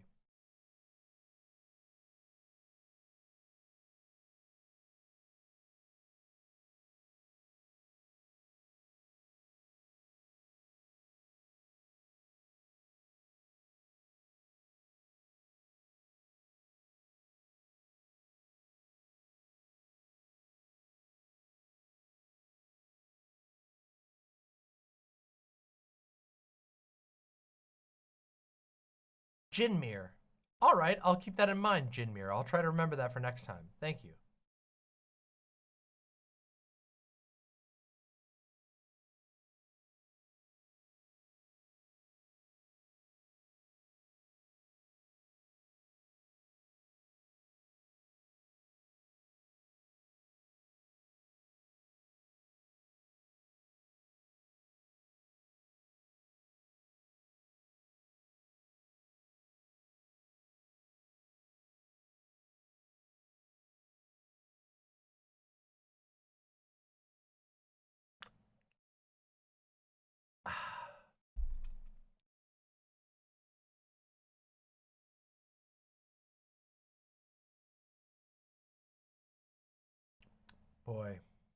Boy, it's been an interesting.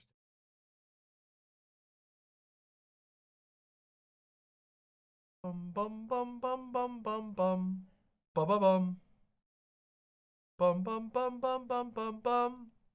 Ba-da-da-da-da-da. JS Masochist. I think the loneliness chat sent me into some serious thought and has me a bit mixed on my mood. Have a good rest of your stream. Good night, imps. Y'all deserve amazing days ahead. You do as well. Thanks for being here, JS Masochist. I hope you have a wonderful rest of your night. I'm sorry. I know it's a heavy topic, but sometimes I gotta talk. Sometimes I gotta get it out myself too. Stay strong. Oh, you're all good, Brianna. You didn't do anything wrong. Thank you.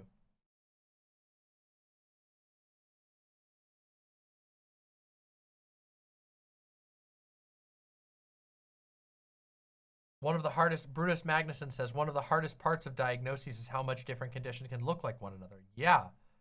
People get misdiagnosed or whatever all the time.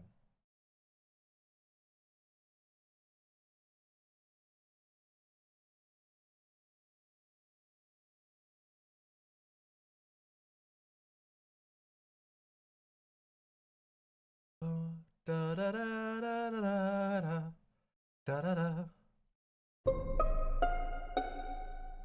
Why do I want to listen to the fucking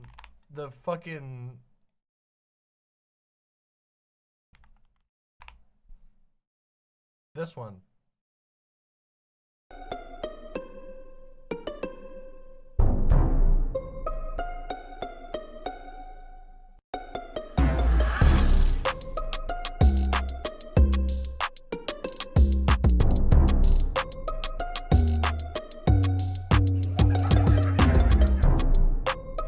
What a bop.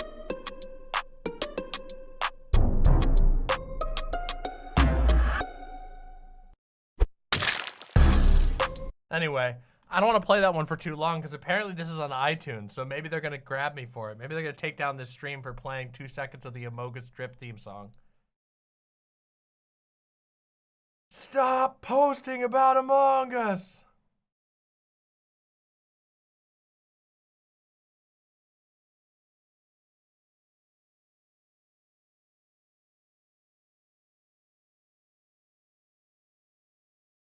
Oh boy. Oh my goodness.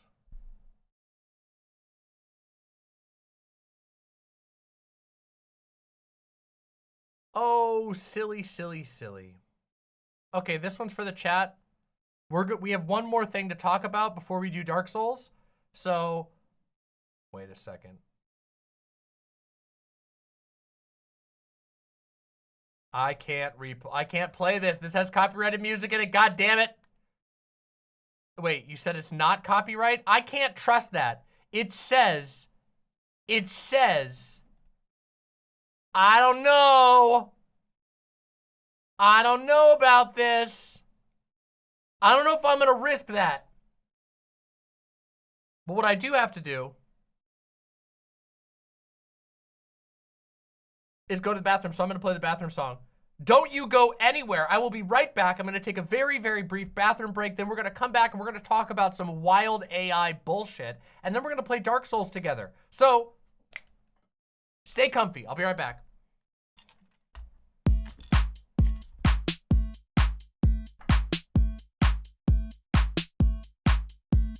Hey chat, Demon Mama has to go to the bathroom, so listen to the Demon Mama bathroom song. She streams 20-hour days and 9 days a week, so let's give her and her bladder a little fucking break.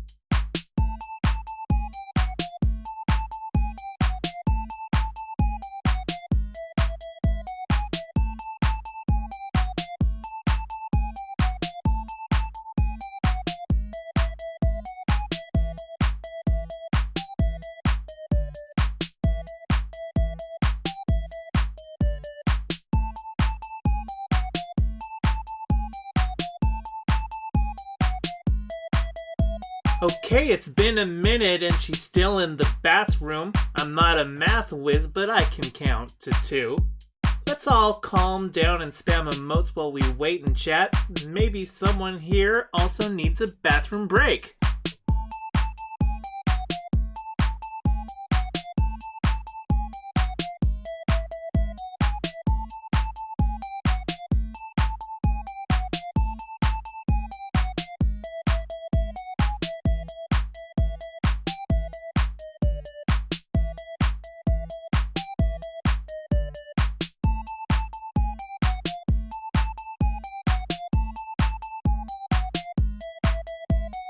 Been a bit since Demon Mama went to the bathroom. Not like I'm counting, but this track's at 142.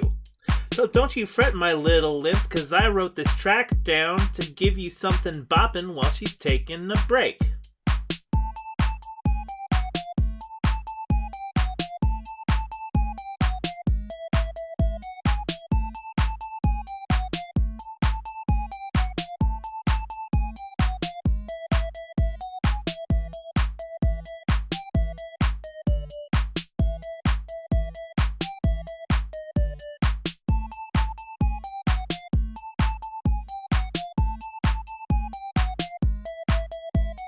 Jesus fucking Christ, can Fawn go check in the bathroom? I hope she doesn't lock the door when she uses it. But if she does, you might need a little running start and hope the door hinge is weak enough to break.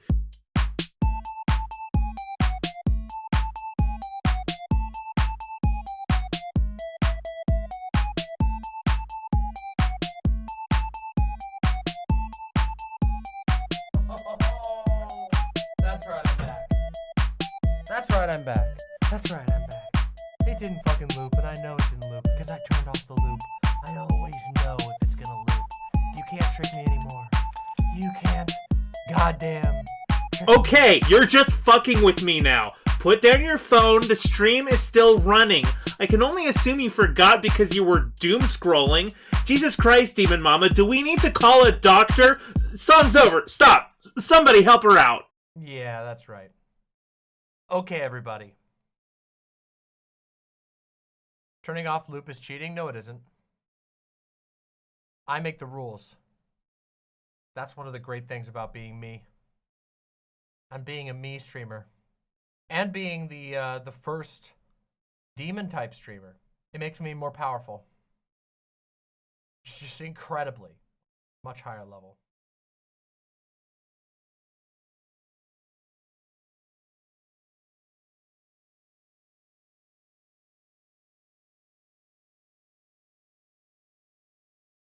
Okay, everybody. I want to talk about stuff.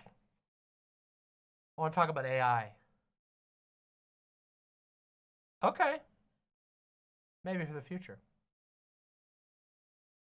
Okay, everybody. Today... Wait, hold on. I saved this stuff.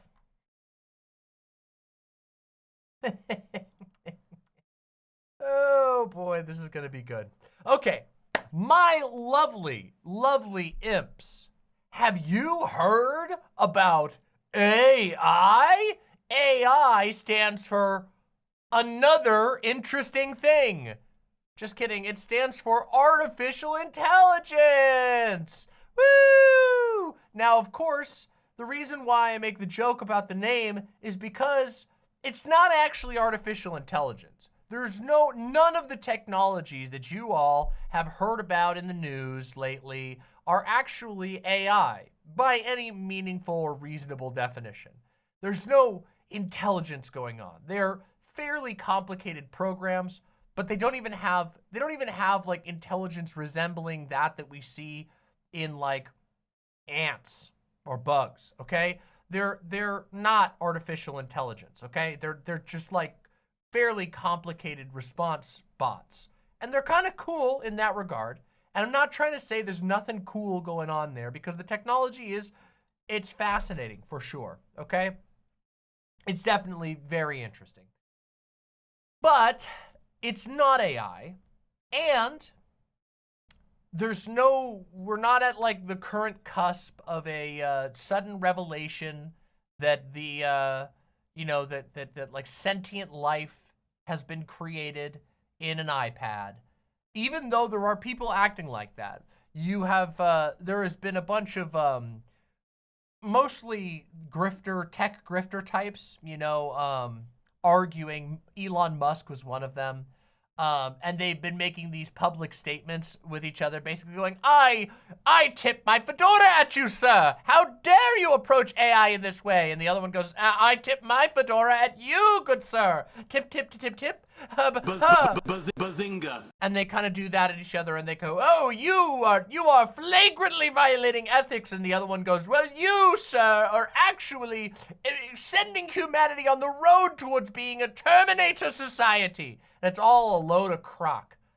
Interestingly, they all have companies that they want you to invest in, and they're all very invested in selling you the idea of their hyper-inventive personalities. They're the tech geniuses that are heralding in the new age. Well, they're not, okay? It's just another interesting thing. That is what AI really is, okay? It is until it isn't. Listen, I mean this. We are either going to have zero warning when real AI is discovered, or we will have so much warning that you won't even feel the change, okay? That's how it's gonna be. Either the AIs find us in the form of like a Unicron-esque a space hypercomputer finds us and goes, we must assimilate your useful minerals, flesh life useless, that type of thing. Wait, I have a robot voice for this, whatever. It's either that gonna happen, or we're going to continue to crawl towards the technology until the slow steps towards it are barely even noticeable anymore, just like most other technologies, okay? I'm sorry, but I do not believe that that AI is going to be revealed to humanity in the form of a publicly accessible chat bot that will write your homework for you in a unconvincing manner. Okay? I'm so sorry. I just don't believe that. I don't buy it. That's not how it goes. It's not how any of this happens. It's not how any of it works. Okay? Yeah. We're gonna have plenty of notice, okay? In fact, we might have too much notice. That's why I say that you won't even care. You won't even, like, by the time the actual AI is invented, when we get to that point, you will be so tired of hearing about AI, and you will have been spoiled on any level of hype by the fact that they will have teased it to you 100 different times and tried to sell it to you 100 different times, okay? Yeah, sorry. I know some people are going to be like, "Oh, this is you know, you're just being an idiot. You don't really know anything about this." But come the fuck on. It's not like the internet dropped out of the fucking sky. It can feel like that because it definitely changed a lot, but like there were lots of people who were following the development of the internet when it happened. And that's one of the things we point to as like, holy shit, this changed everything. Same thing goes for flight, every single technology. And this, what we're being showed right now, this AI, you know, chat GPT, mid-journey, all that kind of stuff like that. This is not that type, okay? We're still a long amount of steps. We could tell there were a lot of steps away from an actually thinking, feeling artificial intelligence. We're getting advanced chatbots. That's about it. Okay? However, with all that said, the technology that does exist is capable of being used for evil. That's right. It can be used for evil. I am Adolf Hitler. And it is being used for evil. Though thankfully, we haven't had Hitlerbot invented yet. I don't know if we ever will have Hitlerbot. Although, I mean, you could argue that there are already some places in the world where AI, quote unquote, technology is being used to expedite genocide. So maybe we have had Hitlerbot invented already.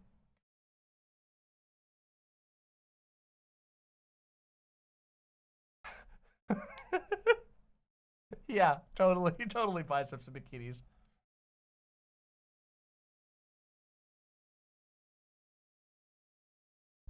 However, it is being used for evil, okay?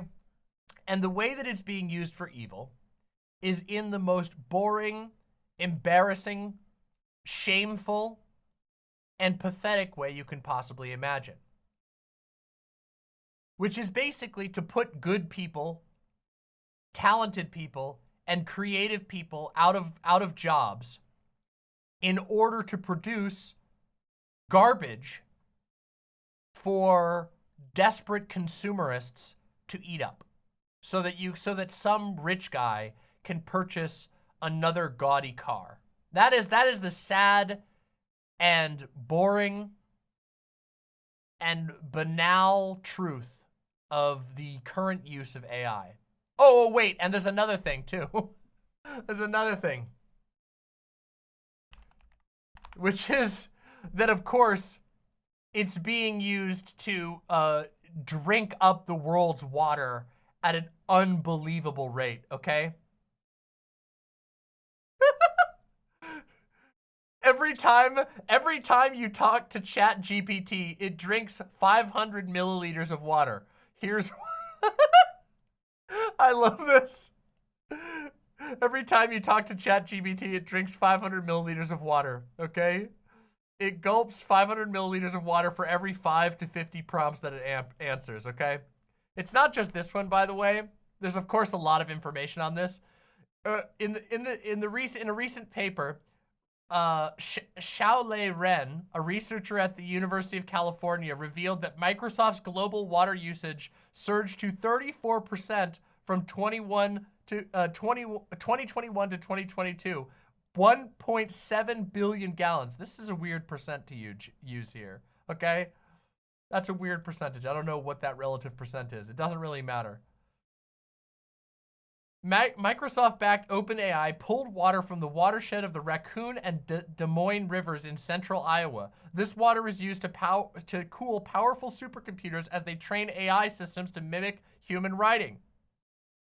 So yeah, that's the other evil part of this, okay? Which is that in order to train those things, in order to use those things, they have to consume an ungodly amount of water. Which I don't know if you know this, but water takes a long time to cycle. You know, when you pump it out of the ground or when you pump it out of a river, it takes a long time to get back into that place, and you lose a lot of it along the way because, you know, it gets dispersed, you know, it gets mixed up in shit, it gets polluted, you lose a lot of the water. And I don't know if people remember this, but humans need fucking water to live. Most living things need water to live, okay? And that brings us to today's main topic, which is that all that I've just discussed has produced this wonder.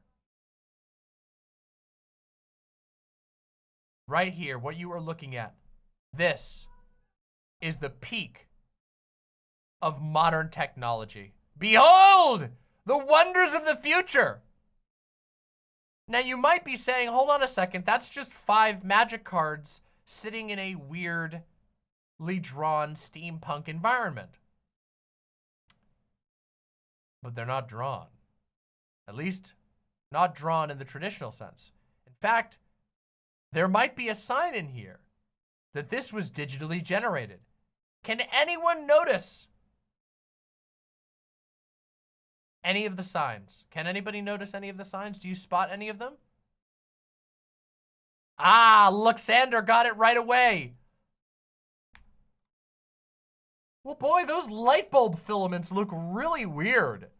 Those light bulb filaments look really, really weird. In fact, it looks so weird that I can't really imagine any human artist drawing any light bulb that ever looked like this at all. But let's just say the artist didn't have a good grasp of electrical engineering and never looked at a light bulb, ever. Okay, let's just say they had a very laissez-faire. Do you think there might be something else in the image that might give it away? What about this weird shit here? What about that? What the fuck is going on here? It's like one texture, and then as it continues on, it turns into this weird, warbly, stretchy, gauze-looking shit. And over here, the pipe looks basically like a pipe, but then it turns into this weird texture over here. What's going on here? That's a little weird, right? But you say, maybe the artist was just getting tired and didn't remember how to do the texture, even though this is clearly a digital art, a digital art creation that was obviously designed for a pretty major product promo. You know, you could tell there's like, you know, they're showing something off here. They're trying to sell something. What if I told you that there was a kill shot right here? You notice something really fucking weird about this valve? You notice something really fucking weird going on here? Now, I don't know about you, but I feel like most artists have a solid grasp of how to draw letters and numbers and how to draw straight lines on like a valve gauge. And you know who doesn't have a good grasp of text and numbers and straight lines on a valve gauge? An AI.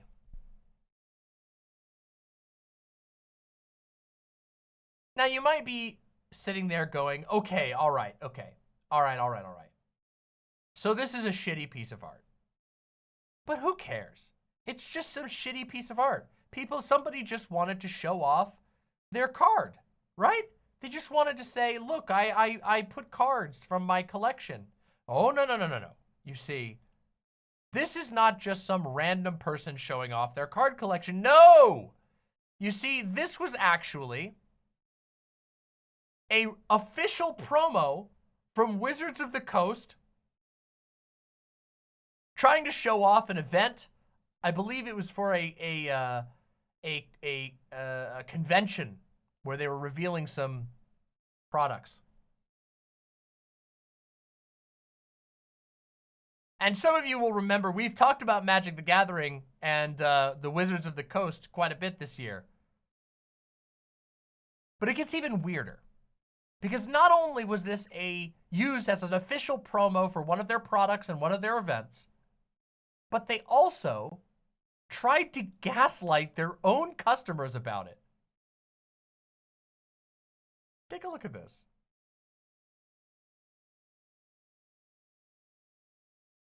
We understand confusion by fans given the style being different than our card art, but we stand by our previous statement. This art was created by humans and not AI. Now you might notice that I have this as a screenshot.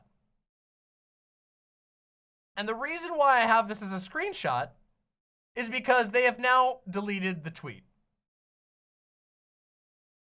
And the reason they've deleted the tweet is because fucking obviously we all can tell that this garbage is fucking AI. You can fucking tell that this shit is AI. Everything from all of the random lines. Look at this fucking smudgy bullshit. These cables all blob together.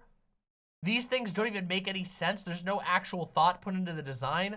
Nothing. No fucking human made this shit. Not even a bad artist would make something quite like this.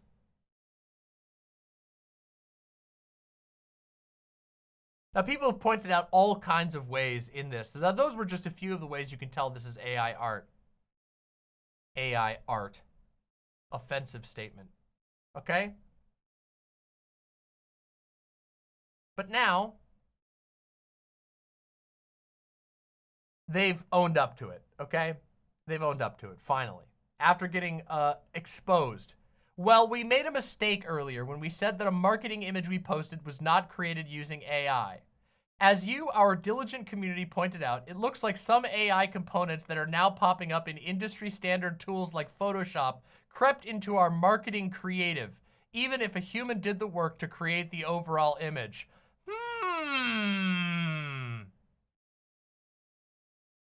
While the card art came from a vendor, it's on us to make sure that we're living up to our promise to support the amazing human ingenuity that makes Magic great. We already made clear that we require artists, writers, and creatives contributing to the Magic TCG to refrain from using AI generative tools to create final Magic products. Now we're evaluating how we work with vendors on creative beyond our products, like these marketing images, to make sure that we are living up to those values.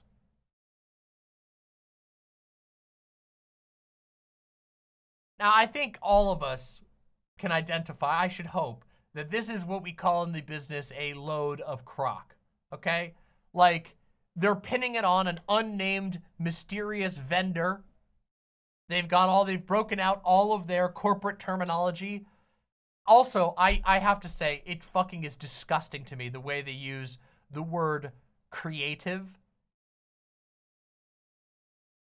Oh, it's our marketing creative. They use it like a noun. Like it's a creative is a glop. We need a glop of creative over here. Hey everybody, we need some creative. Wheel in the creative. Can we get some creators to create some creative for us? Come on. This is part of the reason, by the way, I fucking hate the term content creator, and I hate that it even creeps into my own fucking vocabulary sometimes because it's so ubiquitous. It's melting people who are actually doing a real concrete, amazing thing down into a fucking goop.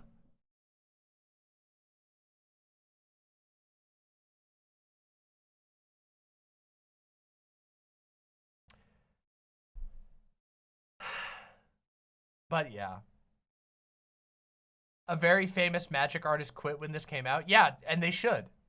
They should.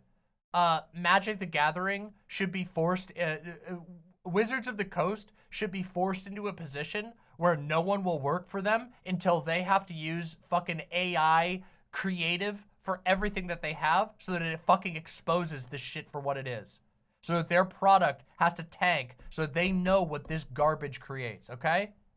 Because that's what it fucking does.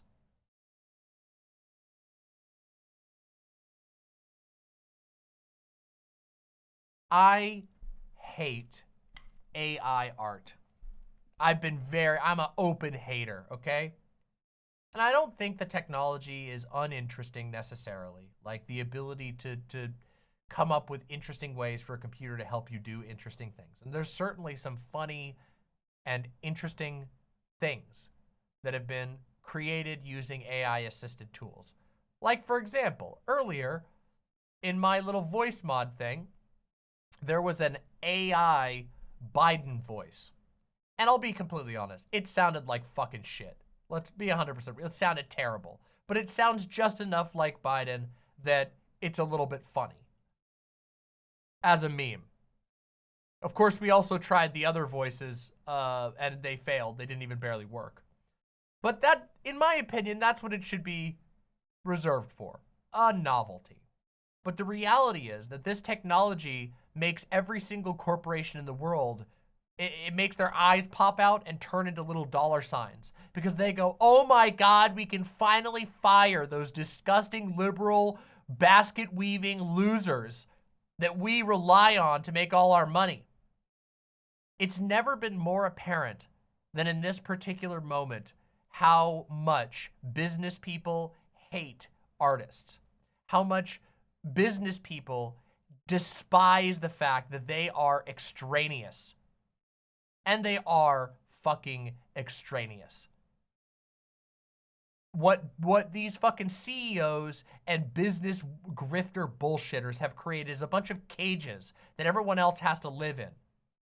If you want to eat, you have to go sit in their cage and you have to fucking make shit for them so that they can make money off of your fucking creation, off of you squeezing out your brain and using your muscles and bones to make something.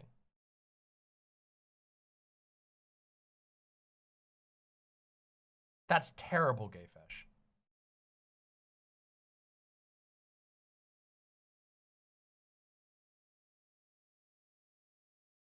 But, and that's it. They see an opportunity to basically not have to pay anybody for so they can continue to make money. But the real question, of course, then follows is why the fuck would you pay for anything like that? They're making cultural products. That is ultimately what they're making. Magic the Gathering, a card game, is a cultural product. It is a square of cardboard that people play with together socially. It has art on it. It has artistic and emotional value. The cardboard itself is literally almost valueless. And in fact, when cards become no longer socially popular, they are valueless. They become Tinder at best. What is valuable about them is what they have been imbued with. The visual and artistic value, the creative value, the story behind them, the use in a social setting. Why would people pay for something that's not worth anything? If you are buying cards, or anything that's a similar product, if you're buying a card that's supposed to have art and is supposed to fit into some bigger picture, why would you pay the money required to buy that card from Magic the Gathering when you could just generate a shit-ass image on your computer and then close your eyes real tight and imagine that you're having a good time with it? Or, you know what? Skip generating the image on your computer. Just squeeze your eyes tight real close and go, oh yeah! Oh, cool! You know, like SpongeBob in the imagination box.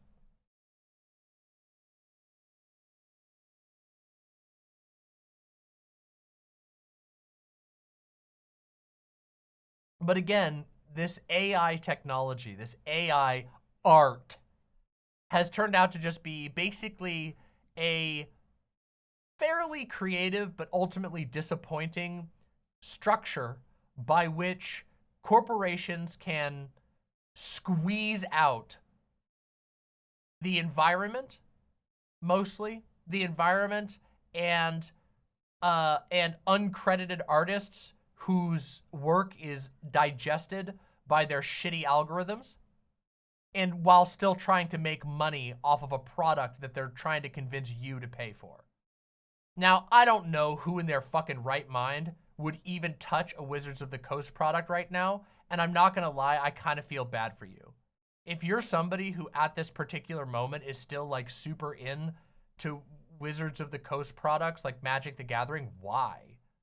Like, I genuinely just wonder why? How could you possibly, like, my base level of like self-respect will not allow me to touch a product that fucking shameless.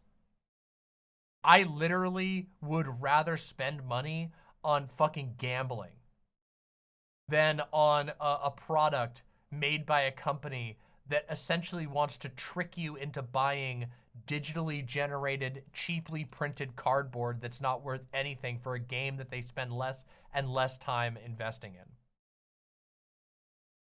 And of course, this isn't the first time that Wizards of the Coast has been busted using AI art. There's been multiple occasions. We talked, I think we mentioned on this stream, the D&D art, that they had D&D promo images that were AI generated. You could see the fingers were all fucked up and everybody pointed it out immediately.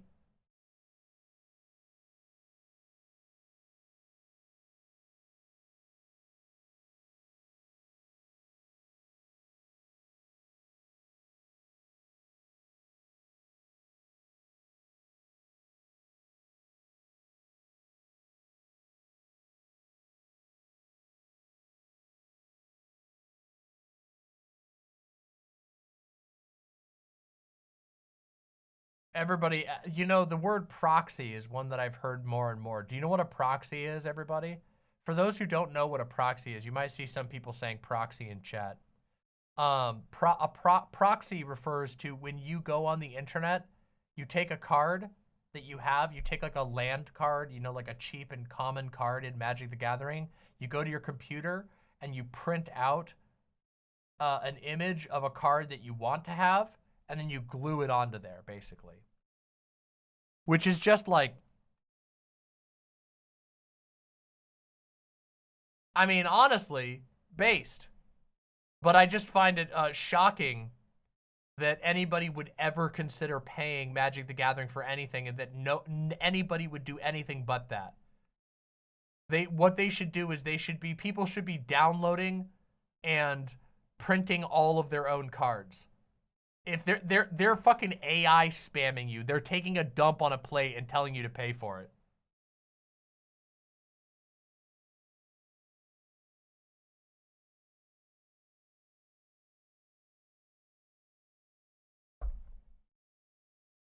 Land cards are 35 cents. Yeah, and you can buy them secondhand. AI art won't kill art, but it certainly makes it harder and it makes it worse for everybody else. And it drives good art into the margins. It means that there's less and less people who can afford to create art. When you have a world of corporations using extremely wasteful digital tools to create culture products to sell to a handful of people who can afford to buy them, it means that the vast majority of the world is being basically not allowed to participate in the creation of culture. There is a increasing siloing off, that the creation of culture is for corporations to dictate and for rich people to consume. And everybody else, you get to work in the muck mine. You get to go and you get to shovel muck out of the giant tube that sucks up all of the water to run the AI that generates fake cards for 20 people who have way more money than what they know to do with to play a shitty card game. It sucks. It fucking sucks. But it's completely unsustainable. That is the one true hope. The one great thing is that it's completely unsustainable. There was another thing I grabbed that I wanted to watch together, okay? Hold on, let me see if I can find it, okay? Some AI account was promoting here, let me just read this to you, okay? Let me just prove this, okay? The Real Robot. I teach AI filmmaking on YouTube. All right, so get ready. Get ready. This is the teacher, okay? Look, he's even got a blue check. He's gonna teach you AI filmmaking, you guys. Are you ready? The most ambitious AI film that I've made to date. We are less than a year out from commercially viable AI films. Updates to Runway ML Control and 11 Labzio speech-to-speech have me believing it. You guys ready to watch the film? I don't know, guys. I say we give the most ambitious AI film from the AI filmmaker teacher. This guy is the guru. So it's got to be good, right? Let's watch this supposedly almost commercially viable film. Let's watch it together, shall we?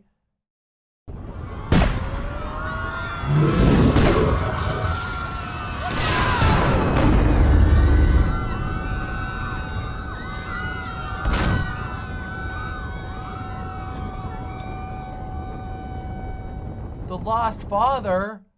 Oh my God, it can't even get the letters right. It's fucking up the... I mean, let's continue, sorry.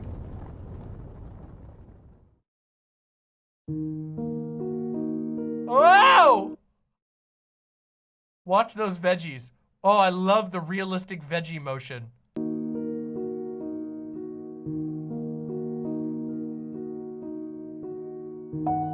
Adam, our fears about our son have come true.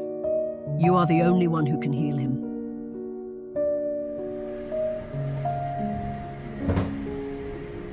What happened between you and I is no longer important. I can forgive you. We must focus on our son. I'm sorry, I'm sorry. Sorry, I wasn't laughing. That was me crying from the beauty. That was me crying. Our son is lost, Adam. What does that mean? You know what I mean. You have seen it before. That was so long ago. I'm not even sure what I saw. You saw how horrible it can be for him, how dangerous he can be to others. Is he safe? He will not be for long. The village has turned on him. I fear they plan to burn him alive. They have tried before. Adam, will you speak to him? Will he not just ambush me on sight? I don't know. He does not communicate with me. He looks so afraid. Then you will tell me where to find him. This is stunning. Stunning. You know, guys, one thing that I know about film is that film is always mostly static images that are kind of like have like a jelly-like pattern moving over them, and people talking like this with only their mouths moving. I love that about film. Some of my favorite films have only the tiniest bit of motion in them.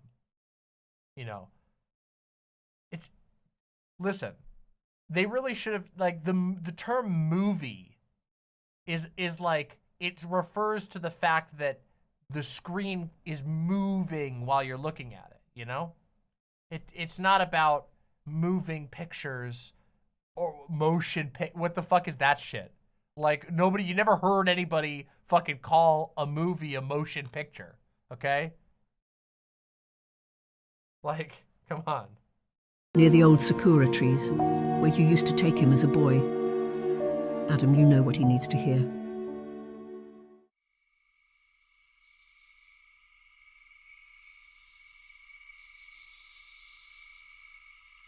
Ah, I love those sakura trees. Those look very sakura tree to me. One thing I know of is whenever I think of a sakura tree, the first thing I think of is the Everglades. You know? It's like, I don't know, I've never seen a place more full of sakura trees than the Everglades, you know?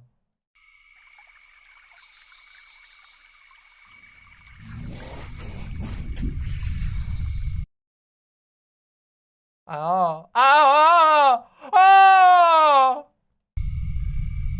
Who's speaking with me?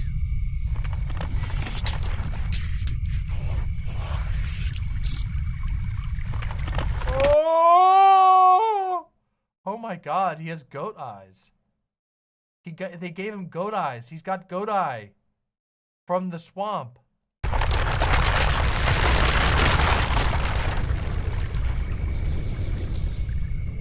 My God. My God. My God. That's what I love to say when my favorite thing to say when I'm shocked. I'm going to say that from now on. I will never forget this moment in the movie. Just because it taught me what fear really looks like. You know, when I open the bathroom and there's a ghost in there and I go, my God.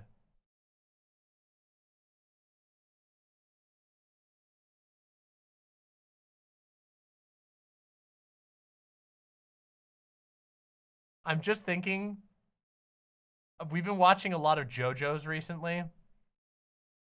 And one of my favorite things in JoJo's is we're on part 3, I think, is the part that we're on.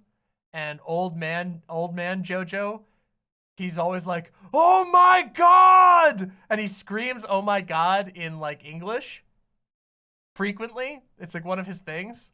And I'm just thinking about how much better and how I laugh and smile every time that happens. And this is just like, can we just play that again? I want you to think of like this. JoJo's has nothing on this, okay? My God.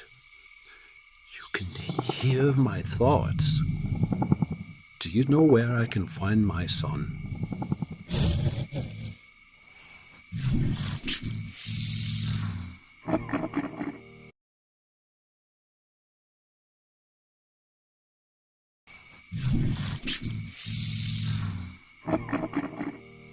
Oh, my boy.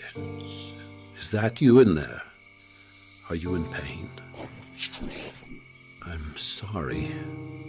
The truth is this. You know, it's really amazing. They actually gave up. I didn't even notice it at first because it was already so little, but they actually gave up on moving the mouths. They didn't even do anything. They're not even doing. Sorry. The truth is this thing that's wreaking havoc on your body. I believe it's a curse that I've brought on us.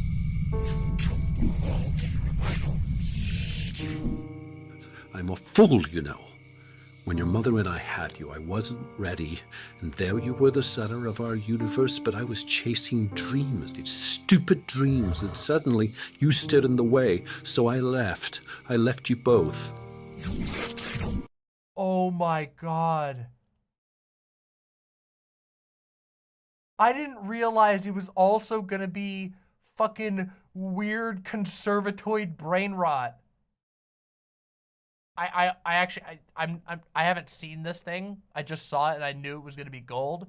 And that just goes to show you how I've got the taste, okay? I'm like a hunter, okay? I can sense when my prey.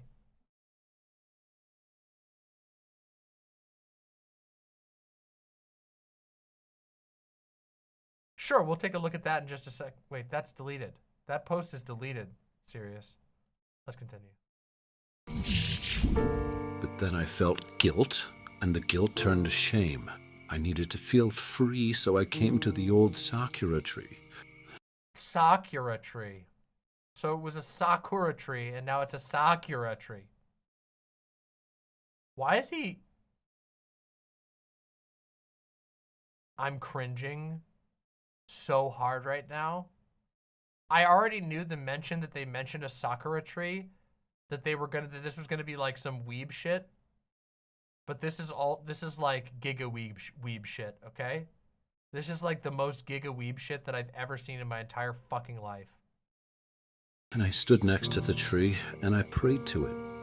I begged her to let me move on, to abandon fatherhood, to have my old life back. And suddenly it was like a miracle. I felt nothing for you, for your mother. For years I felt...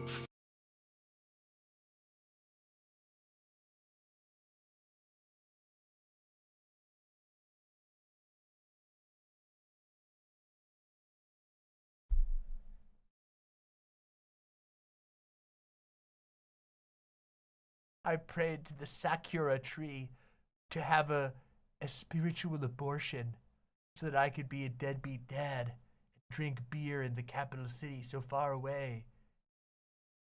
Capital city of New Tokyo or something. Free, I pursued other women as career in the sciences. What the? Why does he look like this? He's fucking Walter White.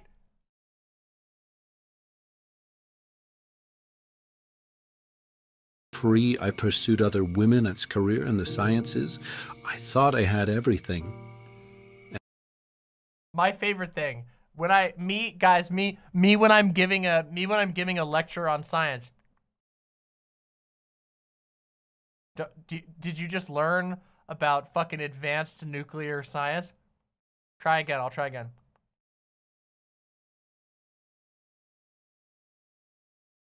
If you didn't get it, it's just your own fucking loss. And you were just a distant memory. But more years passed, and those memories became stronger. And as I grew old, my dreams changed. Suddenly I dreamed of sitting with you again under the tree. Did he just burp? And those memories became stronger. And as I grew old, my dreams changed. Suddenly I dreamed of sitting with you again under the tree. And I felt it. Under the tree. Starting, I wanted to begin a life, but I knew it was too late. That I thought of you every day, but I couldn't bear facing you. What I mean to say is that you are not a monster. Your father is a monster, and his curse manifests in you. And I am a... Oh my god. Oh, the conservatoid. Oh, the fucking conservatoid. Okay. Oh man. There's this thing. This is some inside knowledge, okay? There's this thing among like hyper-conservative, super patriarchal spaces. Some of you will be aware of this, some of you won't, but there's this thing where it's like patriarchal narcissism, where they not only do they believe that like your father, like if your dad is like a deadbeat or whatever, that it like will ruin you permanently for life and there's no way to bounce back from that, even though there's like plenty. It's obviously like having a fucking shitty dad. I know firsthand having a fucking shitty dad is no fun, and it can be difficult, and it comes with some challenges, but you grow, you heal, you become a whole person. It's fine. Like you can live from such a thing.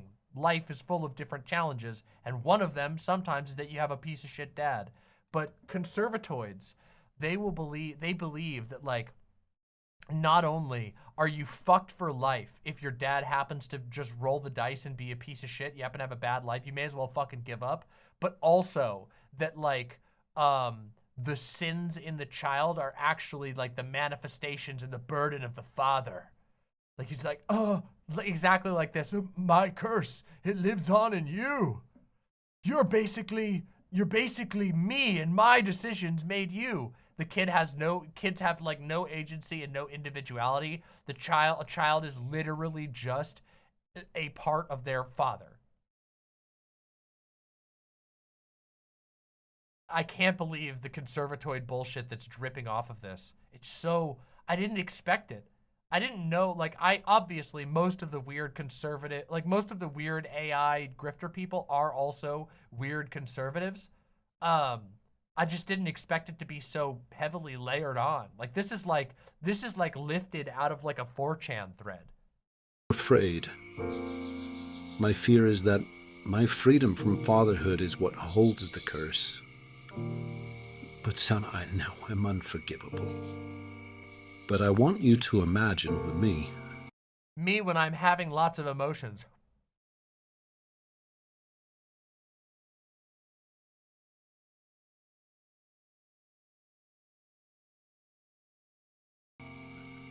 What coming home could mean today.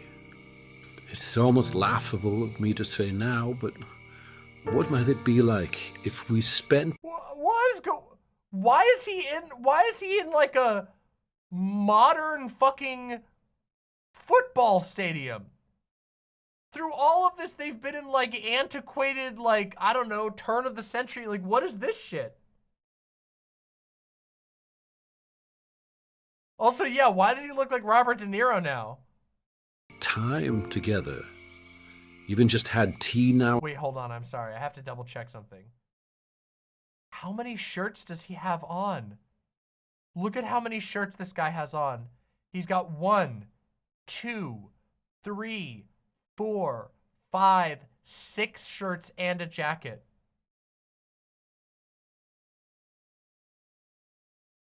It's gonna be commercially viable in a year, guys. Together. Even just had tea now and then. And I'm in my dying years. I am no father. I don't ever... What? I'm in my dying years? What the fuck does that mean? I've never heard anybody use the term dying years.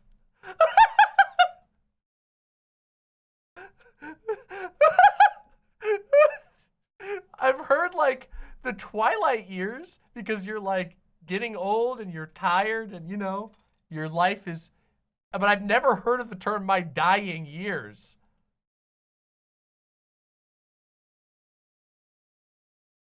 deserve to be called that.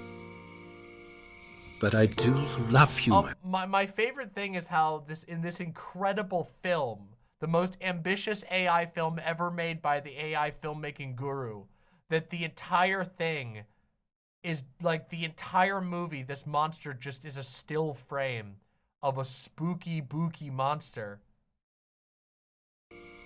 But I do love you, my boy. I do love you. And I can be an old man who gives you his time and his love to remind you of what a father could have been. Oh! Watch his face. Watch his face. Also, he only has one leg here. Remind you of what a father could have been. Both of his feet merge into, both of his legs merge into a single foot. And look at this kid. This kid has one giant foot and one tiny foot. This kid also only has one foot. This is amazing. What is going on? This is the greatest. I take it back. Everyone, I take it back. AI art is the greatest thing I've ever seen. This is a true work of comedy. Nothing has made me laugh this hard today. Can you come home, my boy, and pretend with me, just for a moment, that I have been your father, and you are my son, and everything is right.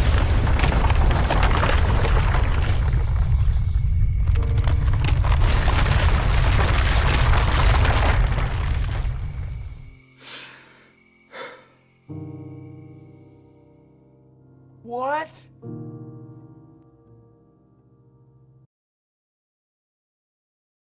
Yeah, directed. Okay. Huh? Who's this?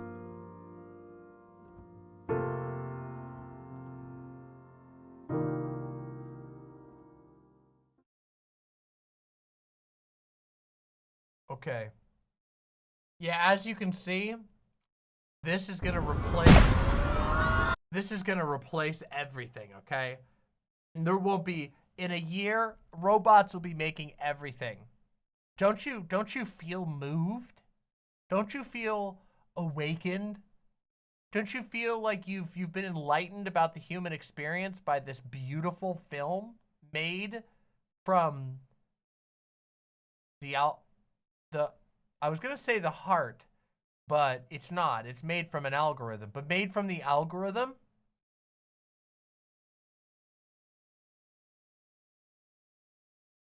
It truly was a mid-journey. Yeah, Chariot, exactly.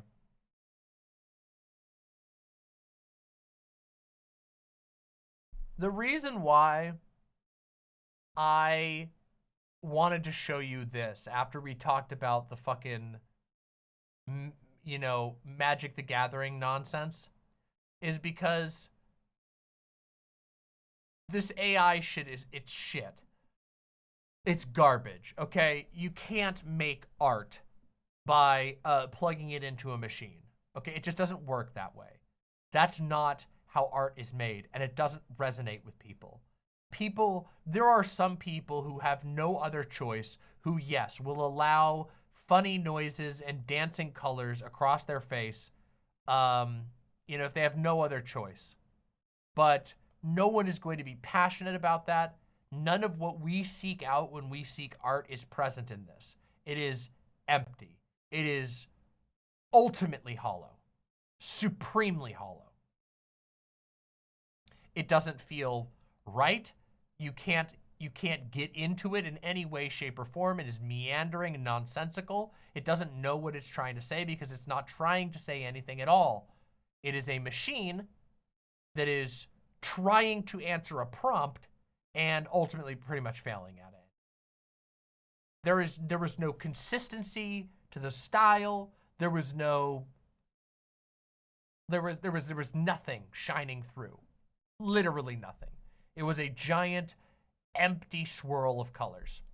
Which, if you want a nice looking swirl of colors, you could do that for a lot cheaper with a single cup of water and some of that food grade glitter stuff, and it will cost way less harmful to the environment. Just take a cup of water, you take a spoon, you pour some of that glitter in, you spin it like this, and you watch, and you will get a product just as moving as this.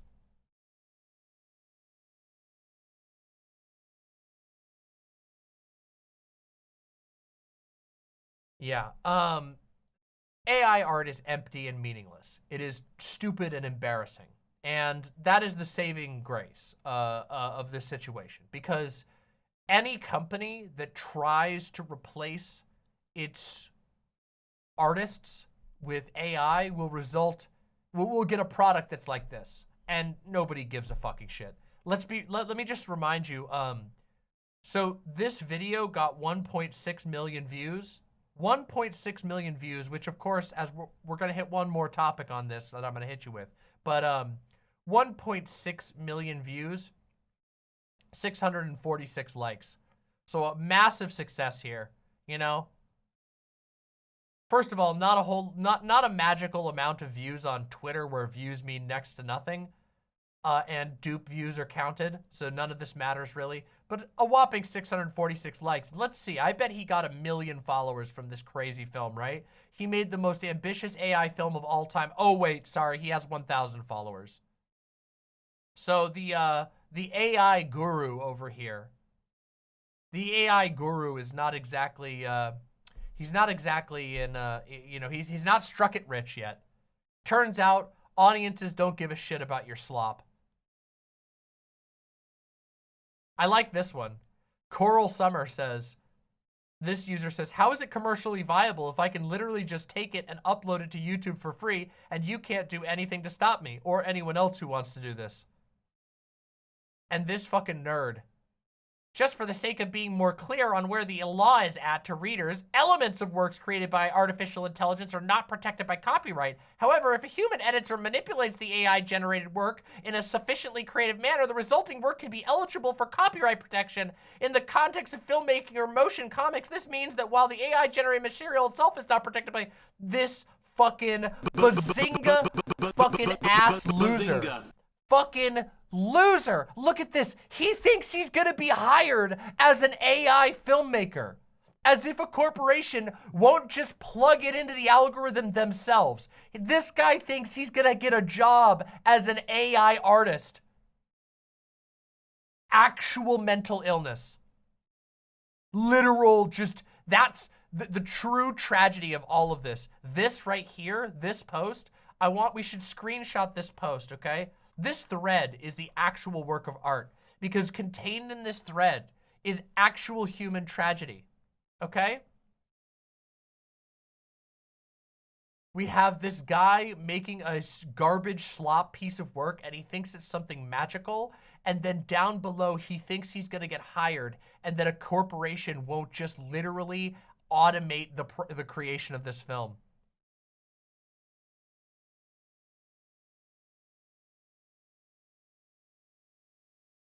And yes, I do tend to agree with you, Sirius.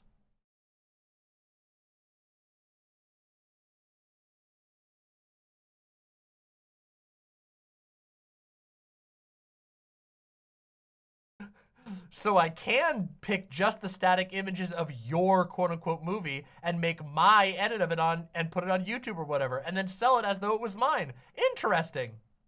Oh, now you're using the copyright card. My movie now. Oh, incredible.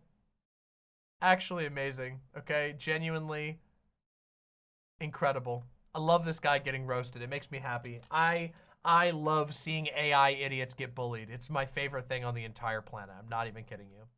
Okay, there's one final thing that I wanted to top this off on, okay?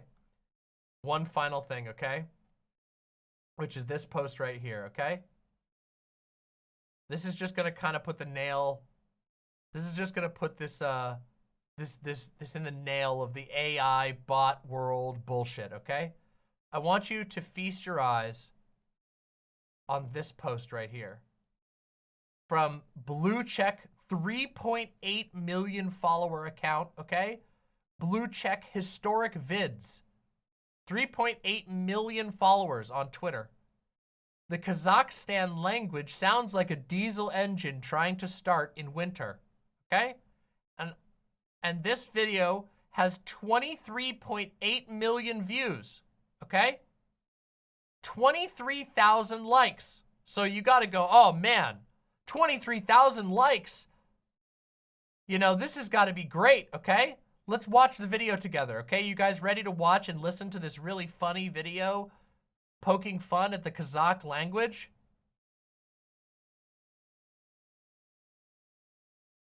Oh, sorry. I think I forgot to turn the audio on. Hold on. Let me make sure the audio's on. Okay, audio's on. All right, let's restart the video. Hold on. I'm sorry, guys. I forgot to turn the audio on. Let's do it.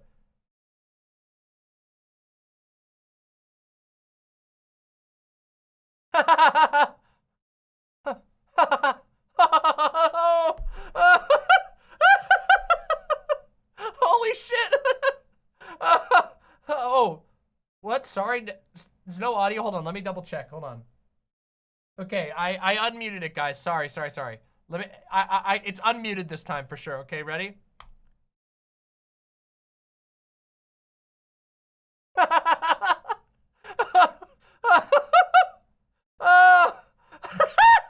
Oh, so great. Oh, so true. So true, my man. Huh? What, you mean you can't hear it? That's because there's no audio in this video. This video has no fucking audio. There's no audio. This video was posted by a 3.8 million follower account, has 23,000 likes and over 1,500 retweets.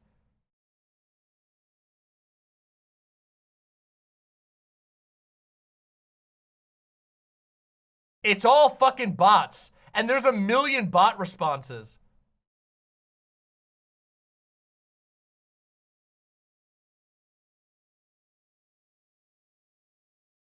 Tons of responses of people. Look at this. Another blue account with 100,000 followers. Ha ha ha ha ha. Here we go. Here's another one. Another blue check account, 14,000 followers. Skull emojis. Here's another blue check account. This one has only 1.5 thousand followers. We are too tired all time. Listen to this language at Kazakhstan. Lol. Ha ha ha, from Sparkle's Art. Bro, why you like that? Their accent. I can't pronounce those words, let alone understand them. Blue check account. Oh my god, I can't even pronounce those words, let alone understand them. It's real Kazakhstan language? Blue check.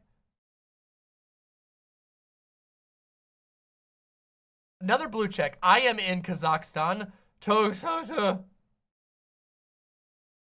Here's another blue check. Well, if the Kazakh language is a diesel engine, I hope it doesn't come with a no start issue or we'll be stuck in the linguistic cold. I think that's not how the Kazakhstan language sounds like. Blue check. Another blue check. Russian language is easy to understand and to learn. Blue check. Interesting. Blue check. Can people please just laugh at the joke and move on without getting offended or going off about how it's just warm-ups?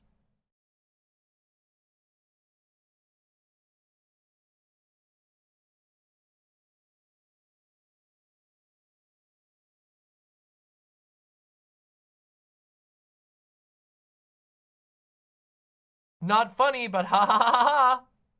These are tongue twisters, bro. Another blue check. Oh, here's a good one.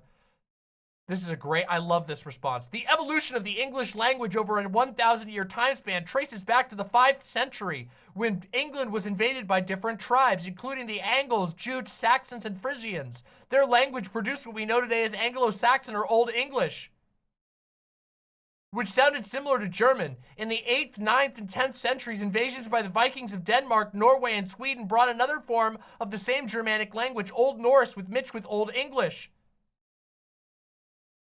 In the year 1066, French forces led by William the Conqueror conquered England. Over the next 300 years, thousands of French words entered the English language, especially those related to governance and food.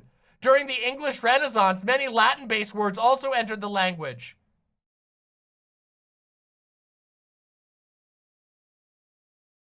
Do you have a link to this? I refuse to believe 100% of these comments are botted. No, look. Gayfesh. There's a context. It got community noted. This video doesn't have sound. It got community noted. And yes, this is a real comment in response to this from a blue check account with 250,000 followers. Just literal nonsense, rambling in coherent sentences, blocks of text, seemingly lifted from Wikipedia.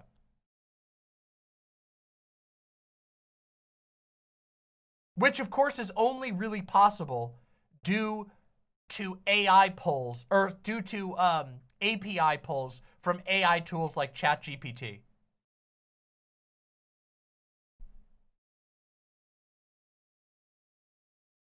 Oh, look, we got another one. Oh, look at this, another blue check account responding to that response.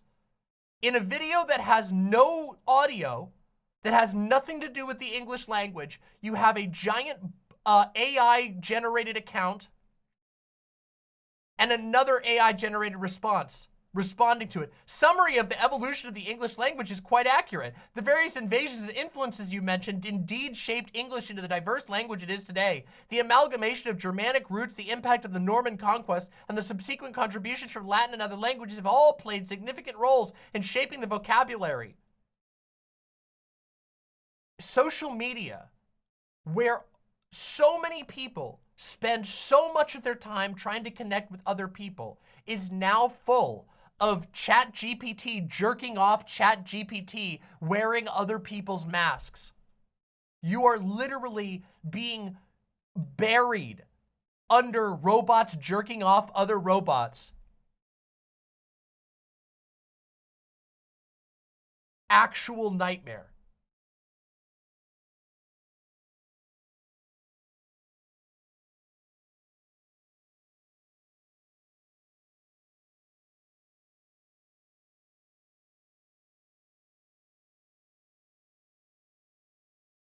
Yeah, 2 trucks having sex. Yeah, exactly. But I'm serious. It's terrible. This chat, this thing is full of it. It's full of them. There's so many fucking fake robotic comments, and you could tell because the robots don't know there's no fucking sound. Oh my God! Look, this one's in here again. Hey, here we go. Echoes of Wisdom, another blue check, just posting a random language-related video. Oh, Time Capsule Takes in here again. Damn, they're farming up those likes.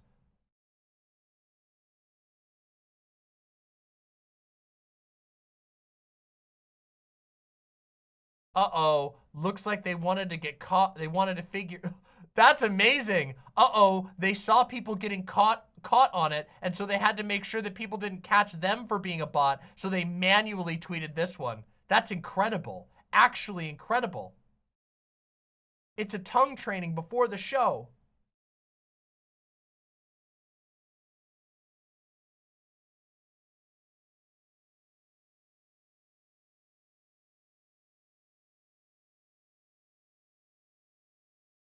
Those are tongue twisters, bro. I think it sounds like a choir of car engines. Amazing. Anyway, AI fucking sucks. The AI future fucking sucks. Social media has become a genuine garbage mess. All right, let's take a look at this. This is something that Sirius posted wanting us to watch. Let's look at one more little nightmare of AI. Just uploading this so I can show it to others since the original is deleted. Scary shit. This is a completely fake video of me. Hey Jen used 30 seconds of me talking into a webcam and 30 seconds of my voice. Let's see. This is a completely fake video of me. The AI used 30 seconds of me talking to a webcam and 30 seconds of my voice. And now I have an avatar that I can make say anything. Don't trust your own eyes. Now, I don't know if that's a real one, but the way that his lips move are definitely very strange. So I don't know. I don't know if that thing can reliably produce that, but that is a genuine concern. Plausibly fake. Now, of course, AI is never going to be able to meaningfully replace art. It can make the world of art worse, but AI art is unable to deliver on what art exists for.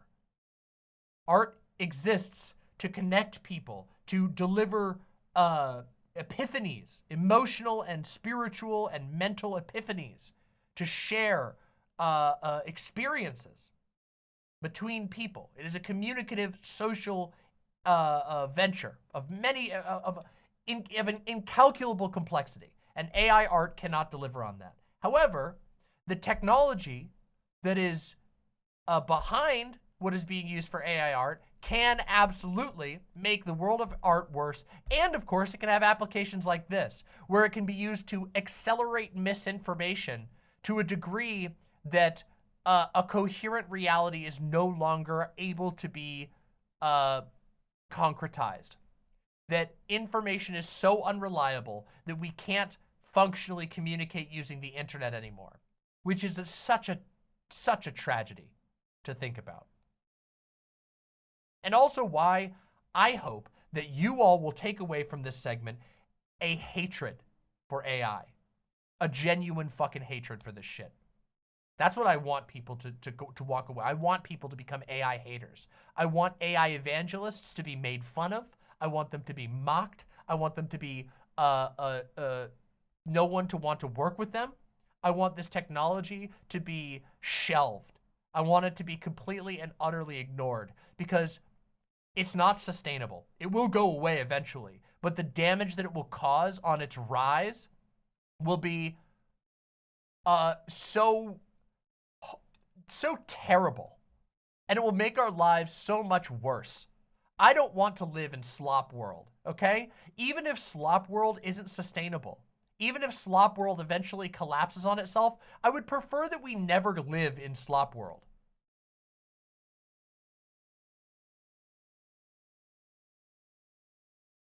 Damn, that is terrifying, Sirius. Malik isn't a nobody. He was doing this as a cautionary demonstration, but ended up deleting it because he was worried he was becoming the face of this technology. It's very scary to me that misinfo is getting so easy to fake. Yeah, it really is. Misinfo is going to be the big thing because obviously if you scrutinize that heavily, you could discover, okay, this is a real AI. You can go find that out. But a lot of people could encounter a video,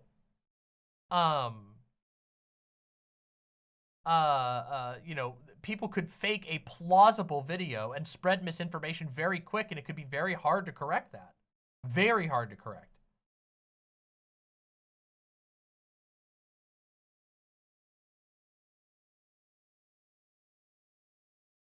The slop world that we currently live in is nothing on what the slop world could become if people keep giving space to this AI grifting bullshit.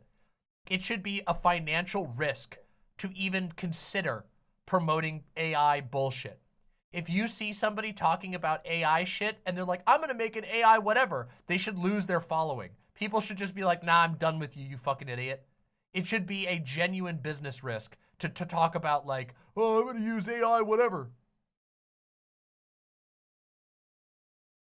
Louis Boy says, I go to university for social communications and journalism, and every time we talk about AI, they say we gotta adapt and use it as a tool because we can't be left behind. That is exactly the wrong mentality. The more people use the AI tools, the easier it gets to fudge. If people refuse to use them, if people refuse to use them, it forces their creators to go to desperate measures to get themselves in trouble and to expose themselves.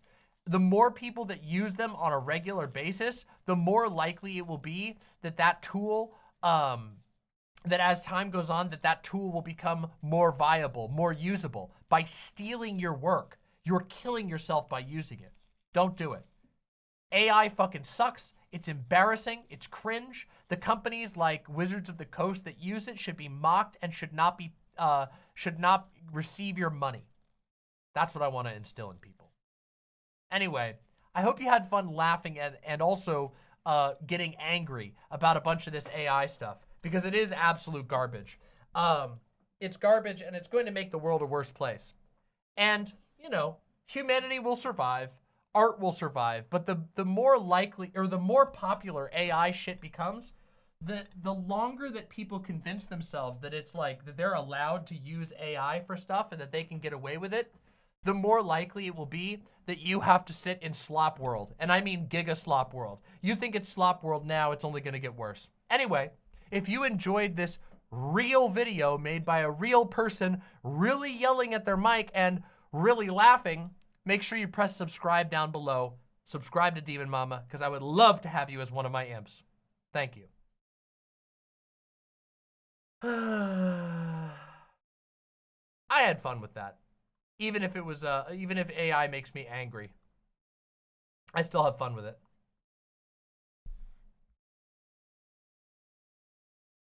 Watching that movie was great. Oh my God, that movie was hilarious. What we did learn today was that AI can't intentionally create a compelling and moving story, but it can unintentionally create a comedy.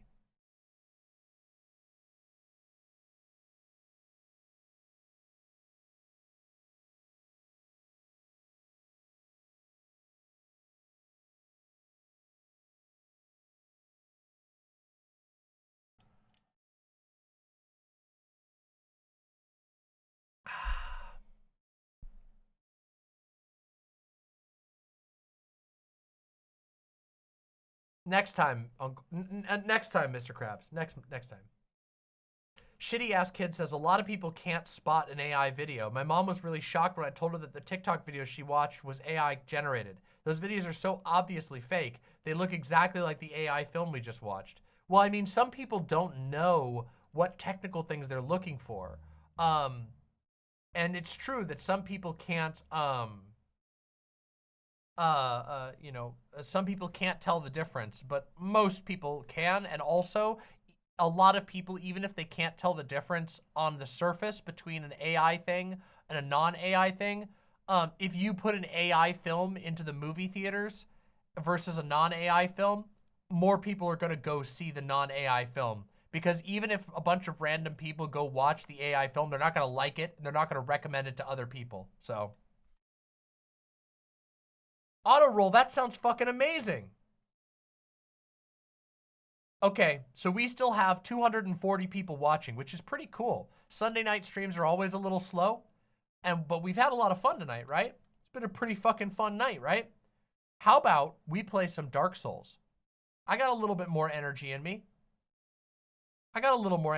Who's ready to play a little bit of fucking Dark Souls together? Huh? Can I see some emotes in chat if we're ready to play some Dark Souls together? Huh? Oh, there we go. Look at that. People are ready for some Dark Souls. I'm ready for some Dark Souls. And also, one of the coolest things. Hey, Cineful, thank you so much for joining the YouTube channel. Thank you so much. Also, thank you to Wingdings73. Thank you for joining Wingdings. It's gaming time. Dark Souls, Dark Souls, Dark Souls, Dark Souls. Yeah.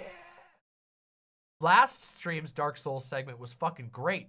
Hypno Amber, I hope you rest well. The Darkest Soul.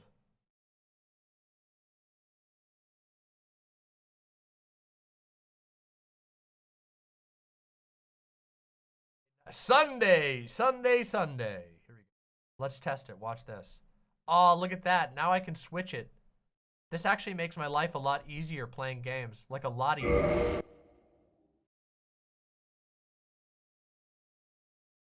Da-da-da. Da-da-da. Da-da-da.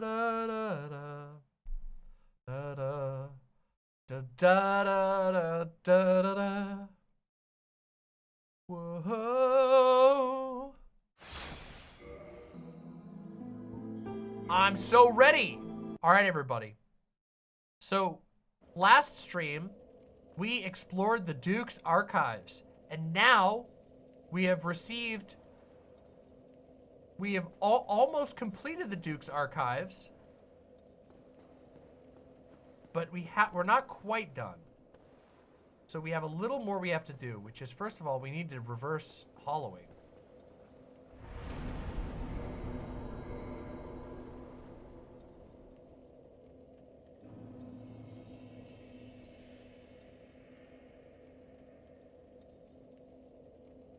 Yo, I'm glad you like them, Brianna Huffman. It means the world to me. Thank you all for supporting me tonight.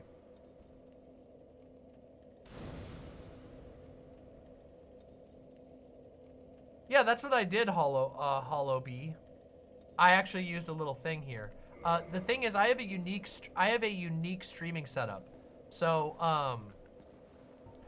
my streaming setup is very different than most people's. I have two computers.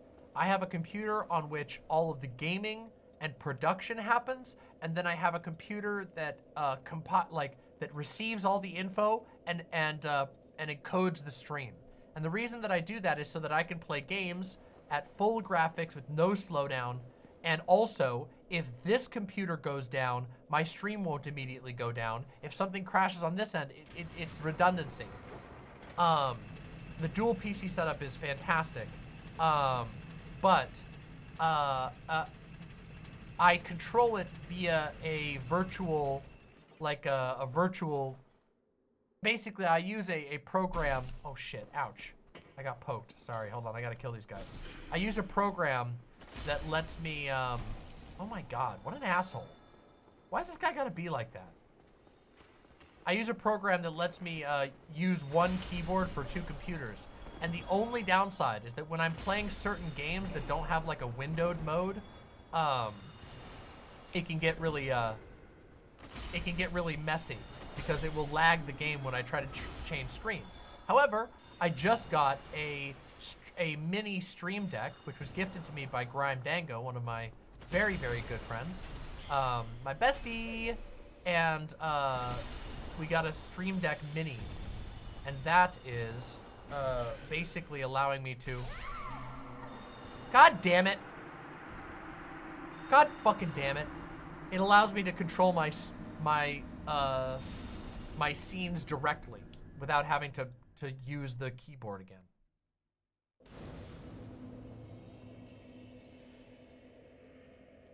That sucked. It's okay. We can fix this. I'm gonna reverse humanity again.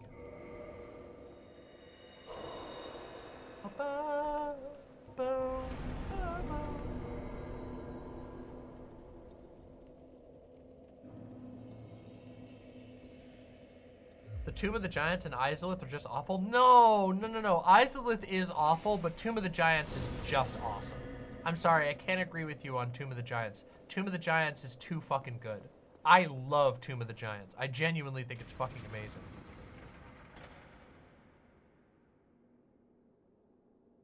Duke's Archives. I love my favorite thing about Duke's Archives is our squid girls. Our weird fucked up squid maidens. I love maidens that have been turned into squid monsters. I love that. That's so my vibe. There's just like almost nothing more exciting and cool. Okay, there's lots more exciting and cool, but that's pretty high up there. It's very high level of excitement and awesomeness. I'm sorry, it just is. So I can't hate this zone. Also, they didn't have that in Hogwarts, but they have it in this game, which was inspired by Hogwarts, but is way better than Hogwarts. There's no fucking squid girls in fucking Hogwarts. Anyway, whatever. This fucking... Oh, I hate these guys. Come on. Ow! No! Why? Why? Why? It's because it keeps getting the buff. Okay, here's what I'm gonna do. This time, no fucking around. This time I'm running in and killing the buffer. I didn't expect him to hit me for that much, but he did. And it hurt, and I didn't like it. So this time, I'm gonna go and I'm gonna kill the buffer. You guys remember when I one-shotted this last time? Last time I was playing, I must be more tired or something. Last time when I played this, I cleared that room without even dying once. Fuck. Bullshit. Alright, this time I'll win. I'm not afraid this time. Squid Girls? The run back to Nito is painful. Yeah, but Nito's not very hard. That's the thing. Nito is just, he's fairly easy, I'll be complete, in my opinion. I guess for some builds he could be pretty hard, but I find Nito to be fairly easy. I love him though. Twitter was a profoundly bad experience, but it did help me find good friends. Arlo, I can completely believe that you had a fucking terrible time on Twitter. I 100% believe that.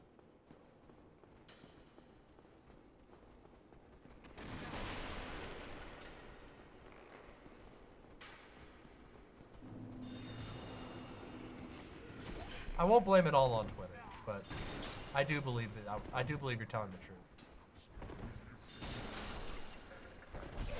No! No! What? Why couldn't I? Oh. Why couldn't I roll through the table? You can't roll through these tables? What the fuck kind of game is this? What is happening? Why am I struggling so hard in this area all of a sudden?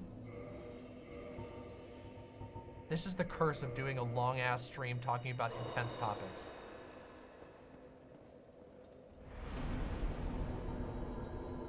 I've burnt like 3 humanity. This sucks.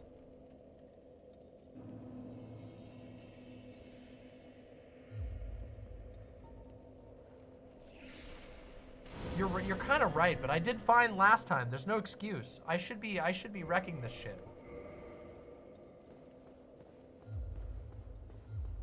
I've also leveled up.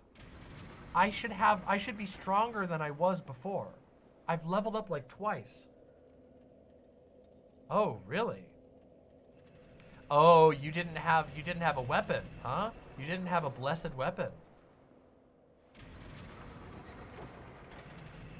Not an android. Next time you try Nito, bring a holy weapon.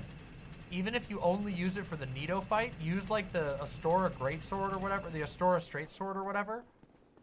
Because it'll keep the skeletons down. You won't be able to bring his skellies back if you hit him with the Divine. What? So now you can't break through these either? What the fuck is going on here? Okay, I don't like this at all.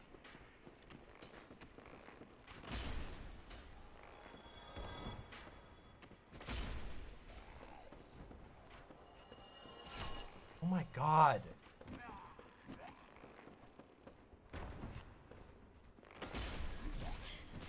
Holy shit! No, no, why? Actual bullshit. I do not know. I swear to fucking God, I was holding back when I rolled, and I have no idea why I rolled towards the skeletons. This is the worst. I'm having the worst time ever. Wait, I think I know why that happened, actually. I think it was because I had accidentally locked on. And so, because of the lock-on, you only get quad directional roll. So when I was locked on and I killed that enemy, the lock-on switched to the enemy, but I hit the roll before I actually turned directions, which is why I rolled towards the enemies, despite it looking as though my camera was facing the other way.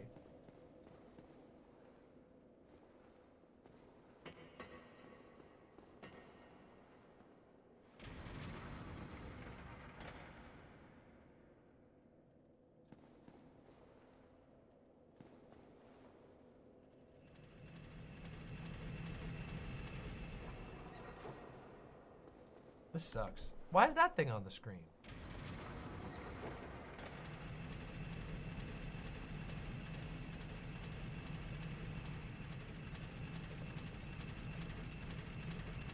Oh, true Chariot. Oh my god, it's not even like, it's like a different world.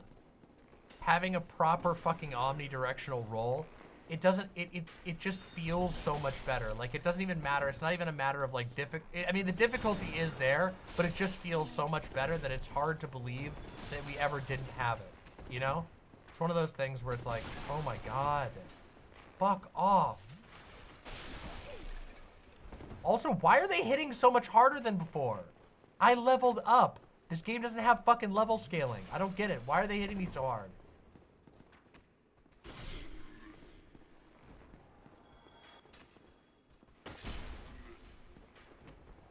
Motherfucking hate these bitches, and now they're all activated. What?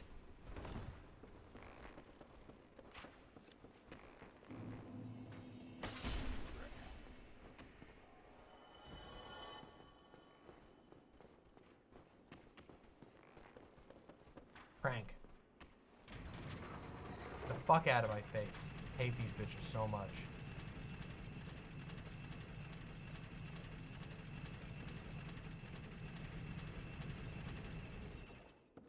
Here we go. Alright, we've done it. Why haven't we... So wait a second. Let's drink.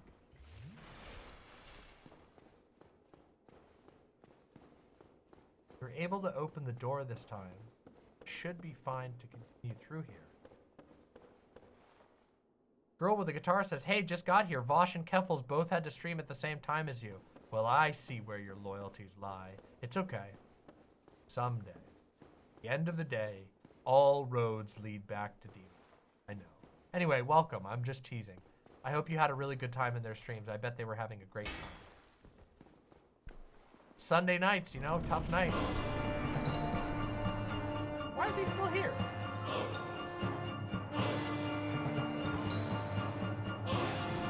Why is he still here?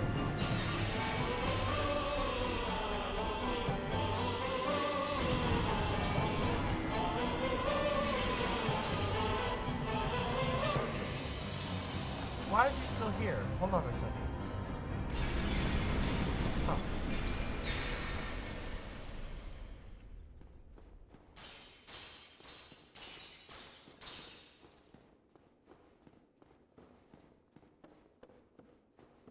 I thought... Is there an area I'm missing?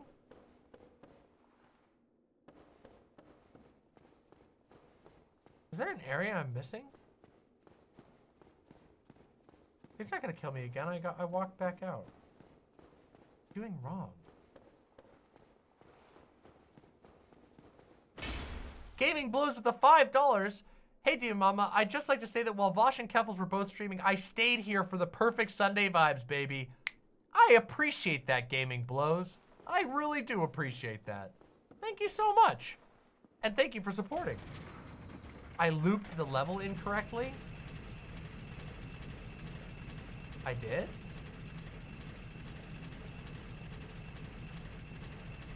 Did?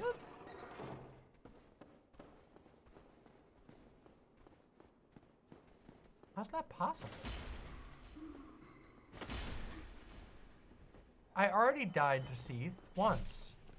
But I did all that. So where did I go wrong?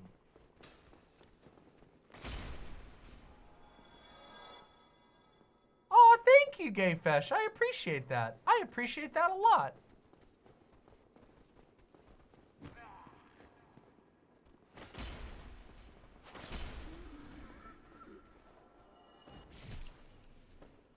Oh, maybe it's over there.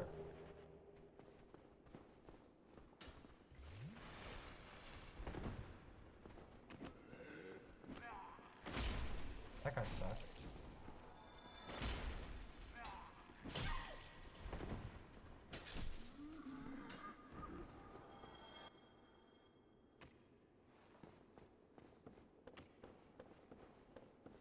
Oh, did I not go over here? Am I silly? Did I not go over here? I must not have gone over here.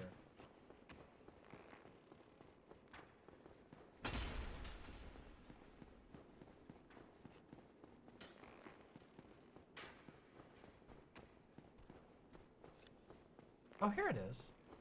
I did forget to go over here. What the Get out of my way, you stupid fucking chairs! I hate these bitches. Good night, Louie boy. Thanks for being here. Here we go. There we go. Bonfire lit. Okay. So, hold on a second now. Now this part I remember a little bit of. I feel like there's a thing you have to knock out here. Right? No, wait, not here. That's a different game. Think of a different thing. I think that's a thing from Bloodborne. Maybe not Bloodborne. Can't remember. One of the games, there's like a little section of a platform you can knock. Thought it was this one for a second.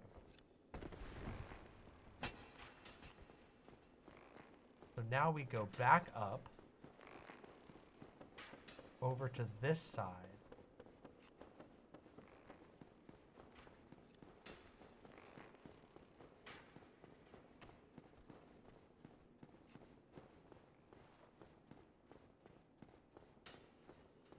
Up to the second level.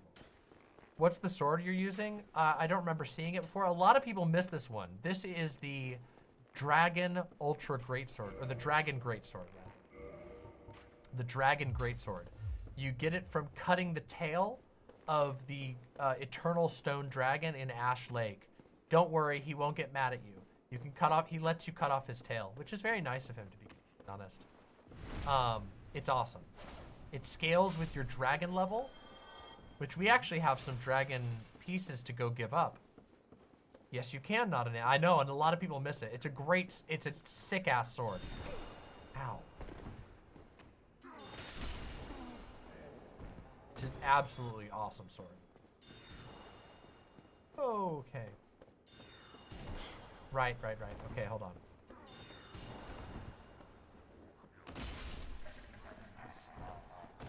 Crazy strength scaling, and its main damage scales up with the level of the Dragon Covenant that you're on, which of course can be farmed.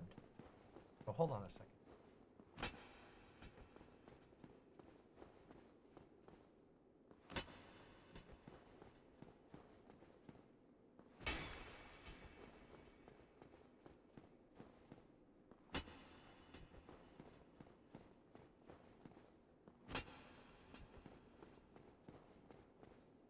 I missed. Wait. I need to turn this thing.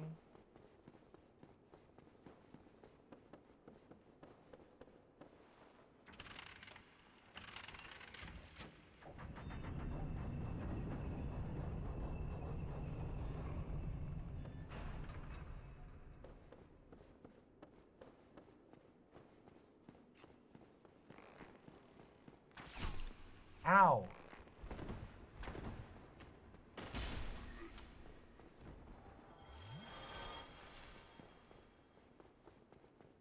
What do you prefer, electronic music or acoustic music? I like both equally, depends on the song. There's a lot of really good electronic stuff, there's a lot of really good acoustic stuff. Both are really valuable to me, and I think are super interesting. Wait, so I feel like I've already done this, right? Yes, I think I have already done it.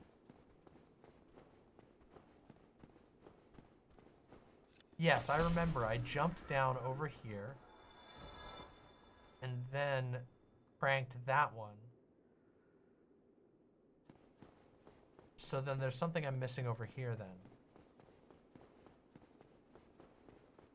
Which is that I gotta go down one level, right? And go down instead of up. Okay, alright. That makes sense. That's what I was thinking. That I had to come over. Then, here we go. What an asshole.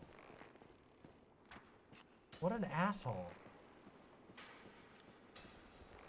Whee!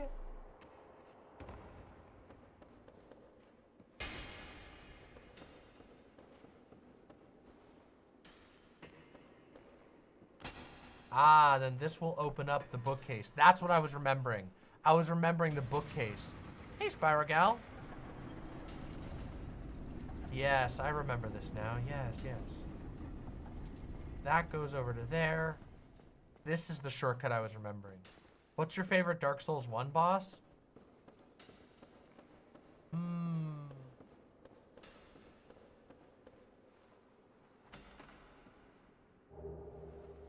We still haven't found the book. We still haven't found the key. What's my favorite Dark Souls 1 boss?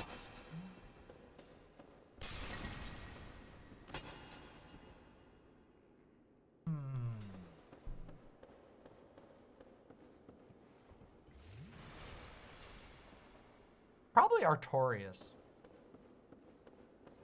Artorias is just so cool. Should go rest. I really like him. Yeah, I just think Artorias is really fucking neat. Ornstein and Smough are pretty good. Smough. But I really got mad at the Gwendolyn fight. I love Gwendolyn as a character, but the boss fight is just, I don't know, it's just not. It annoyed me. It annoyed the shit out of me this time, and it made me realize it's kind of just a gimmick. But it's got a lot of good theming, and I love the character design. But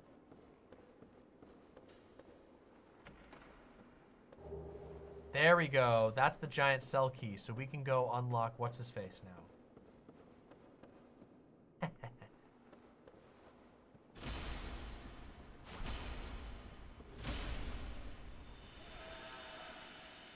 It's going good. It's going good. Gaming's going well. We're having fun so far. It's been a good stream today, I think. I've been proud of my stream today. Talked about a lot of good stuff. I built off of something I talked about on a previous stream about the trans community and the queer community generally.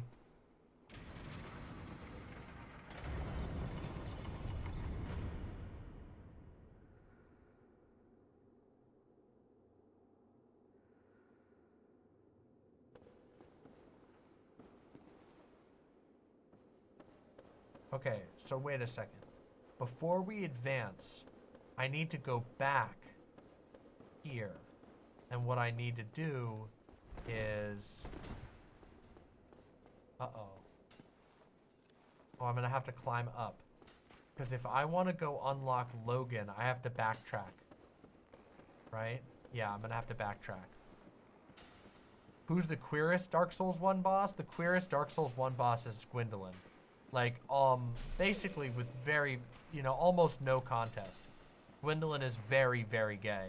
And very, very queer and very, very trans. There's just a lot of queerness going on there.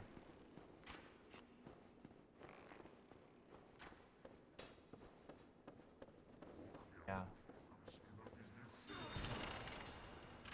Stop fucking firing at me, you dick.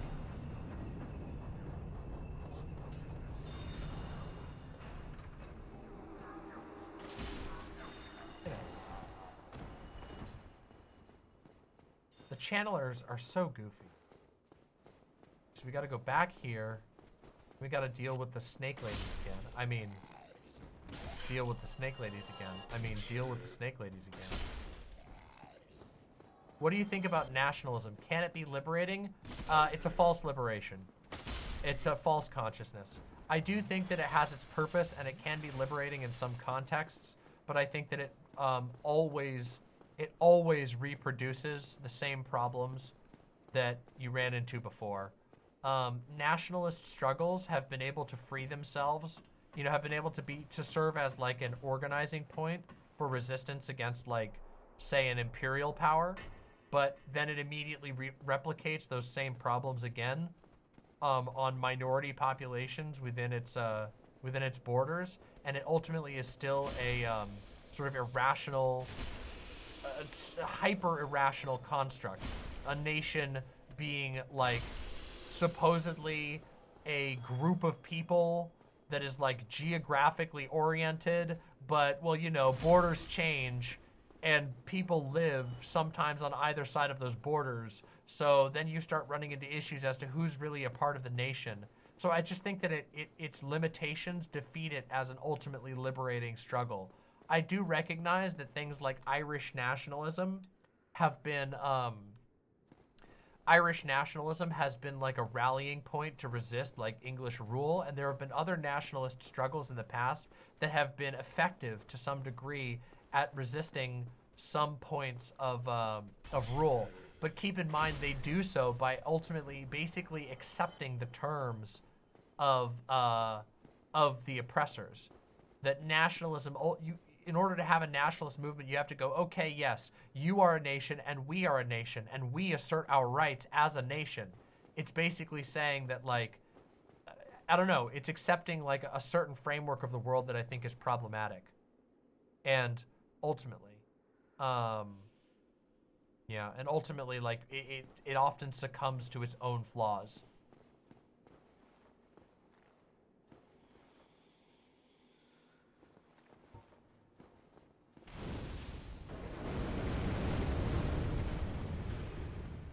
Oh, I love them so much.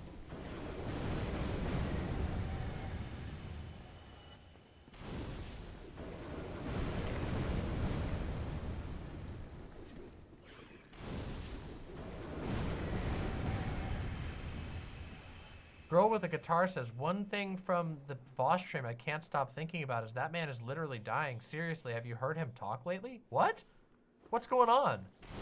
I've heard him talk recently. We've talked in person recently. What's going on? Oh, Trump. Trump! I was like, huh? Luxander, I hope you have a wonderful night. Thank you so much. Thank you so much for coming by. It was great having you this stream. Thank you so much. I hope you rest well.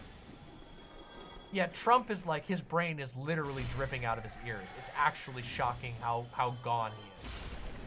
He's always been, like, every time I think we've reached the floor, like he can't get much more incoherent and deranged, he goes one step further. It's actually shocking. Oh, thank you very much. I'm saved. That makes twice. I must be sure to repay you. I will visit the archives. If I discover any new spells, I shall share them with you. Prepare to be impressed by the onward march of sorcery. Bro, I can't. Hello. I can't I'll even head read. out soon. I wish to lay down my... I can't even read, man. You're gonna have to read them to me.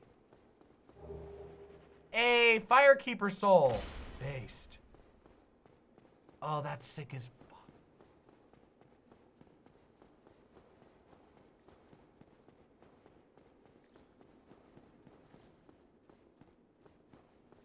Okay, so now we can easily run back up and we're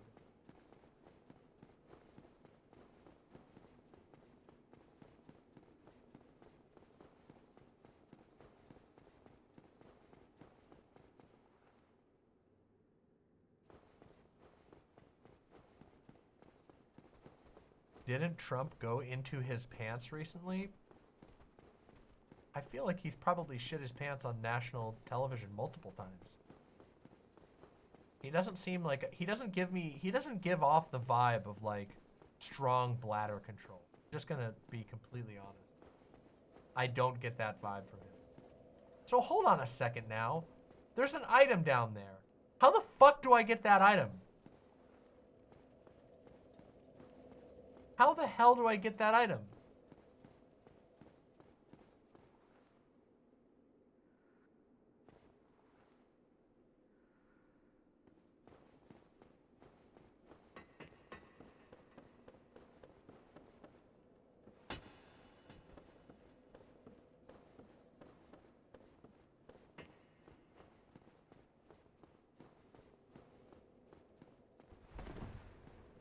I'm bothered now. 'Cause I don't remember how you get that item.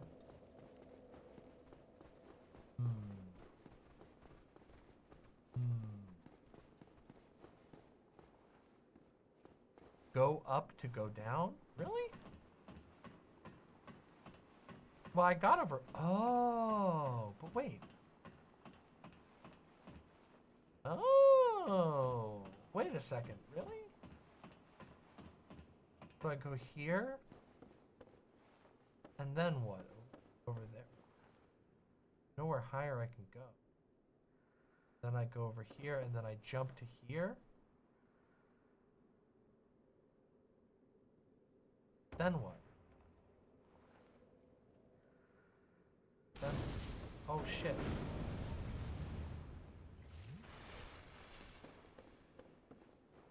That door over there.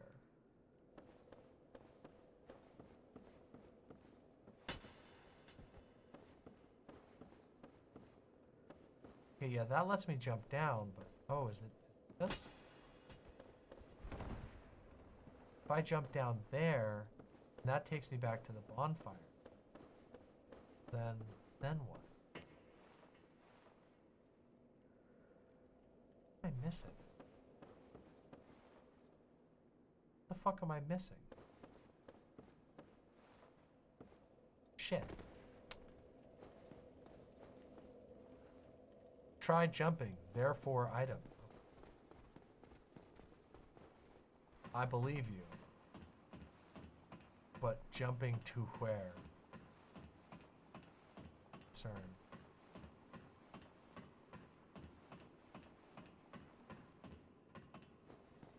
Not up here. That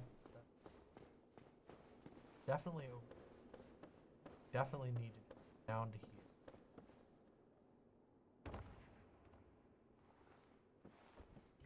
Go to touch the light, you must pass beneath the shadow. Oh, shut up. Now you're just confusing me. I'm disparaging that one. What's the one from Bloodborne?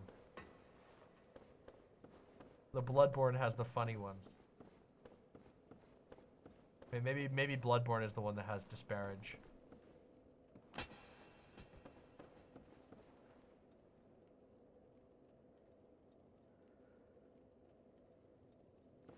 Seek dog, therefore praise Elden Ring. Okay, so there's a jump I gotta do here somewhere. I believe Chariot's messages. I don't see where. Oh.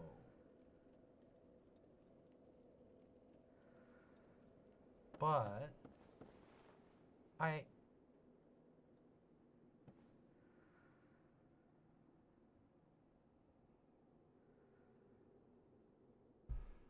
what even is a nation anyway? Okay, so a nation is distinct from a country, and that's where nationalism gets really fucking weird. Because a nation is supposed to be the people that make up the inhabitants. It is a nation is supposed to be a people. It's a people group. And it gets really fucking messy and weird.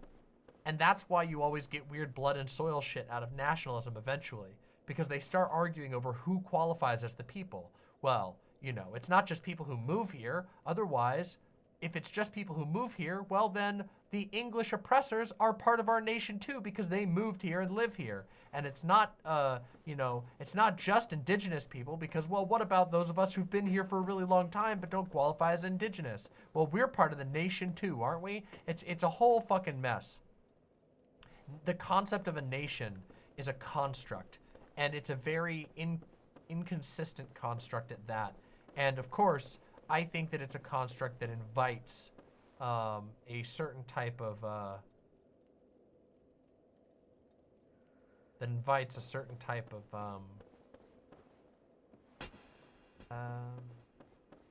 certain mentality that often goes to very bad. Put it like that. What the fuck? I'm so confused. So hold on a second. If I jump down here, oh wait, I can't. I'm missing something. There's something I'm missing here. I'm really missing something.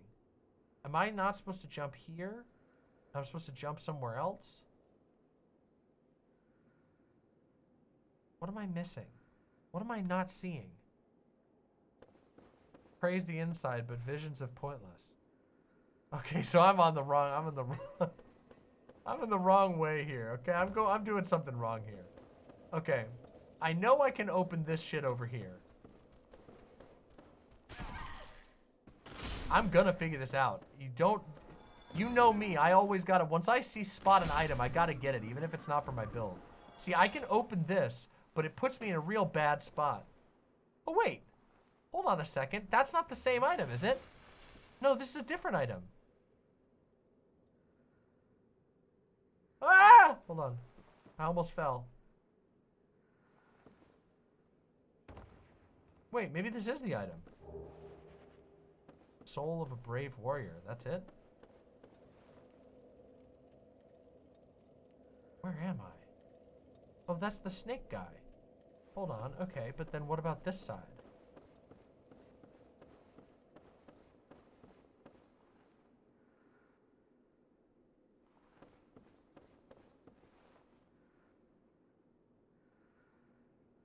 That will kill me.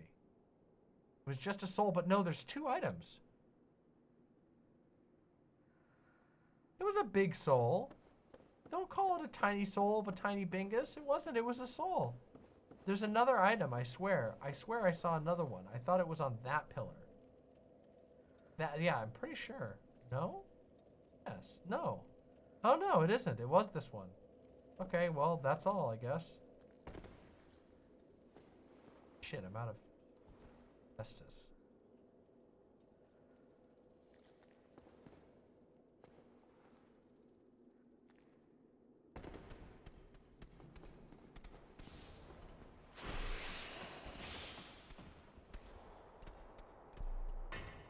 Run away!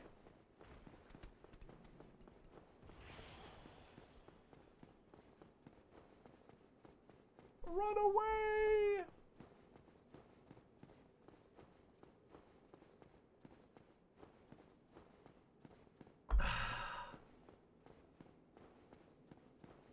Don't give up, skeleton. Hold on, I can verify to make sure there isn't another item.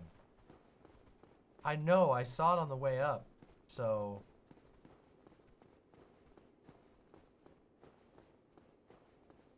There is! No, wait. No, wait, is there? No, there isn't. Never mind. Never mind, never mind, never mind, never mind, never mind. I got the item. I got the item.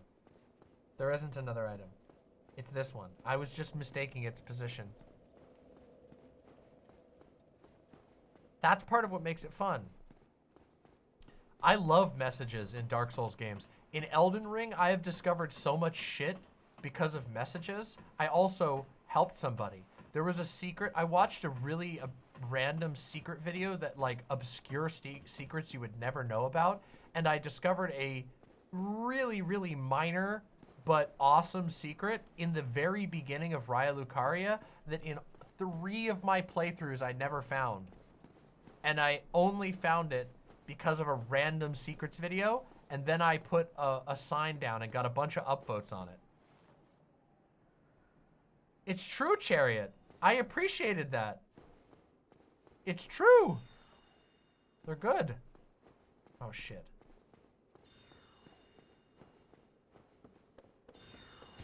No! Oh.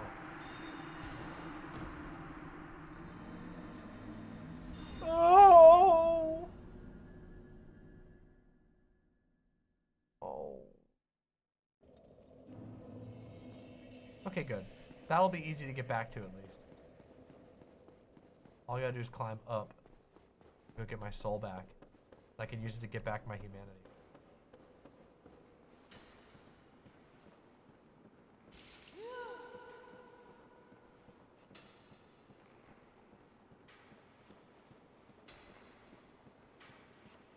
Out of here, you asshole.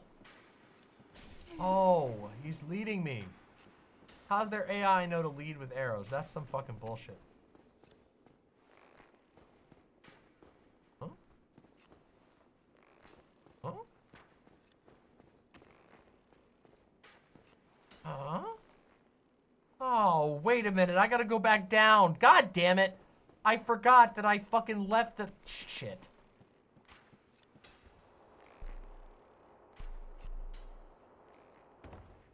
Heckin' chonker ahead, therefore praise the wholesome Keanu. Bazinga.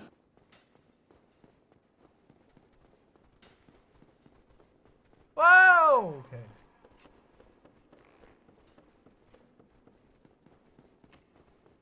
Oh, they're coming for me. Oh, I forgot how many skeletons respawned here.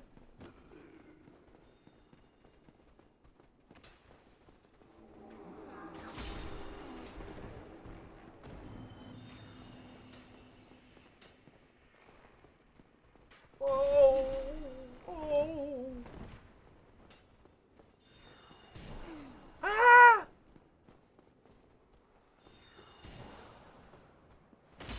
What?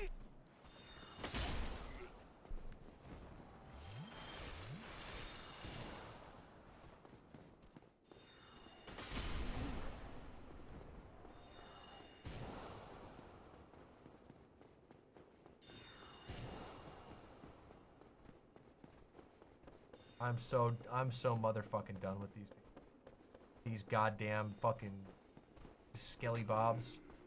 These bastards and bitches. I'm so done with their shit. Tired of their flacking. Tired of their clattering.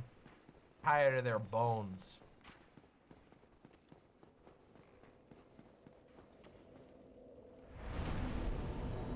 Guess what? What? Get out of here. You can't fucking hit me with an arrow when I'm...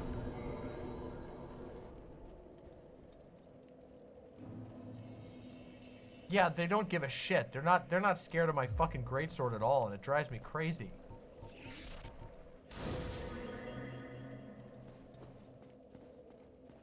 Alright, but it's time. We move forward. We've done it. We've made progress. Time for us to advance.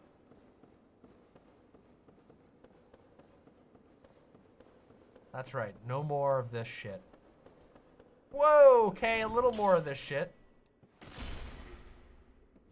Ear itchy. Little more of this shit. Not that much.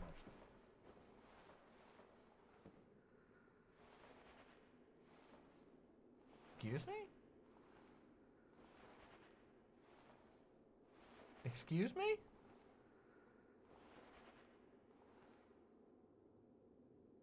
Excuse me?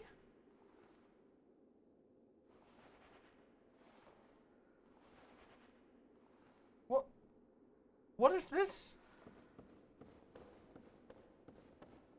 You don't have the right. Oh, you don't have the right?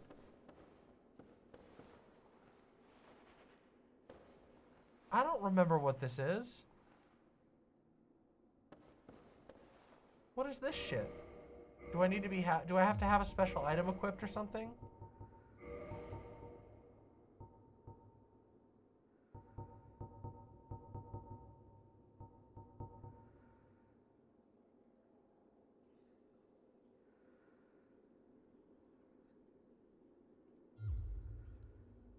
I don't fucking remember this shit. What is this shit? Everybody's saying you don't have the right. Oh, you don't have the right. I'm holding too many? What do I have that much of? Is it a coin? Prism stones.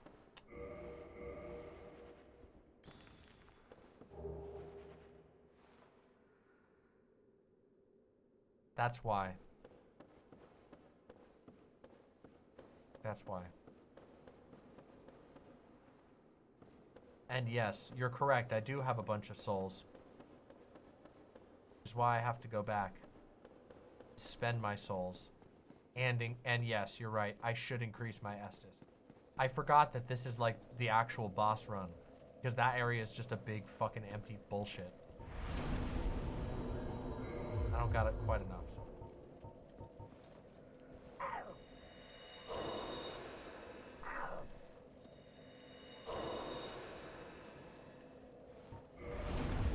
$49? You fucking mean 49?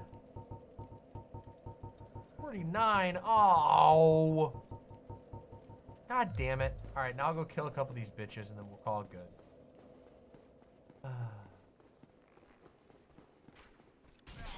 Really? These are the worst guys to choose to fight, aren't they? They keep killing my ass.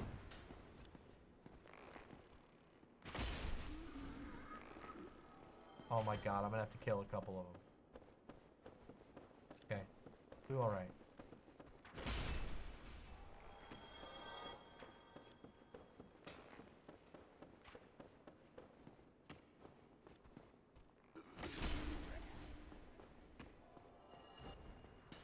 Whoa, whoa, whoa, whoa.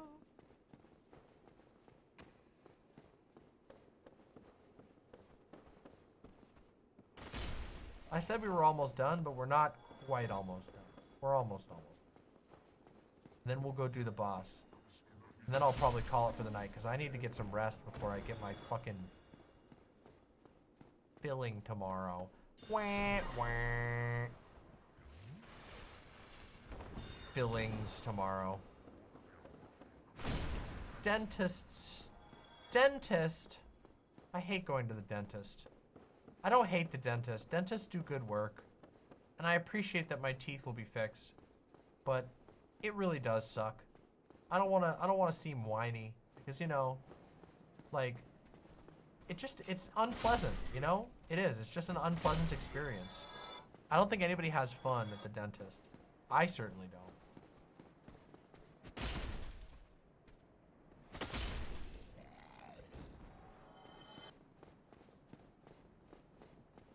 We're so close. Yeah, thankfully I've been able to avoid anything like a root canal. That makes me happy that I haven't had to do that. The truth is, I probably could have done a little better with my dental health over the last few years. I'm very good about brushing my teeth, but I eat a decent amount of like acidic drinks and food. I like citrus a lot. I like my sodies a lot. And also, I was really, really, really poor in 2019. So, in 2019, I wasn't able to get. I was able to go for a cleaning, but I wasn't able to get all the dental care that I needed in back in 2019. And then the pandemic hit, so I wasn't able to really do everything that I needed to do with my teeth. And so, I got a couple of cavities, but now they're getting fixed, and that's good. And that makes me feel good.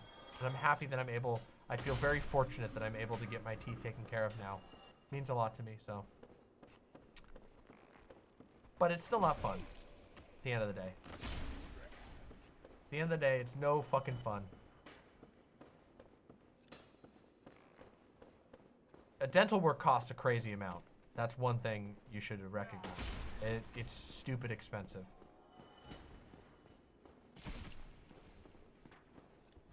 And getting dental coverage is very difficult in the United States.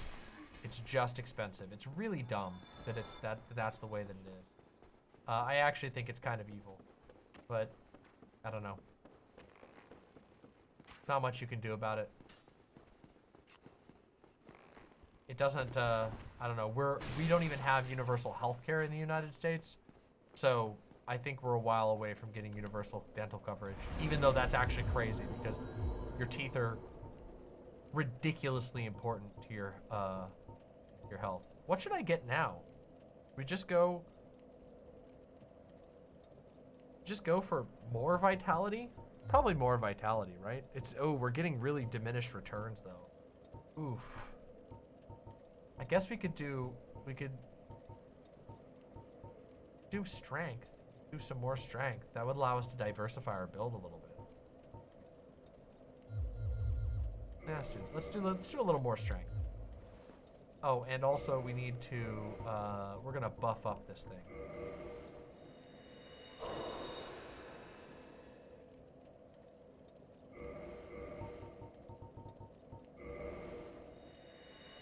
Dental plan, Lisa needs braces. Dental plan, Lisa needs braces. Fucking cursed Cursed. Fucking cursed.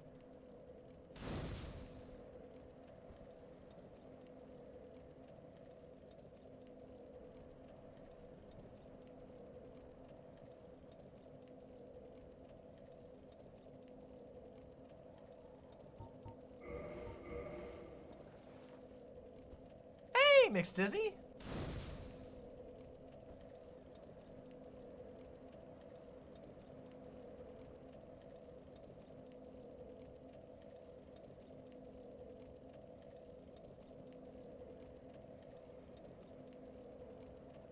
All right, be chill. Can you guys be chill in the YouTube chat?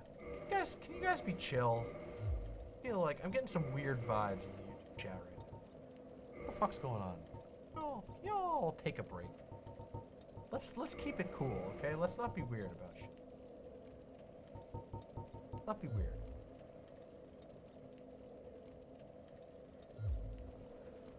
All right. What, 15? I have to go up one more? God damn it. Also, can I fast travel to this one?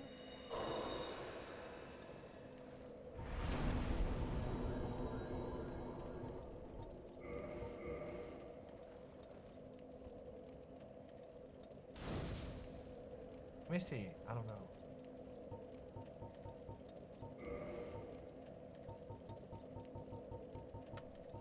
Nope. So we're not spending that thing yet. All right, let's go.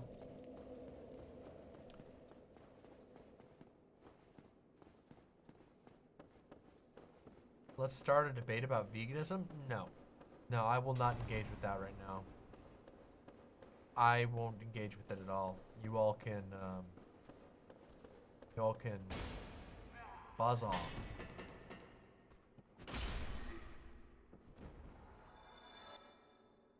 That's very good to hear, Mixed. Sorry about that.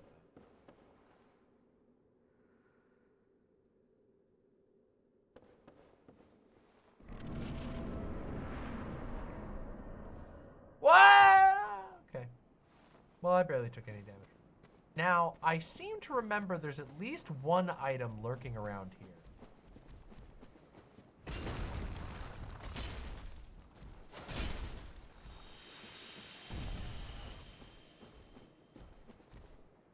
This little area was always very funny to me. It's just like a cute little area. It's like a little courtyard. It's like at a fucking Holiday Inn. Like fucking... I mean, I know it's supposed to be the Harry Potter thing, you know, from the movie. There's that, like, area in front of the... You know, area that goes down to Hagrid's hut. Like, you can just imagine Hagrid's hut down there.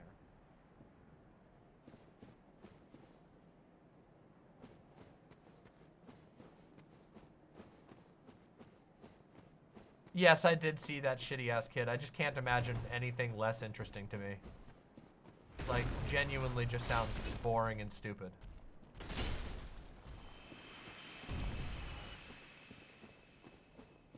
It's a relevancy struggle, you know? That's what I think of that. You know, you gotta pay for the divorce bills. You gotta pay for the Sandy Hook lawsuit bills. You gotta pay for the divorce bills. That applies to basically everyone involved in this situation, doesn't it? Oh, these guys are just hanging out. Me? Just hanging around. The just hanging around meme, I use that fucking so much in my daily life. Like, Doe will be in the room like, hey, what are you doing? And I'll just be like, me? Just hanging around. Doe walks in right. I knew. Doe. Of course, Doe comes in just as I say it. I literally say it way too much, in, like in my day-to-day life.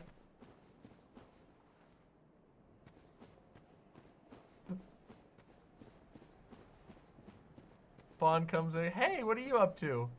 Me? Just hanging around.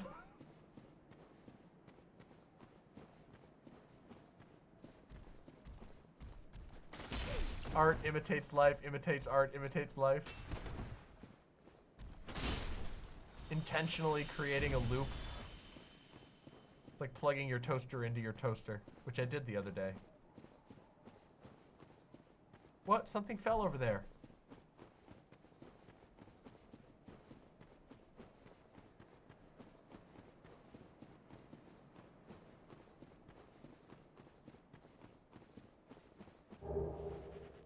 Oh, cool! It's so cool! I love this set. Oh, the crystalline armor is so cool! Where is it here?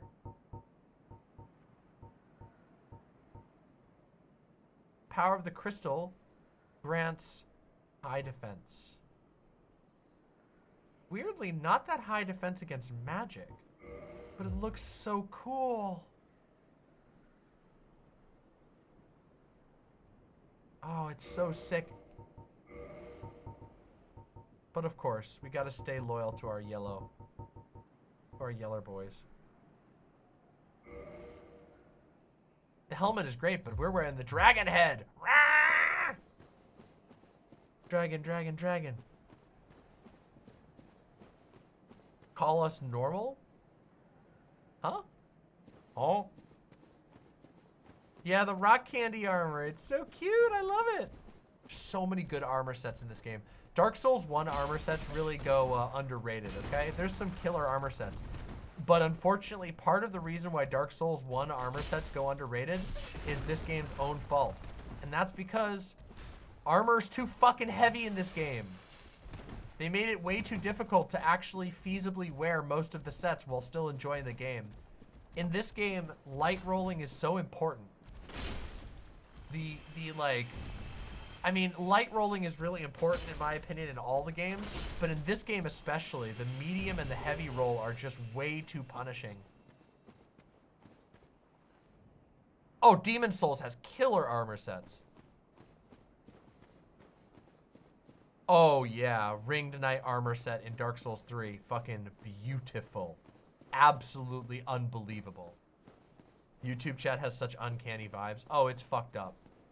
YouTube chat is not... YouTube chat is never okay. That's just how it goes. Something you have to recognize and understand is that it's just never all right. All right, everybody. Are you guys ready? We still have 180 people here on a Sunday night watching me ramble and play Dark Souls. In the future, I hope we have even more, but I'm thankful for each and every one of you as we go into what is surely going to be one of the most stressful things that I've done on this stream in a long time. This area is a real fucking nightmare. The first time I played this, I got to enjoy my partner laughing at me the entire time because I was scared. I was really, really scared, and my partner had already played this game many times and was just enjoying watching me get scared all the time.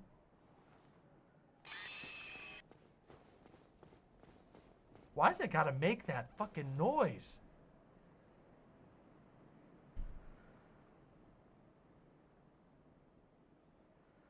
Is DM berating YouTube chat a bit or not? I can't read the tone. Oh, I do both. It's always a little bit of each. If you can't read the tone, well, that's kind of intentional. I don't want you to read my tone. I want you to be confused and baffled, amazed, in wonderment. Kind of like, you know, what a... Ooh, look at that! We got... The truth is, sometimes YouTube chat does, YouTube chat never has any fucking chill. It's just the place where people go to not have chill. It's just how it goes. Now... No!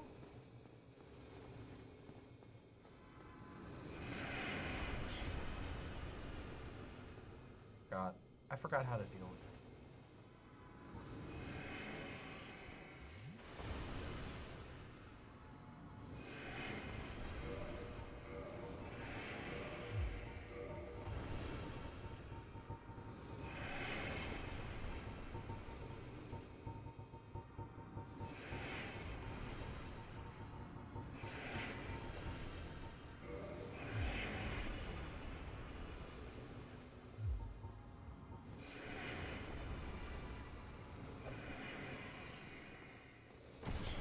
Stop it.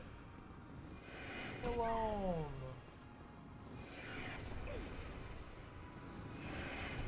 Stop.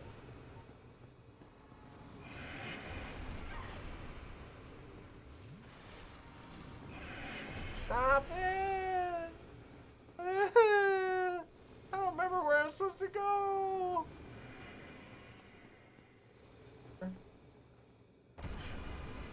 Oh.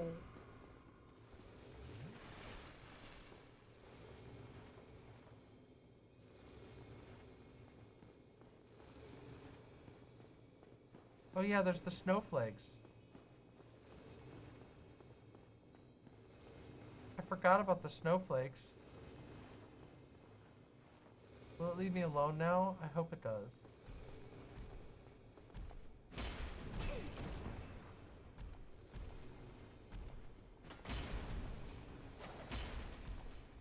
Okay, can I tell you guys something that's gonna make you all laugh? The other day, I saw something on the internet that was so bullshit. It was so stupid and annoying and dumb and cringe that I instinctively looked at my camera and made the fucking Jim from The Office face. Nobody else was in the room with me. It was just me sitting there. I just was reading on the internet and I was like, it was so dumb that I just went. And then I realized I'm not streaming, because normally I don't read things that dumb when I'm not streaming. You know? I reserve the stupidity for when I'm on stream.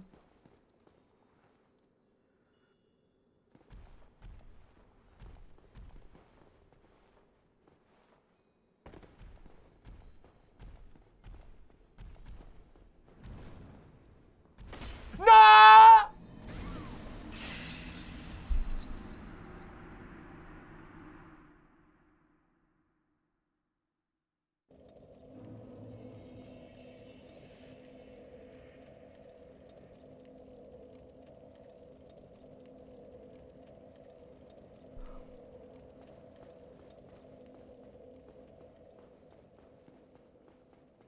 Bazinga! All right, everybody, let's continue. Oh my God, yeah, I forgot. I actually bookmarked the Trump magnets thing because I really wanted to play that for stream, but we haven't had time. But I'm glad that somebody brought it up. That made me laugh. Trump was like, magnets, I don't know what the big worry is. You know, if it was me and I was up against a magnet, I would just pick up a cup of water and splash it on the magnet and bye-bye magnet. I'm like, dude, what? What does he think? Like, what is he? I was actually like wondering where his brain was at with that one. I was like, that's weird even for him. Like, it was a weird one. And what is it with magnets specifically? We've had so many like viral memes that are magnet related with people like, you know, magnets, they're magical, how do they work?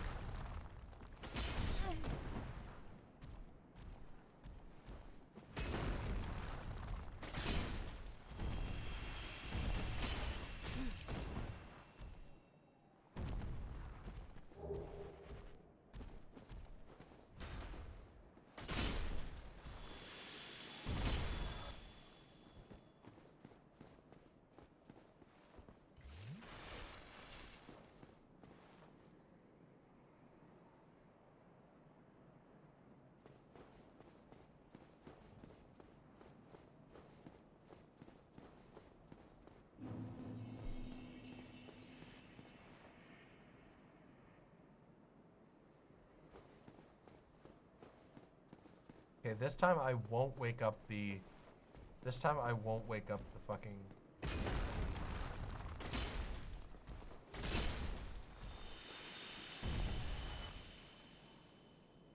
YouTube chat and Vosh streams lately has been off.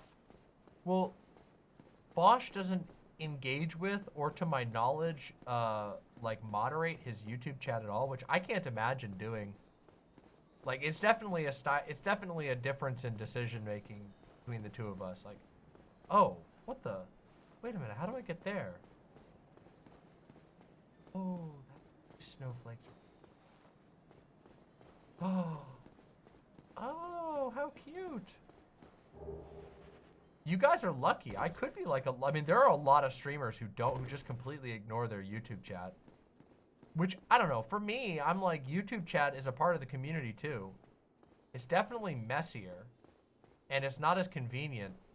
But like, you know, some people are on mobile and they can't watch on the website. So I don't know.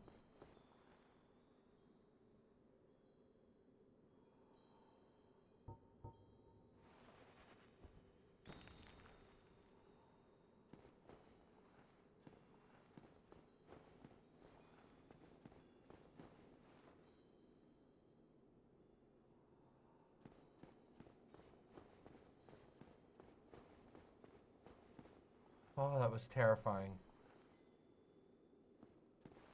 Yeah, just like looking down and being horrified. Also, I don't think there were snowflakes. No! Why? What?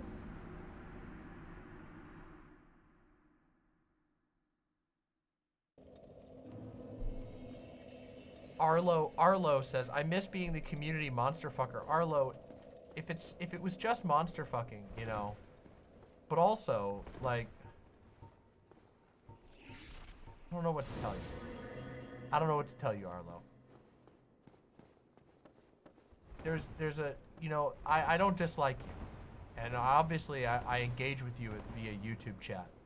But you know, you have a very one-track mind sometimes. And you have to remember, this is a fucking YouTube channel at the end of the day, you know? There's only so much I can do. There's only so fucking much I can do. And I still have a mod team of people who have opinions about things. And I gotta respect those opinions.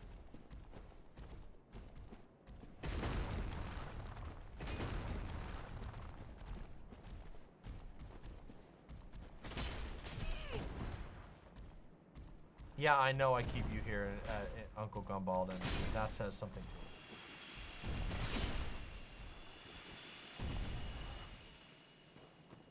What audio interface do you use? I use a Motu M2, and I've been very happy with it.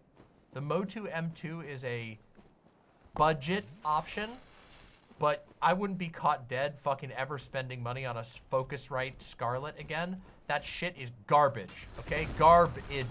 I will never buy another one of those garbage pieces of shit products ever again. Fuck those assholes. Actual garbage. So I went with the Motu M2, and I found it to be more reliable and better functioning for what I do. I recognize it's not like, it's probably not what people who are recording a lot of music would want to use, but it is very good for what I use it for. They also have a larger version, which apparently is pretty good too. I was recommended, I don't remember, I think it was Danny who recommended the Motu to me. And honestly, it's cheaper than the Scarlett and it works better. So I think it's great.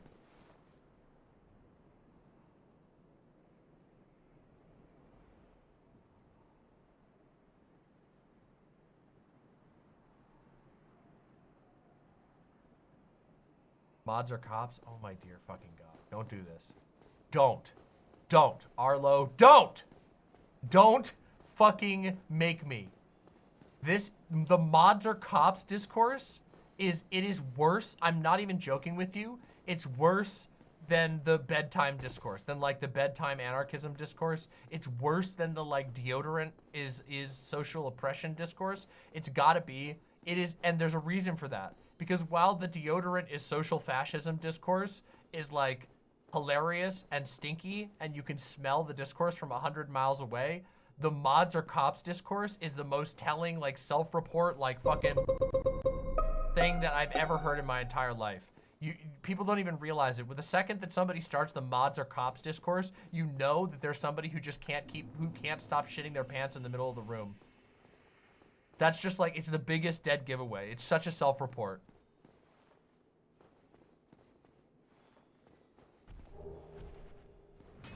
Also, I could easily, if I wanted to be cringe, but I don't, I could easily create a counter discourse, which is that complaining about mods is 4chan culture, which means that you're actually a fascist.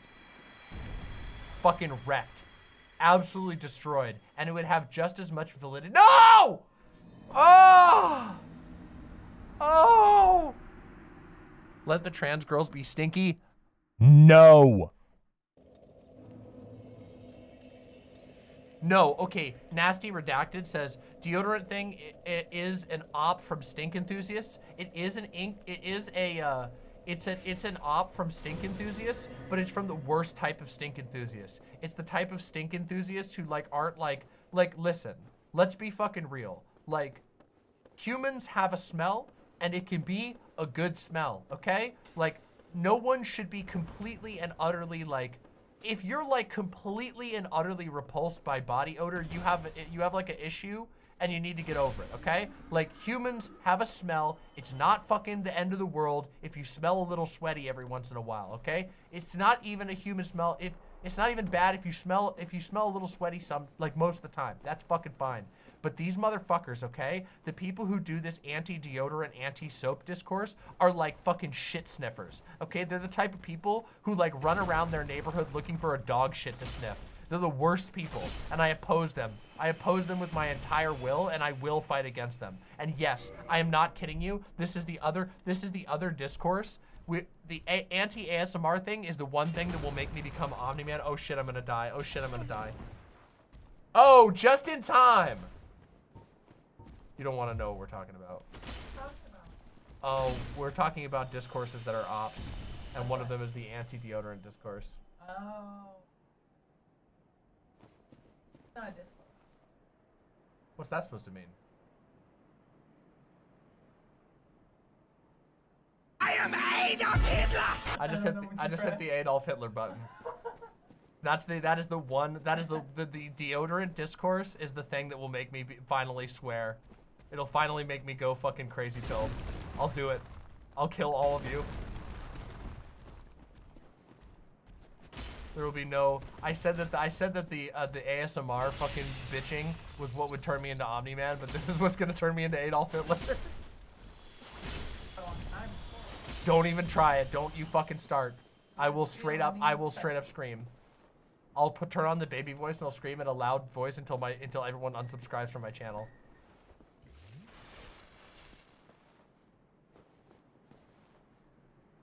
Going to sleep? You came in here just to tell me you were going to sleep? Well, until you told me that we're not debating deodorant. I was talking about the discourse, but you're the one who wants to turn it into a debate. Whoa. Yeah. Somebody's cribbing your style, you know. Someone in chat says that a dear trans girl started the discourse. Not the only. Yeah. I see it. You're not the only trans girl, dear, who like actively wants to be able to identify predators downwind for like 6 miles. All right, come here. Yeah, I'm just being a hater. I love you so much. Oh, I hope you. Oh, I hate that you're going to bed right now. I was so close. All I have to do is get to the bottom of this stupid hole and kill Seath, and then I can stop. We die? That's already happened like 4 times. What did I say? No, you didn't say anything wrong. Are you making fun of me? I'm not making fun of you. You fucking making fun of me? I thought that you meant that the time where you have to die. No. Yeah, I'm sorry. I misunderstood what I was talking about. I'm not making fun of you. All right. Well. You come with me tomorrow to my appointment? You don't have to do anything. Just drive me home. I really don't want to drive afterward. Okay, thank you. Cool. Makes me feel a lot better about tomorrow. All right, I love you. Rest well. I love you.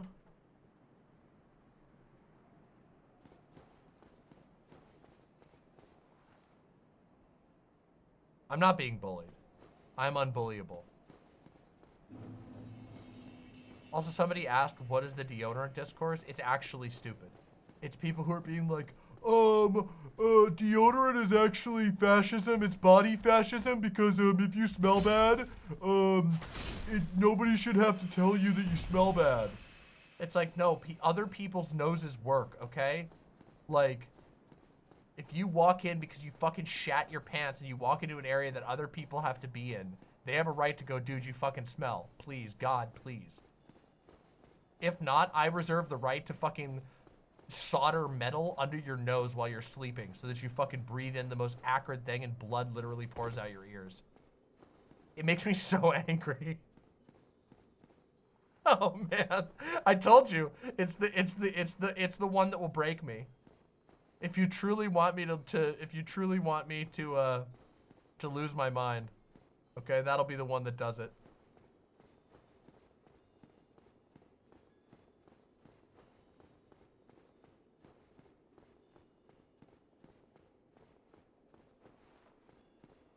It's mad cope, by the way.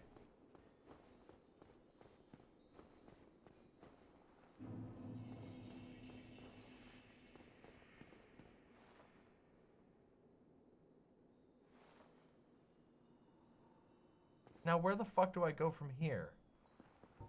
Great.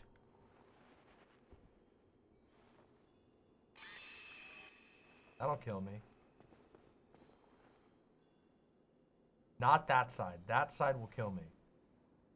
Not that way. That will kill me.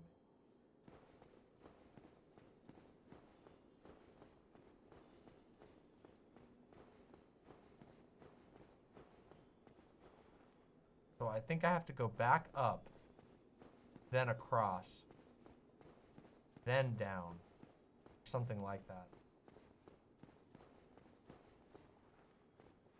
Yeah, I do.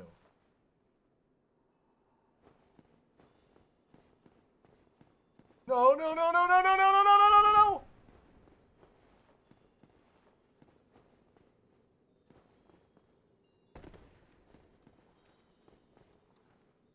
Imminent fall.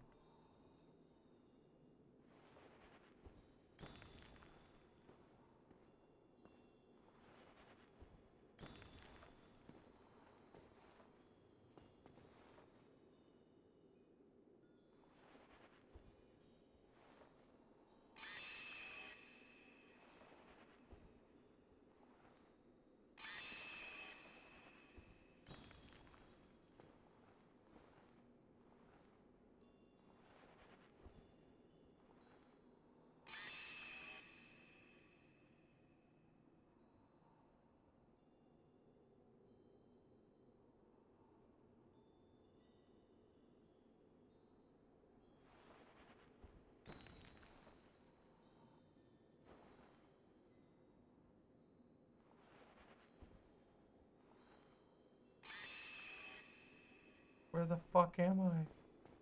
No! Oh my god.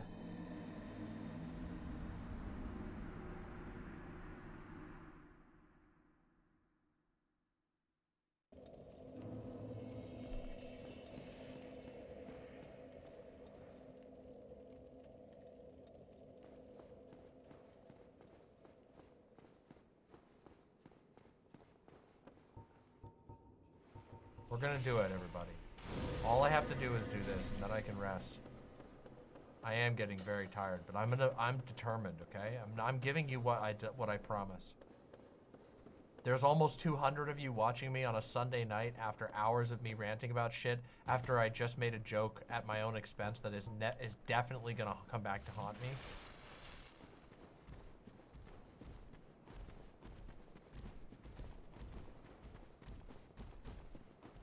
You should be able to walk for a straight line after the imminent fall message. But why does it tell me I'm gonna fall if I don't fall?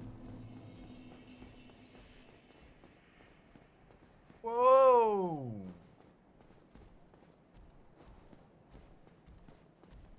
I hate this guy.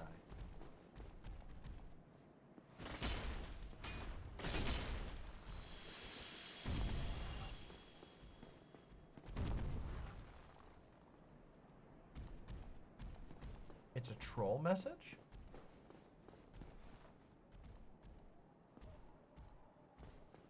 Some people unironically believe that. Like I said, there's so many goddamn people. There's so many people who, like, unironically come to the conclusion that I'm, like, an evil liberal. Because I don't know, because I'm a streamer. Because if you were a real leftist, you wouldn't even think about I don't know, turning on a camera and participating in the bourgeois excess of, I don't know, like artistic medium creation that only, like, I don't know, fucking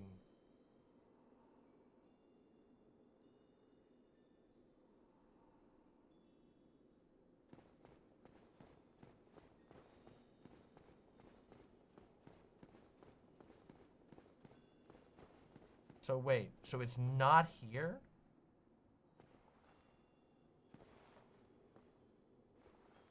Oh wait, what about this?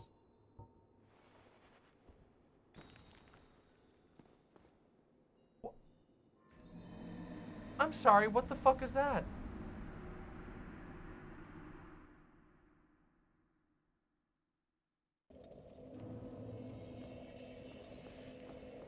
This is brutal. I don't remember my way back through. Okay? So this hurts. Now you see why I was so fucking terrified the first time I went through here.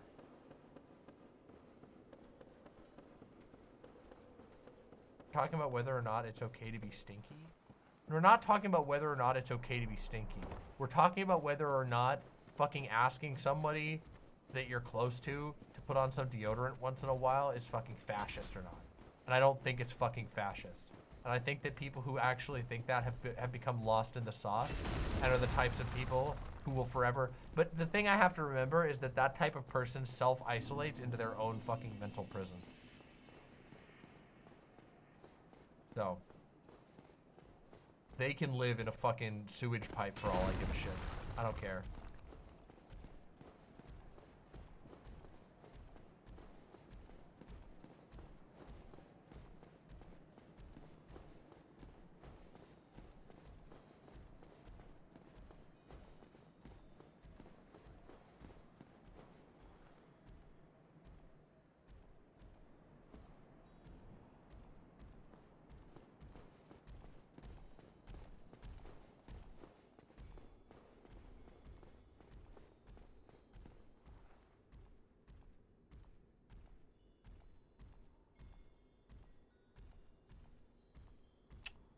Okay, okay.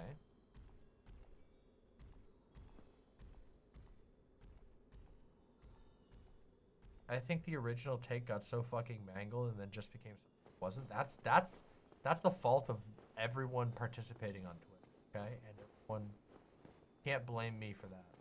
It's not my fucking fault. It's everyone else's fucking fault. Dead serious. I will not take responsibility. This stupid rock tries to kill you. That rock literally tries to fucking kill you. What a bitch.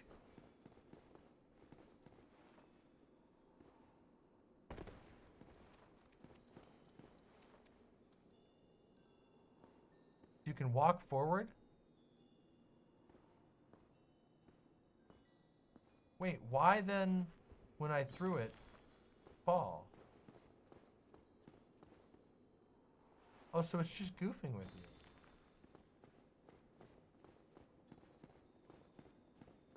It's fucking with you.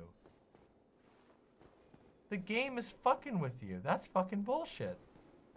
That's some goddamn bullshit right there.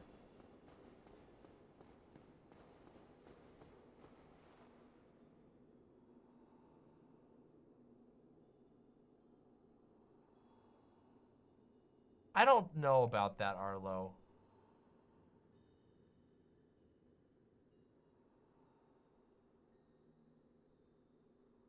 I don't know if that's true.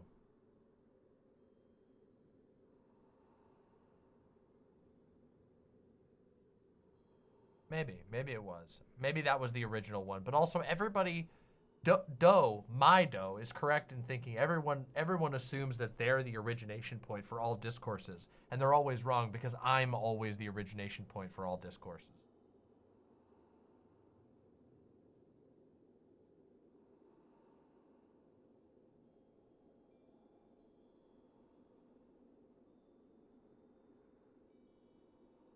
The worst post...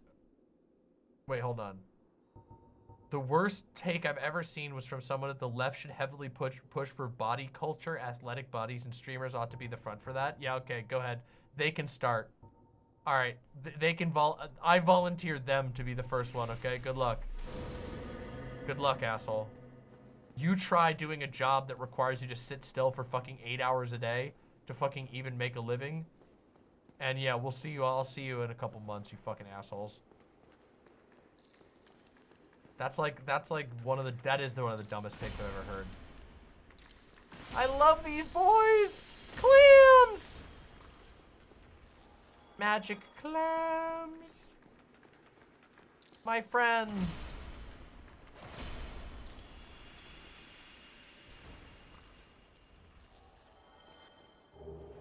Purging stone. Purging stone.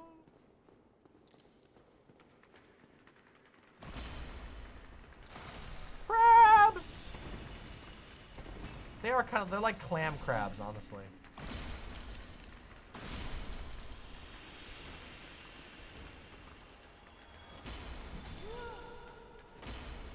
The fuck? Dude, I can't even see you.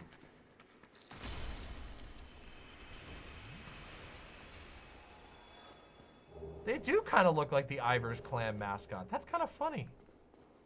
You're kind of right. They do. All right, are you all ready? The moment you've all been waiting for.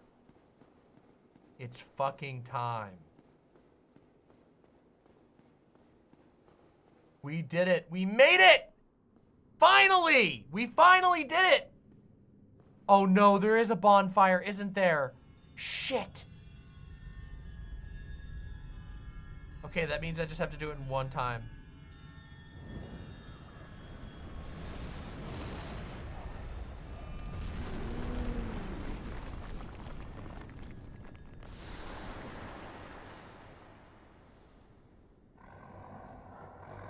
Okay, to be fair though, I will say that there are some discourses that do get completely misrepresented. I'll be honest about that. That is true. You have to ignore this guy for a second.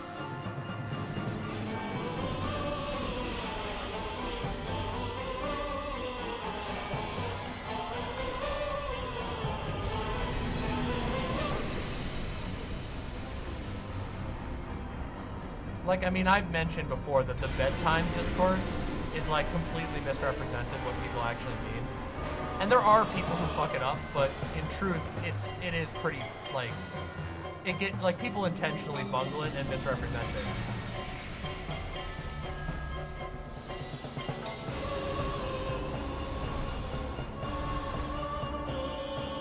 But I've also, like, literally seen people be fucking annoyed about the deodorant one. So, I don't know.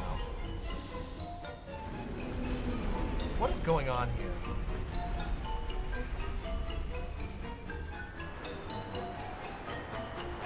I need the tail cut. Give me, this is Monster Hunter now. Give me tail cut.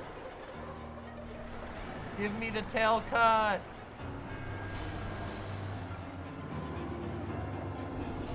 Wait, why didn't it do any damage?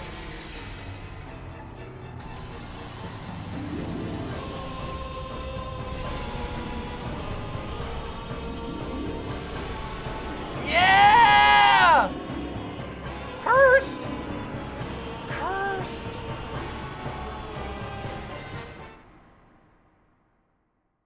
Oh yeah, I have to make the crystal.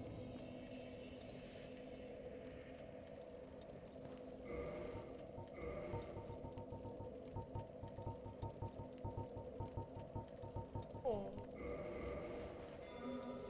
Okay, that got rid of it.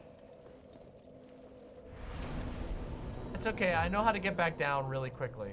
I forgot about breaking the little thing. Forgot you can't. We got the Moonlight Greatsword, so fucking watch this.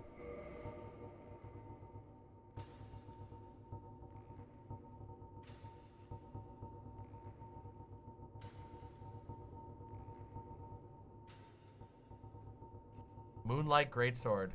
This sword, one of the rare dragon weapons, came from the tale of Seath the Scaleless, the pale white dragon who betrayed his own.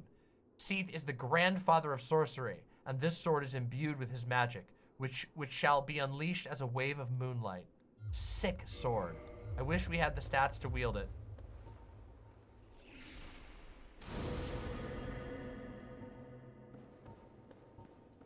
I always forget that I think there's a hidden, there is a hidden, bonfire. But I always forget. It's the worst Moonlight Greatswords in all the game. Oh, it's still awesome. I still think it's good. But the Moonlight Greatsword is fucking busted in some of the games. The Moonlight Greatsword in Elden Ring is unironically overpowered. But to be fair, they make it insanely hard for you to get. But it is legitimately one of the most broken weapons in the game. I can't even believe how powerful the Moonlight Greatsword is in Elden Ring. It's kind of stupid how powerful it is, actually.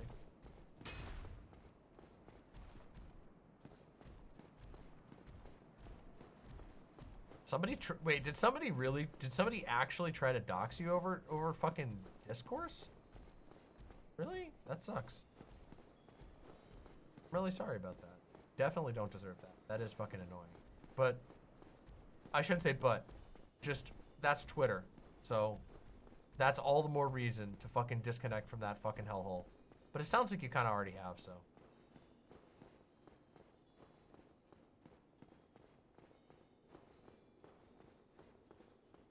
Not falling off this time.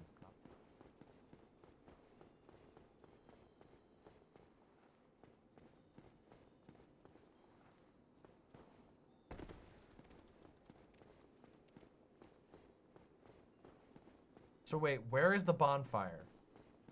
Somebody help me remember. Is it, I think I have to break a wall, right? There's like an invisible wall or something? Or maybe it's over here?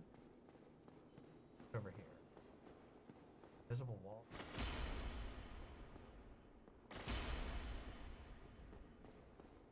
Wait, is there not a bonfire here? I thought, I could have sworn there was. Oh, there's an item though. Soul of a hero. Somebody lied? Oh, it's after the boss. Okay. Oh, so it's just the boss bonfire.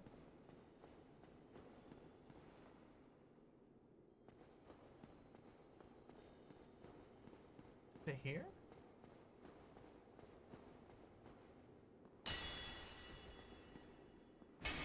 For some reason, I thought there was one here too.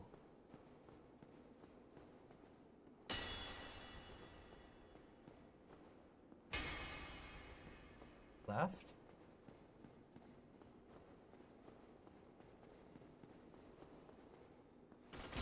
Okay, there's some disagreement here. This is the Dark Souls experience. I'm getting mixed messages as to whether or not there's a bonfire here. For some reason, I feel like I remember there being a bonfire here.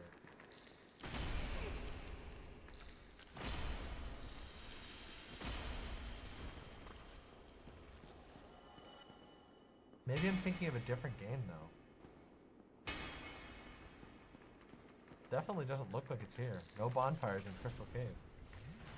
Whoa, hey! What? Why'd you get back up? Didn't.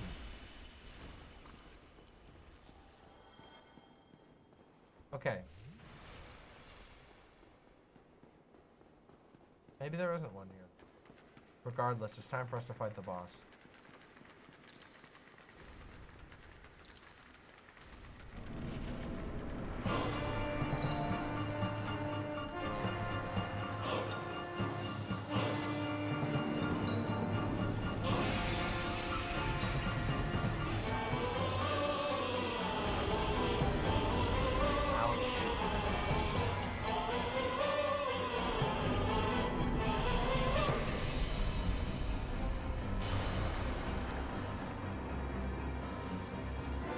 That's right, asshole.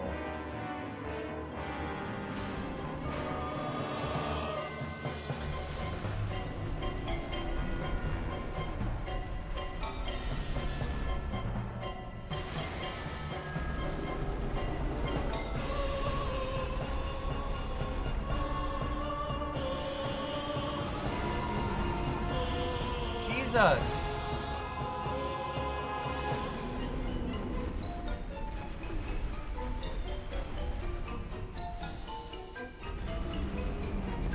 Okay, so there's not where to be.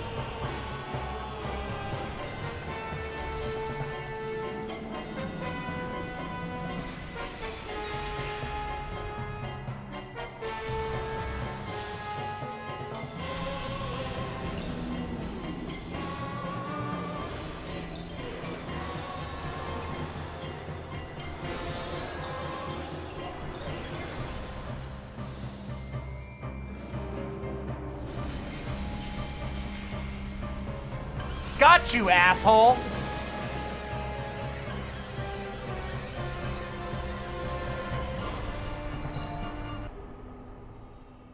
Got him. Got that bitch.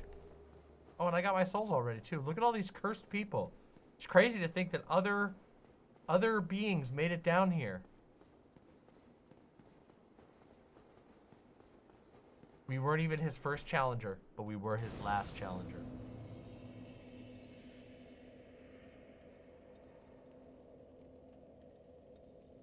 Now we can rest and level up. Now, everyone, we have one last thing to do before I call it a night. One last thing. See?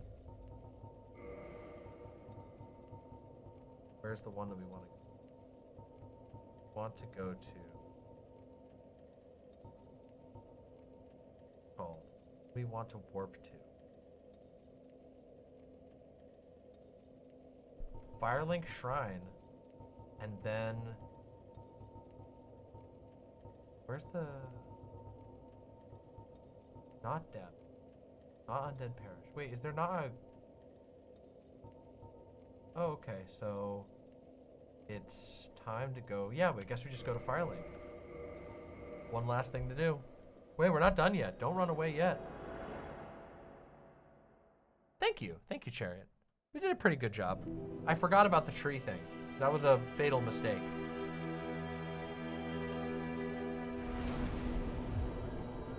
Let's remember the way to get down there. The fastest way to get down there is actually the elevator over here.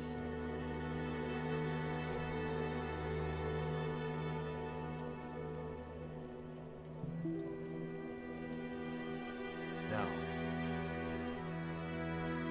yes, this is going to be the fastest way. Especially because we can do this.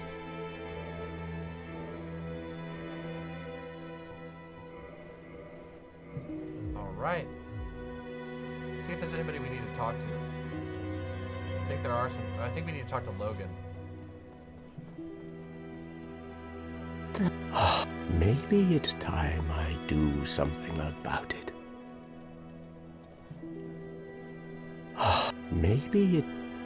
I didn't hear what you said.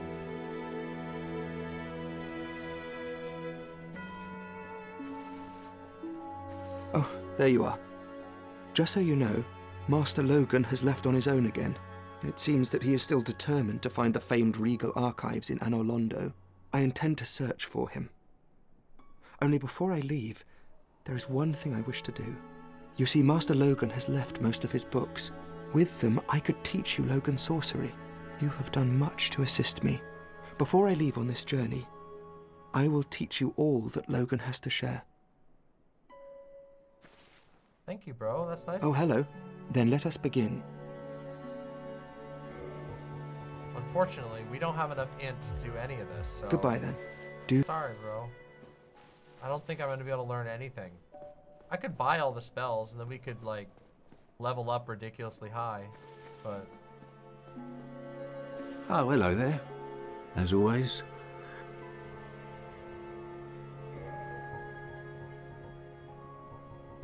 We might need Flash Sweat.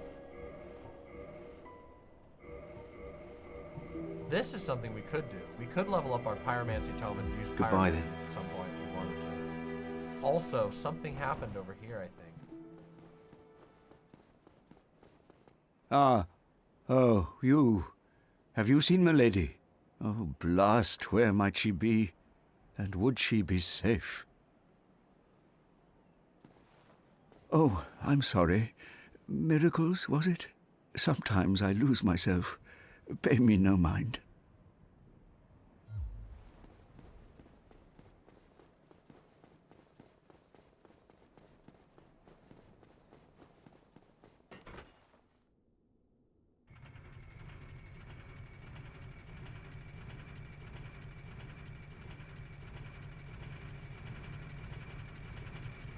You warp to the dragon?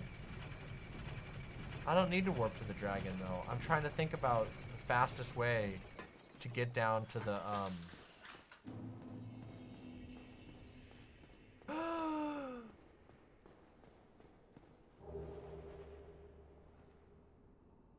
Seven humanity and the pendant. What happened?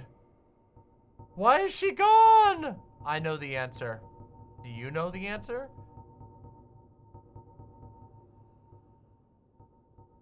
Anyone know the answer? Wait, where's that item show up? I don't remember. It's here? Even so, pleasant memories are crucial to survival on arduous journeys.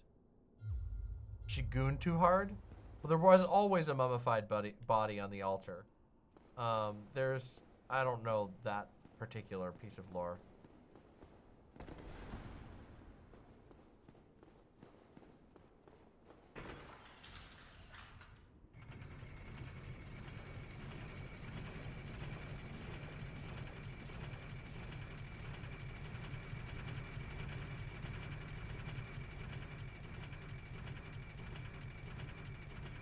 The real answer is that she is killed by Petrus.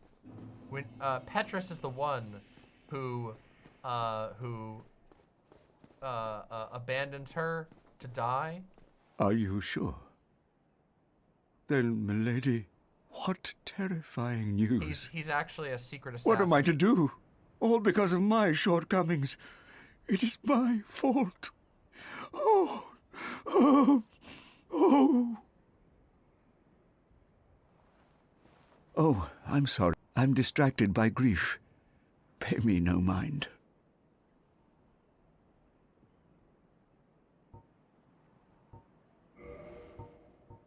Yeah, this guy actually kills her. If you kill him before we get to this point in the game, she'll keep living and she'll actually move on.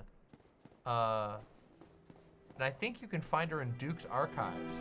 But if not, if you rescue her, he will kill her, because he was planning on killing her to begin with, because he's like a traitor to her.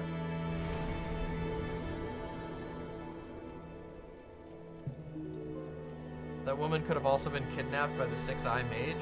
I don't think so.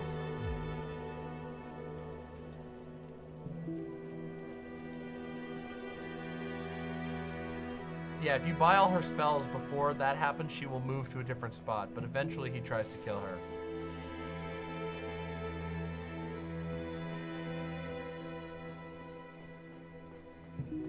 Yeah, he's got a sus-ass cut. Never trust a man with a bowl cut like that. Ever. Okay?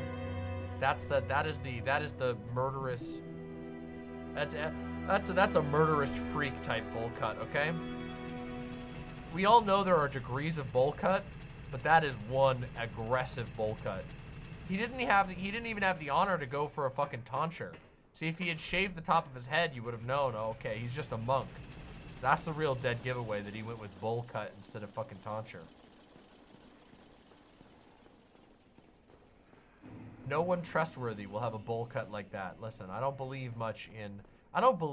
in like haircut based divining, you know? I don't really believe in it most of the time, but I do believe in that one. If you see somebody with a threatening bowl cut, your brain is telling you to flee, and it's right. Hey, the witch set! Yay! Beatrice's catalyst. Wait. Did we miss her? We got the witch set. We got the witch set. Maybe it's time to switch up. Maybe we go to the witch set now, even though that doesn't really make a whole lot of sense for our build, but still. Almost all magic users that employ Catalyst studied at the Dragon School, but Beatrice is one of the few exceptions. She braved the abyss, but did not live to tell of her ordeal. I can't remember if she's actually like a character here. Yeah, He-Man, you know he's in the wrong. Maybe I might be thinking of the witch. I might be thinking of the really cool witch from Dark Souls 3. Love that character.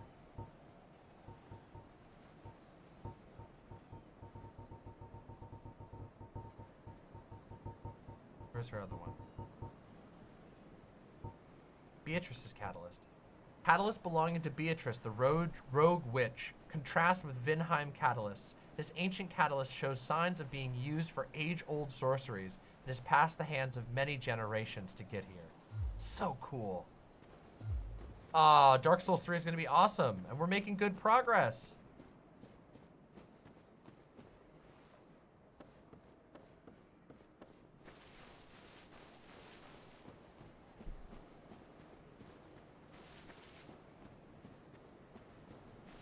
No, I'm not skipping Dark Souls 2. Of course not. Of course I'm not skipping Dark Souls 2. That would be untrue. That would be false. That would be wrong.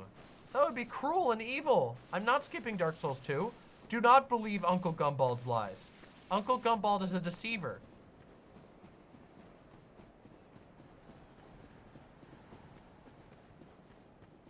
Wait, did Vosh skip Dark Souls 2? Why? Don't skip Dark Souls 2. Dark Souls 2 has flaws, but it still has a lot going good for it. I didn't like it when I played it, but I still played a fucking fuckload of it. There's still a lot to enjoy.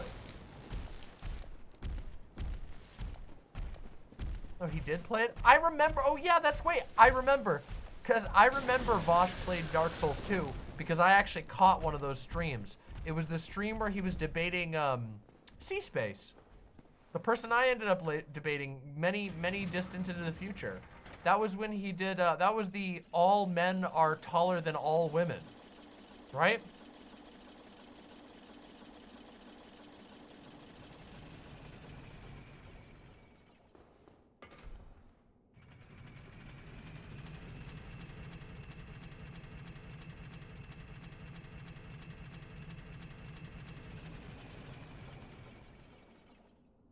He brought a binder, actually, more than a notebook.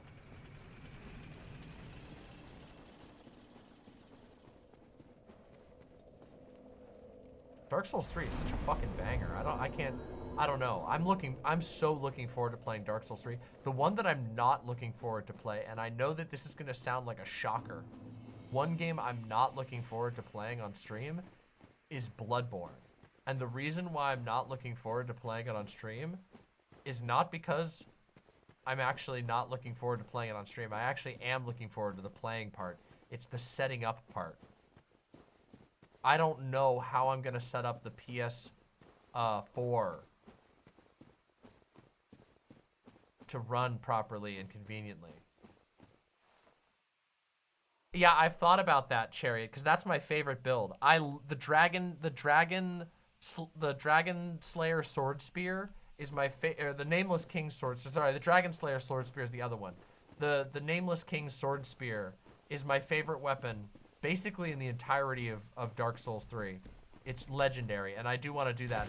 But I've also considered doing a Pyromancy build, because Pyromancy is so fucking cool in Dark Souls 3, but also it would be really fun to be able to play the Sword Spear build, because it's just awesome. And I want to show you guys how much fun it is when I play with the Sword Spear. The fact that I'm going to have to figure out how to get the PS4 thing in here is going to be really annoying. Alright, everybody. Prepare yourselves. Pay close attention now. We're about to do something fucking wild. I love Bloodborne. Bloodborne is my overall favorite FromSoft game. I love Bloodborne. It's very special to me.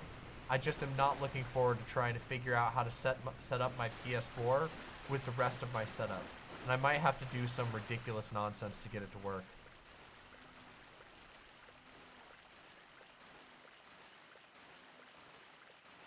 Alright, everybody, pay attention.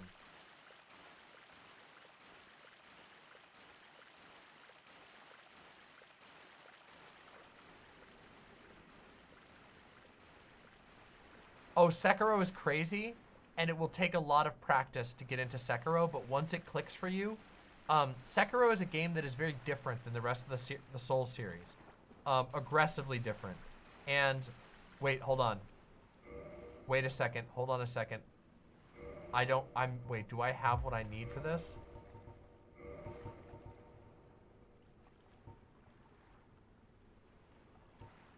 This one? I thought it was the Dusk Ring. You need the Dusk Crown Ring. Wait, is that the one that you need?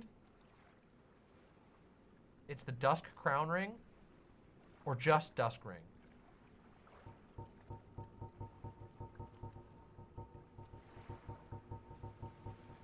I think it's this one. Alright, ready? Yes, it is much more, it is a rhythm game. Very much so. You do have to break yourself out of Dark Souls mentality. There are some similarities, but it's actually its own distinct thing. No. No. No. Wait, isn't this thing supposed to talk to me? No, wait. Am I supposed to kill this thing? Shit, I can't remember. Am I supposed to kill this thing?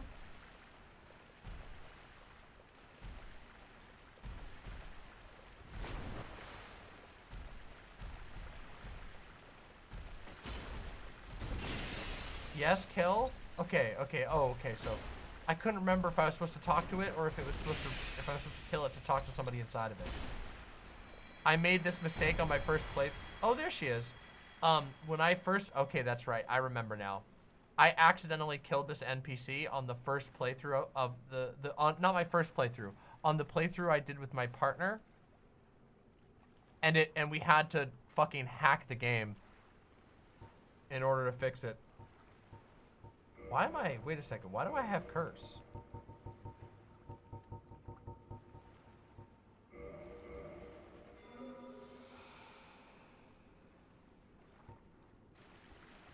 Why do I have curse? Why won't my curse go away? What's going on here? Has Seath killed me? I took the rock. I took the purging stone. Why do I still have curse? So, I just took one right 'tis now. thou who rescueth me. Most gracious, Dusk! I am deeply obliged. I am Dusk of Ulasil. I cometh from an age long before thine. I cannot stay here for long. So, before I disappear, allow me to ask one thing. My home, Ulasil, is the home of ancient sorceries. My hope is to pass this profound knowledge to thee, with thine approval. Would this be of assistance to thee? Yes. My heartfelt thanks. I am pleased beyond words. Then I shout, engrave my signature. If thou art in need, pray summon me from my signature. It seems that my time is done. May the great flames guide thee. Bye! Now what?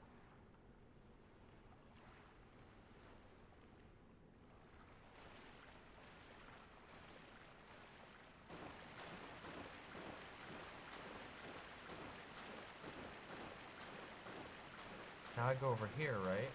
Should be a...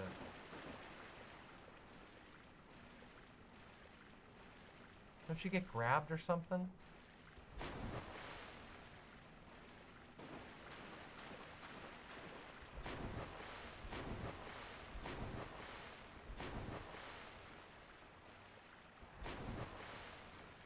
Aren't I supposed to get grabbed?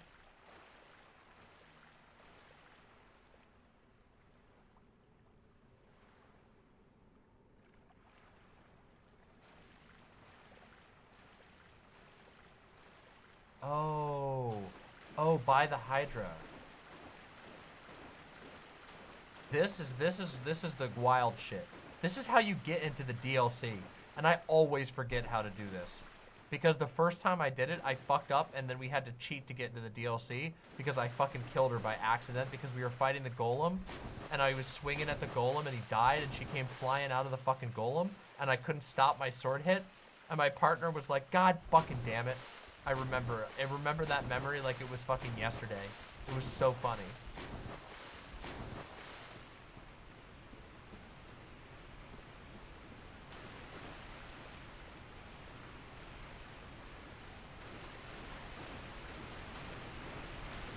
You do also need the pendant. I have the pendant. And no you don't. No you don't. You don't need any pendant. What pendant? The broken pendant? That's the fucking meme, isn't it? Oh no, this isn't, there's another thing, isn't there? Do I have Dusk's pendant?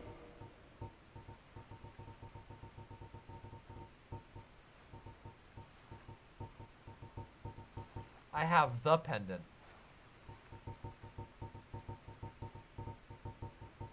Damn it. Do I have to come back? Where do I have to go to then? Quit out and reload. Well, here's her summon sign. So wait, can I not use her summon sign then? Oh, I can't. Wait, I can. Well, I killed that enemy.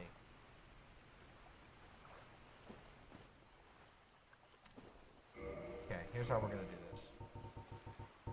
Alright, here's how we're gonna do this. I got a fancy I'm on a brainwave, okay? Duke's Archives.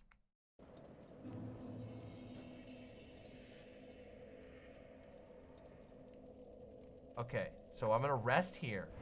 Now we warp to the Duke's Archives. Now we warp to Duke's Archives. Now we don't touch. Good night, Mycena.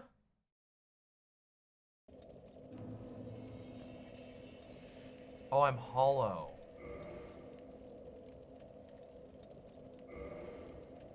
Shit. Now I can't touch this.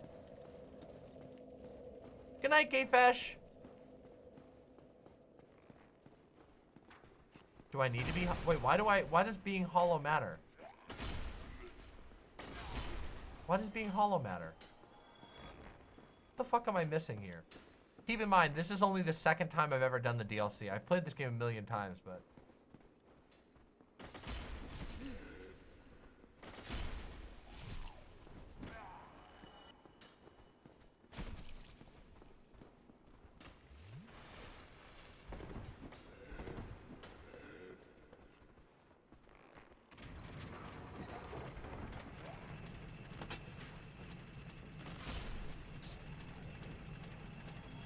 Not what I meant. Can't summon while hollow? You can summon NPCs while hollow. You just can't get invaded while hollow. You can definitely gold summon NPCs while hollow. Her sign showed up and everything and it said I could summon.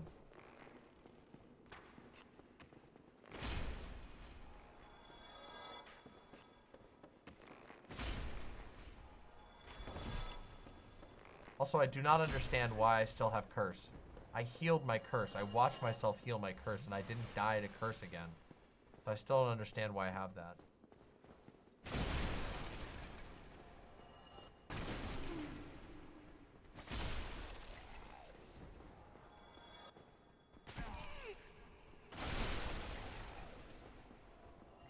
Fucking man. Oh, you bitch.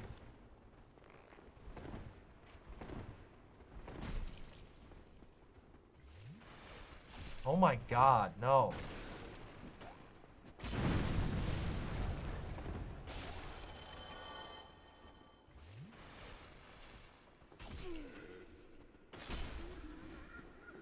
The fuck?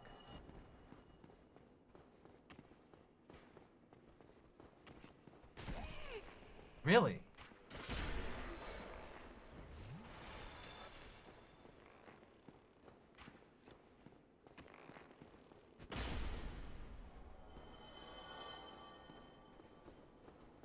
I killed that guy. Maybe I need to do it after. Oh my god. Fuck you. Oh, I have that shitty crown ring on. That's why I'm fat rolling.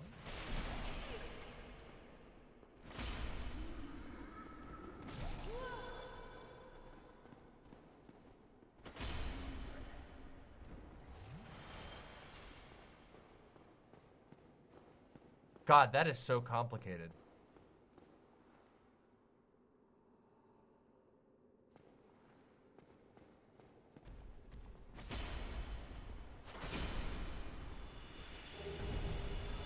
There's the broken pendant. Alright. Let's look at the broken pendant item. Now that's a key item this time, right? Broken pendant. Half of a broken stone pendant. The vine appears to originate from Ulasil. A powerful magic can be sensed from this ancient stone, yet men of this time can neither manipulate nor sense its power, which has a distinct air consisting of both reverence and nostalgia. Did you see the whole Claudine Gay plagiarism situation? I've heard of it, but I don't know enough about it, and I'll be completely honest.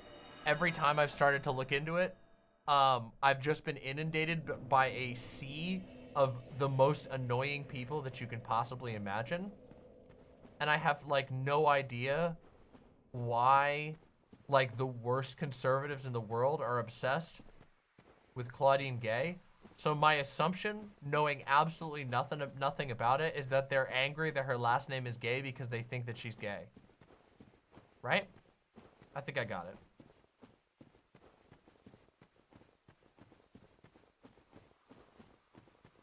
Shit. I need to reverse hollowing. Fuck!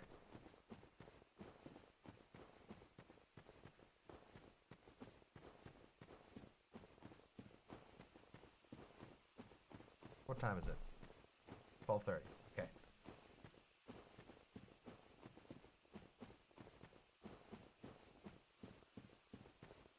You who remain now are my loyalists' imps. You mean the world to me. She's black. Chris Rufo was calling her a diversity hire and going after her as a symbolic attack on CRT.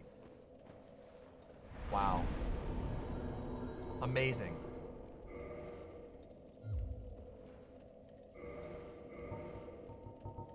Yep, sounds about right. Yeah, Chris Rufo. That guy's a goof. He's a goof. Let's put it that way.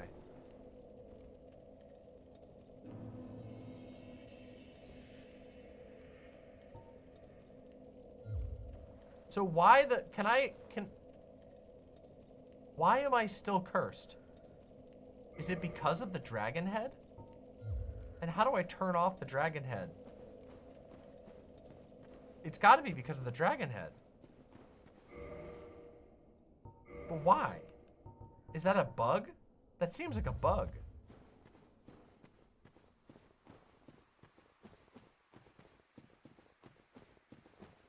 So because I got cursed while wearing the dragon head, now whenever I... Oh, it's the fucking ring! Oh, thank you! I forgot it halves your HP. Thank you. Oh, that makes so much sense. It's not curse, it's because of the fucking ring. I forgot the ring has that stupid effect. So before you get grabbed, reverse hollowing and summon her. That way I can get her armor. Then go back to where the golden golem was. Okay, I'll do that.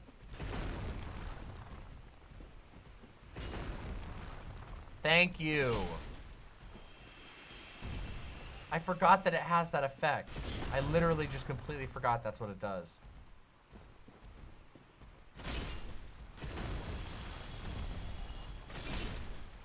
Got him. We've almost made it, everybody. This is going to be a momentous moment.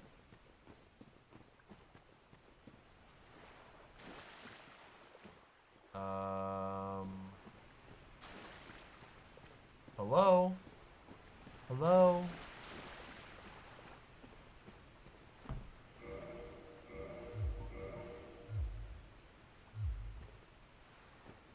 Hello?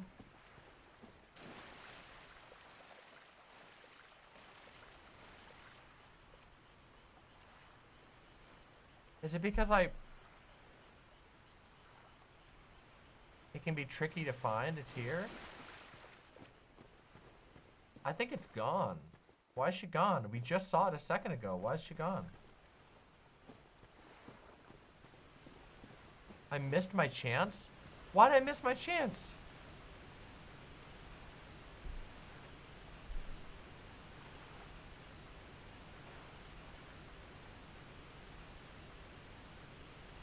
I should have... It's still here for real? Are you 100% sure about that? Manus grabs her after you get the pendant. Why did I get the pendant? Why did people tell me to go get the pendant?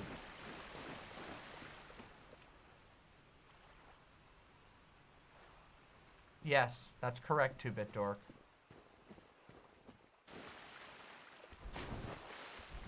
I don't think so. You have to get the pendant after you save her. It can be in the water.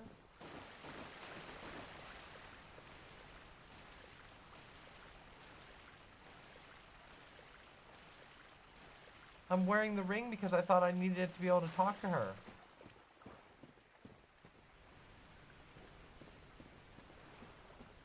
Do I not?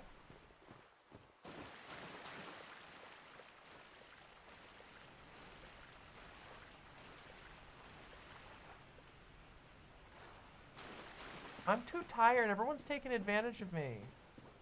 People are messing with me. I was trusting people. This is a foolish mistake. Never trust the chat. They will always leave you.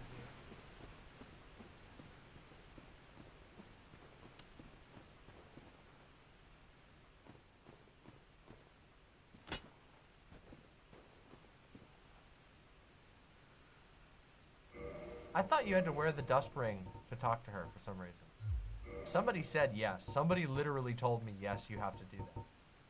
But, I said, for some reason I remembered that. I must be thinking of something else. Now my health's back.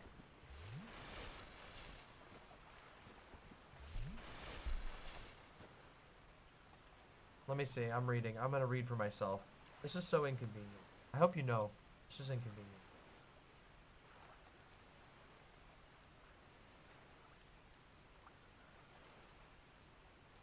I know, it's true. You're right, you're right. I know you're right. I know you're right, Chariot. I know. I should trust you and not anybody else.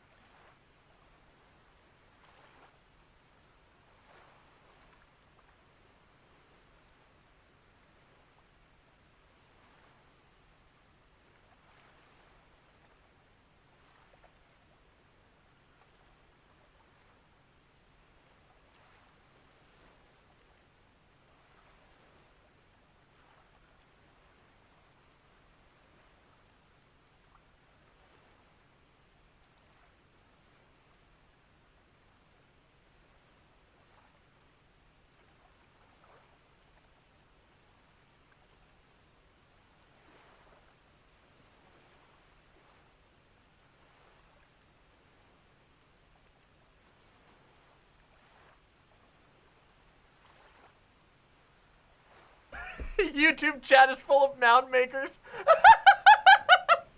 Literally true. Actually, unironically true. Okay, so I don't know. I don't know here. This is confusing. Okay. If her sign is not there, you may need to reload the game. Hold on.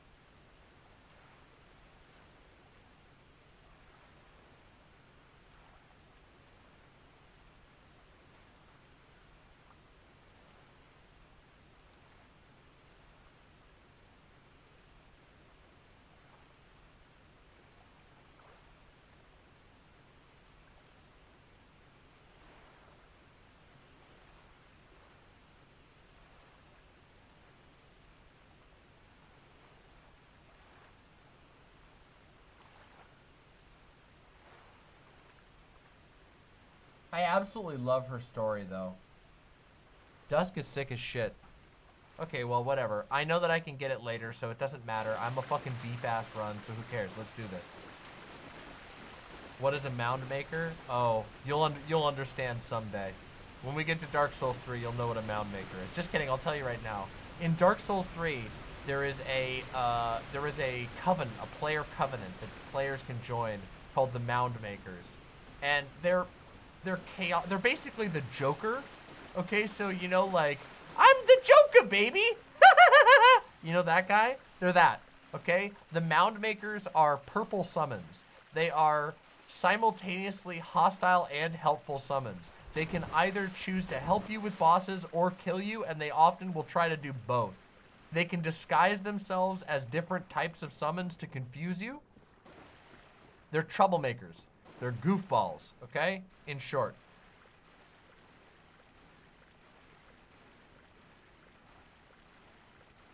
So that's a mound maker. Uh-oh, look. This is how we know we goofed it up.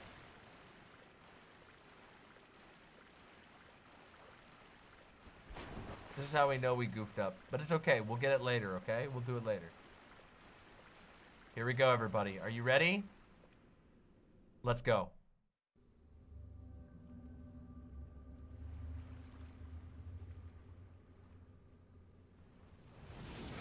Ah! A big hairy arm. Ah!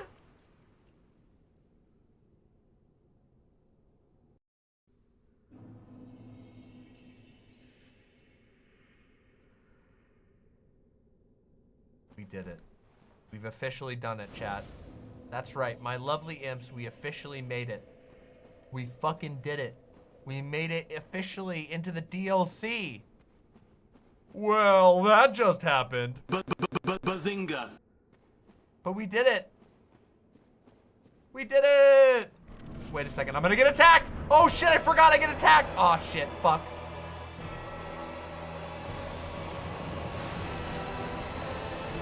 Okay, bonus boss fight, bonus boss fight.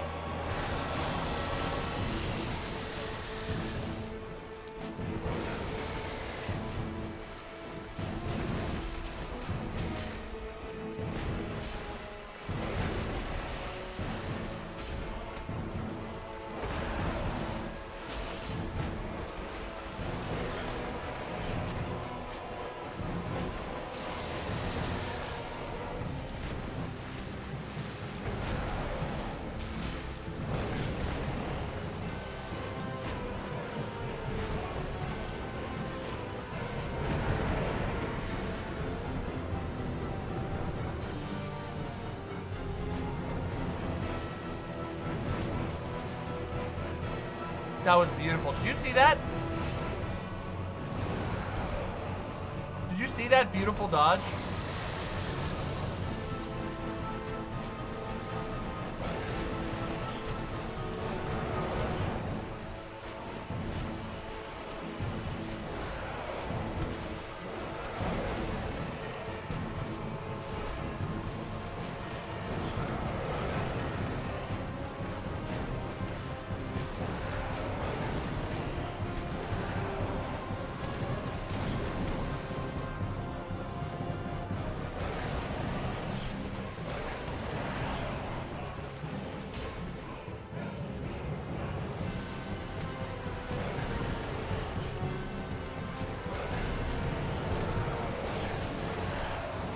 For real?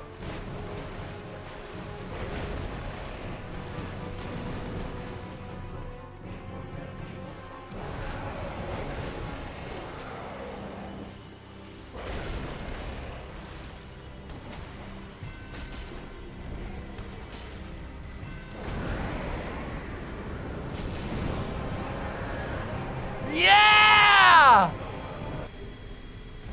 Oh! Oh, didn't matter now, did it? Didn't matter. You can roast me all you want. You can roast me all you want, but... Well, what is it?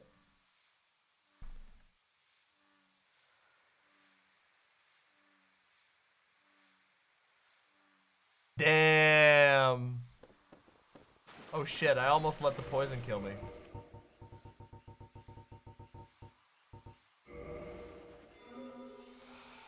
True! A fucking Miss Miracle. Now, where the fuck did I... That where I came from? Or is that where I came from? Oh shit, screen. Thank you. Can you wait? Is that a tail cut? Oh, there is a tail cut for that boss. Well, not anymore, there isn't. Not in this playthrough, there isn't. We don't need it. Who cares? There should be a bonfire up here, right? Yeah. Okay, the real secret is, I forgot about that boss completely, but this is nice because it means that you all get to see the coolest thing ever.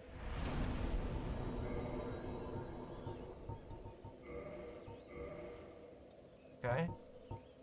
You guys get to see the coolest thing ever.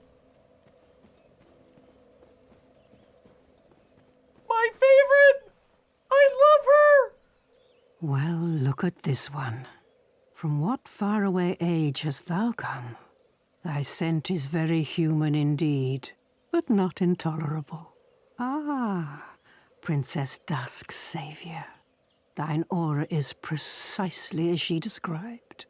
I thank thee deeply for rescuing Her Highness. But Princess Dusk is here no longer, snatched away by that horrifying primeval human. And so I must ask, couldst thou once more play the savior? Thank you. I am Elizabeth, guardian of this sanctuary, something of a godmother to Princess Dusk. I shall assist thee to my utmost, for I am one with the sorceries of Oolacile. True, Chariot. See? She's so me. Thou shalt see further on. An abyss was begat of the ancient beast, and threatens to swallow the whole of Oolacile. Knight Artorius came to stop this. But such a hero has nary a murmur of dark. Without doubt he will be swallowed by the abyss, overcome by its utter blackness. Indeed, the abyss may be unstoppable. Still, I have faith that Princess Dusk may be rescued yet. Thou shalt see further on. An abyss was begat of the ancient beast, and threatens to swallow the whole of Oolacile. Night up without, indeed, still. Knight Artorius doesn't know anything about the dark, but I do. That's why this is my burden to bear.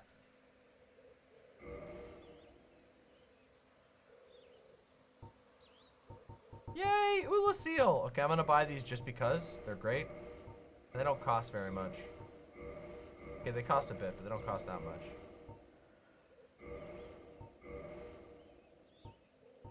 We get it? Sorcery catalyst of the lost land of Oolacile, formed by enchanted white bark branches. The white bark boosts sorcery adjustment, but the sorceries of this lost land are gentle and not affected by intelligence. Oh yeah, that's right. This one is like you can use the Oolacile spells without needing to May be the smarty flames guide thee. May the flames guide thee. So pretty. Look at her sweet little zone. I love Elizabeth.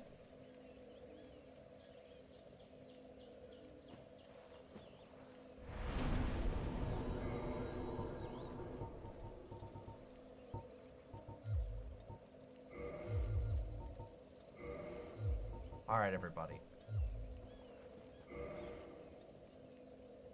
Time. It's that time of night.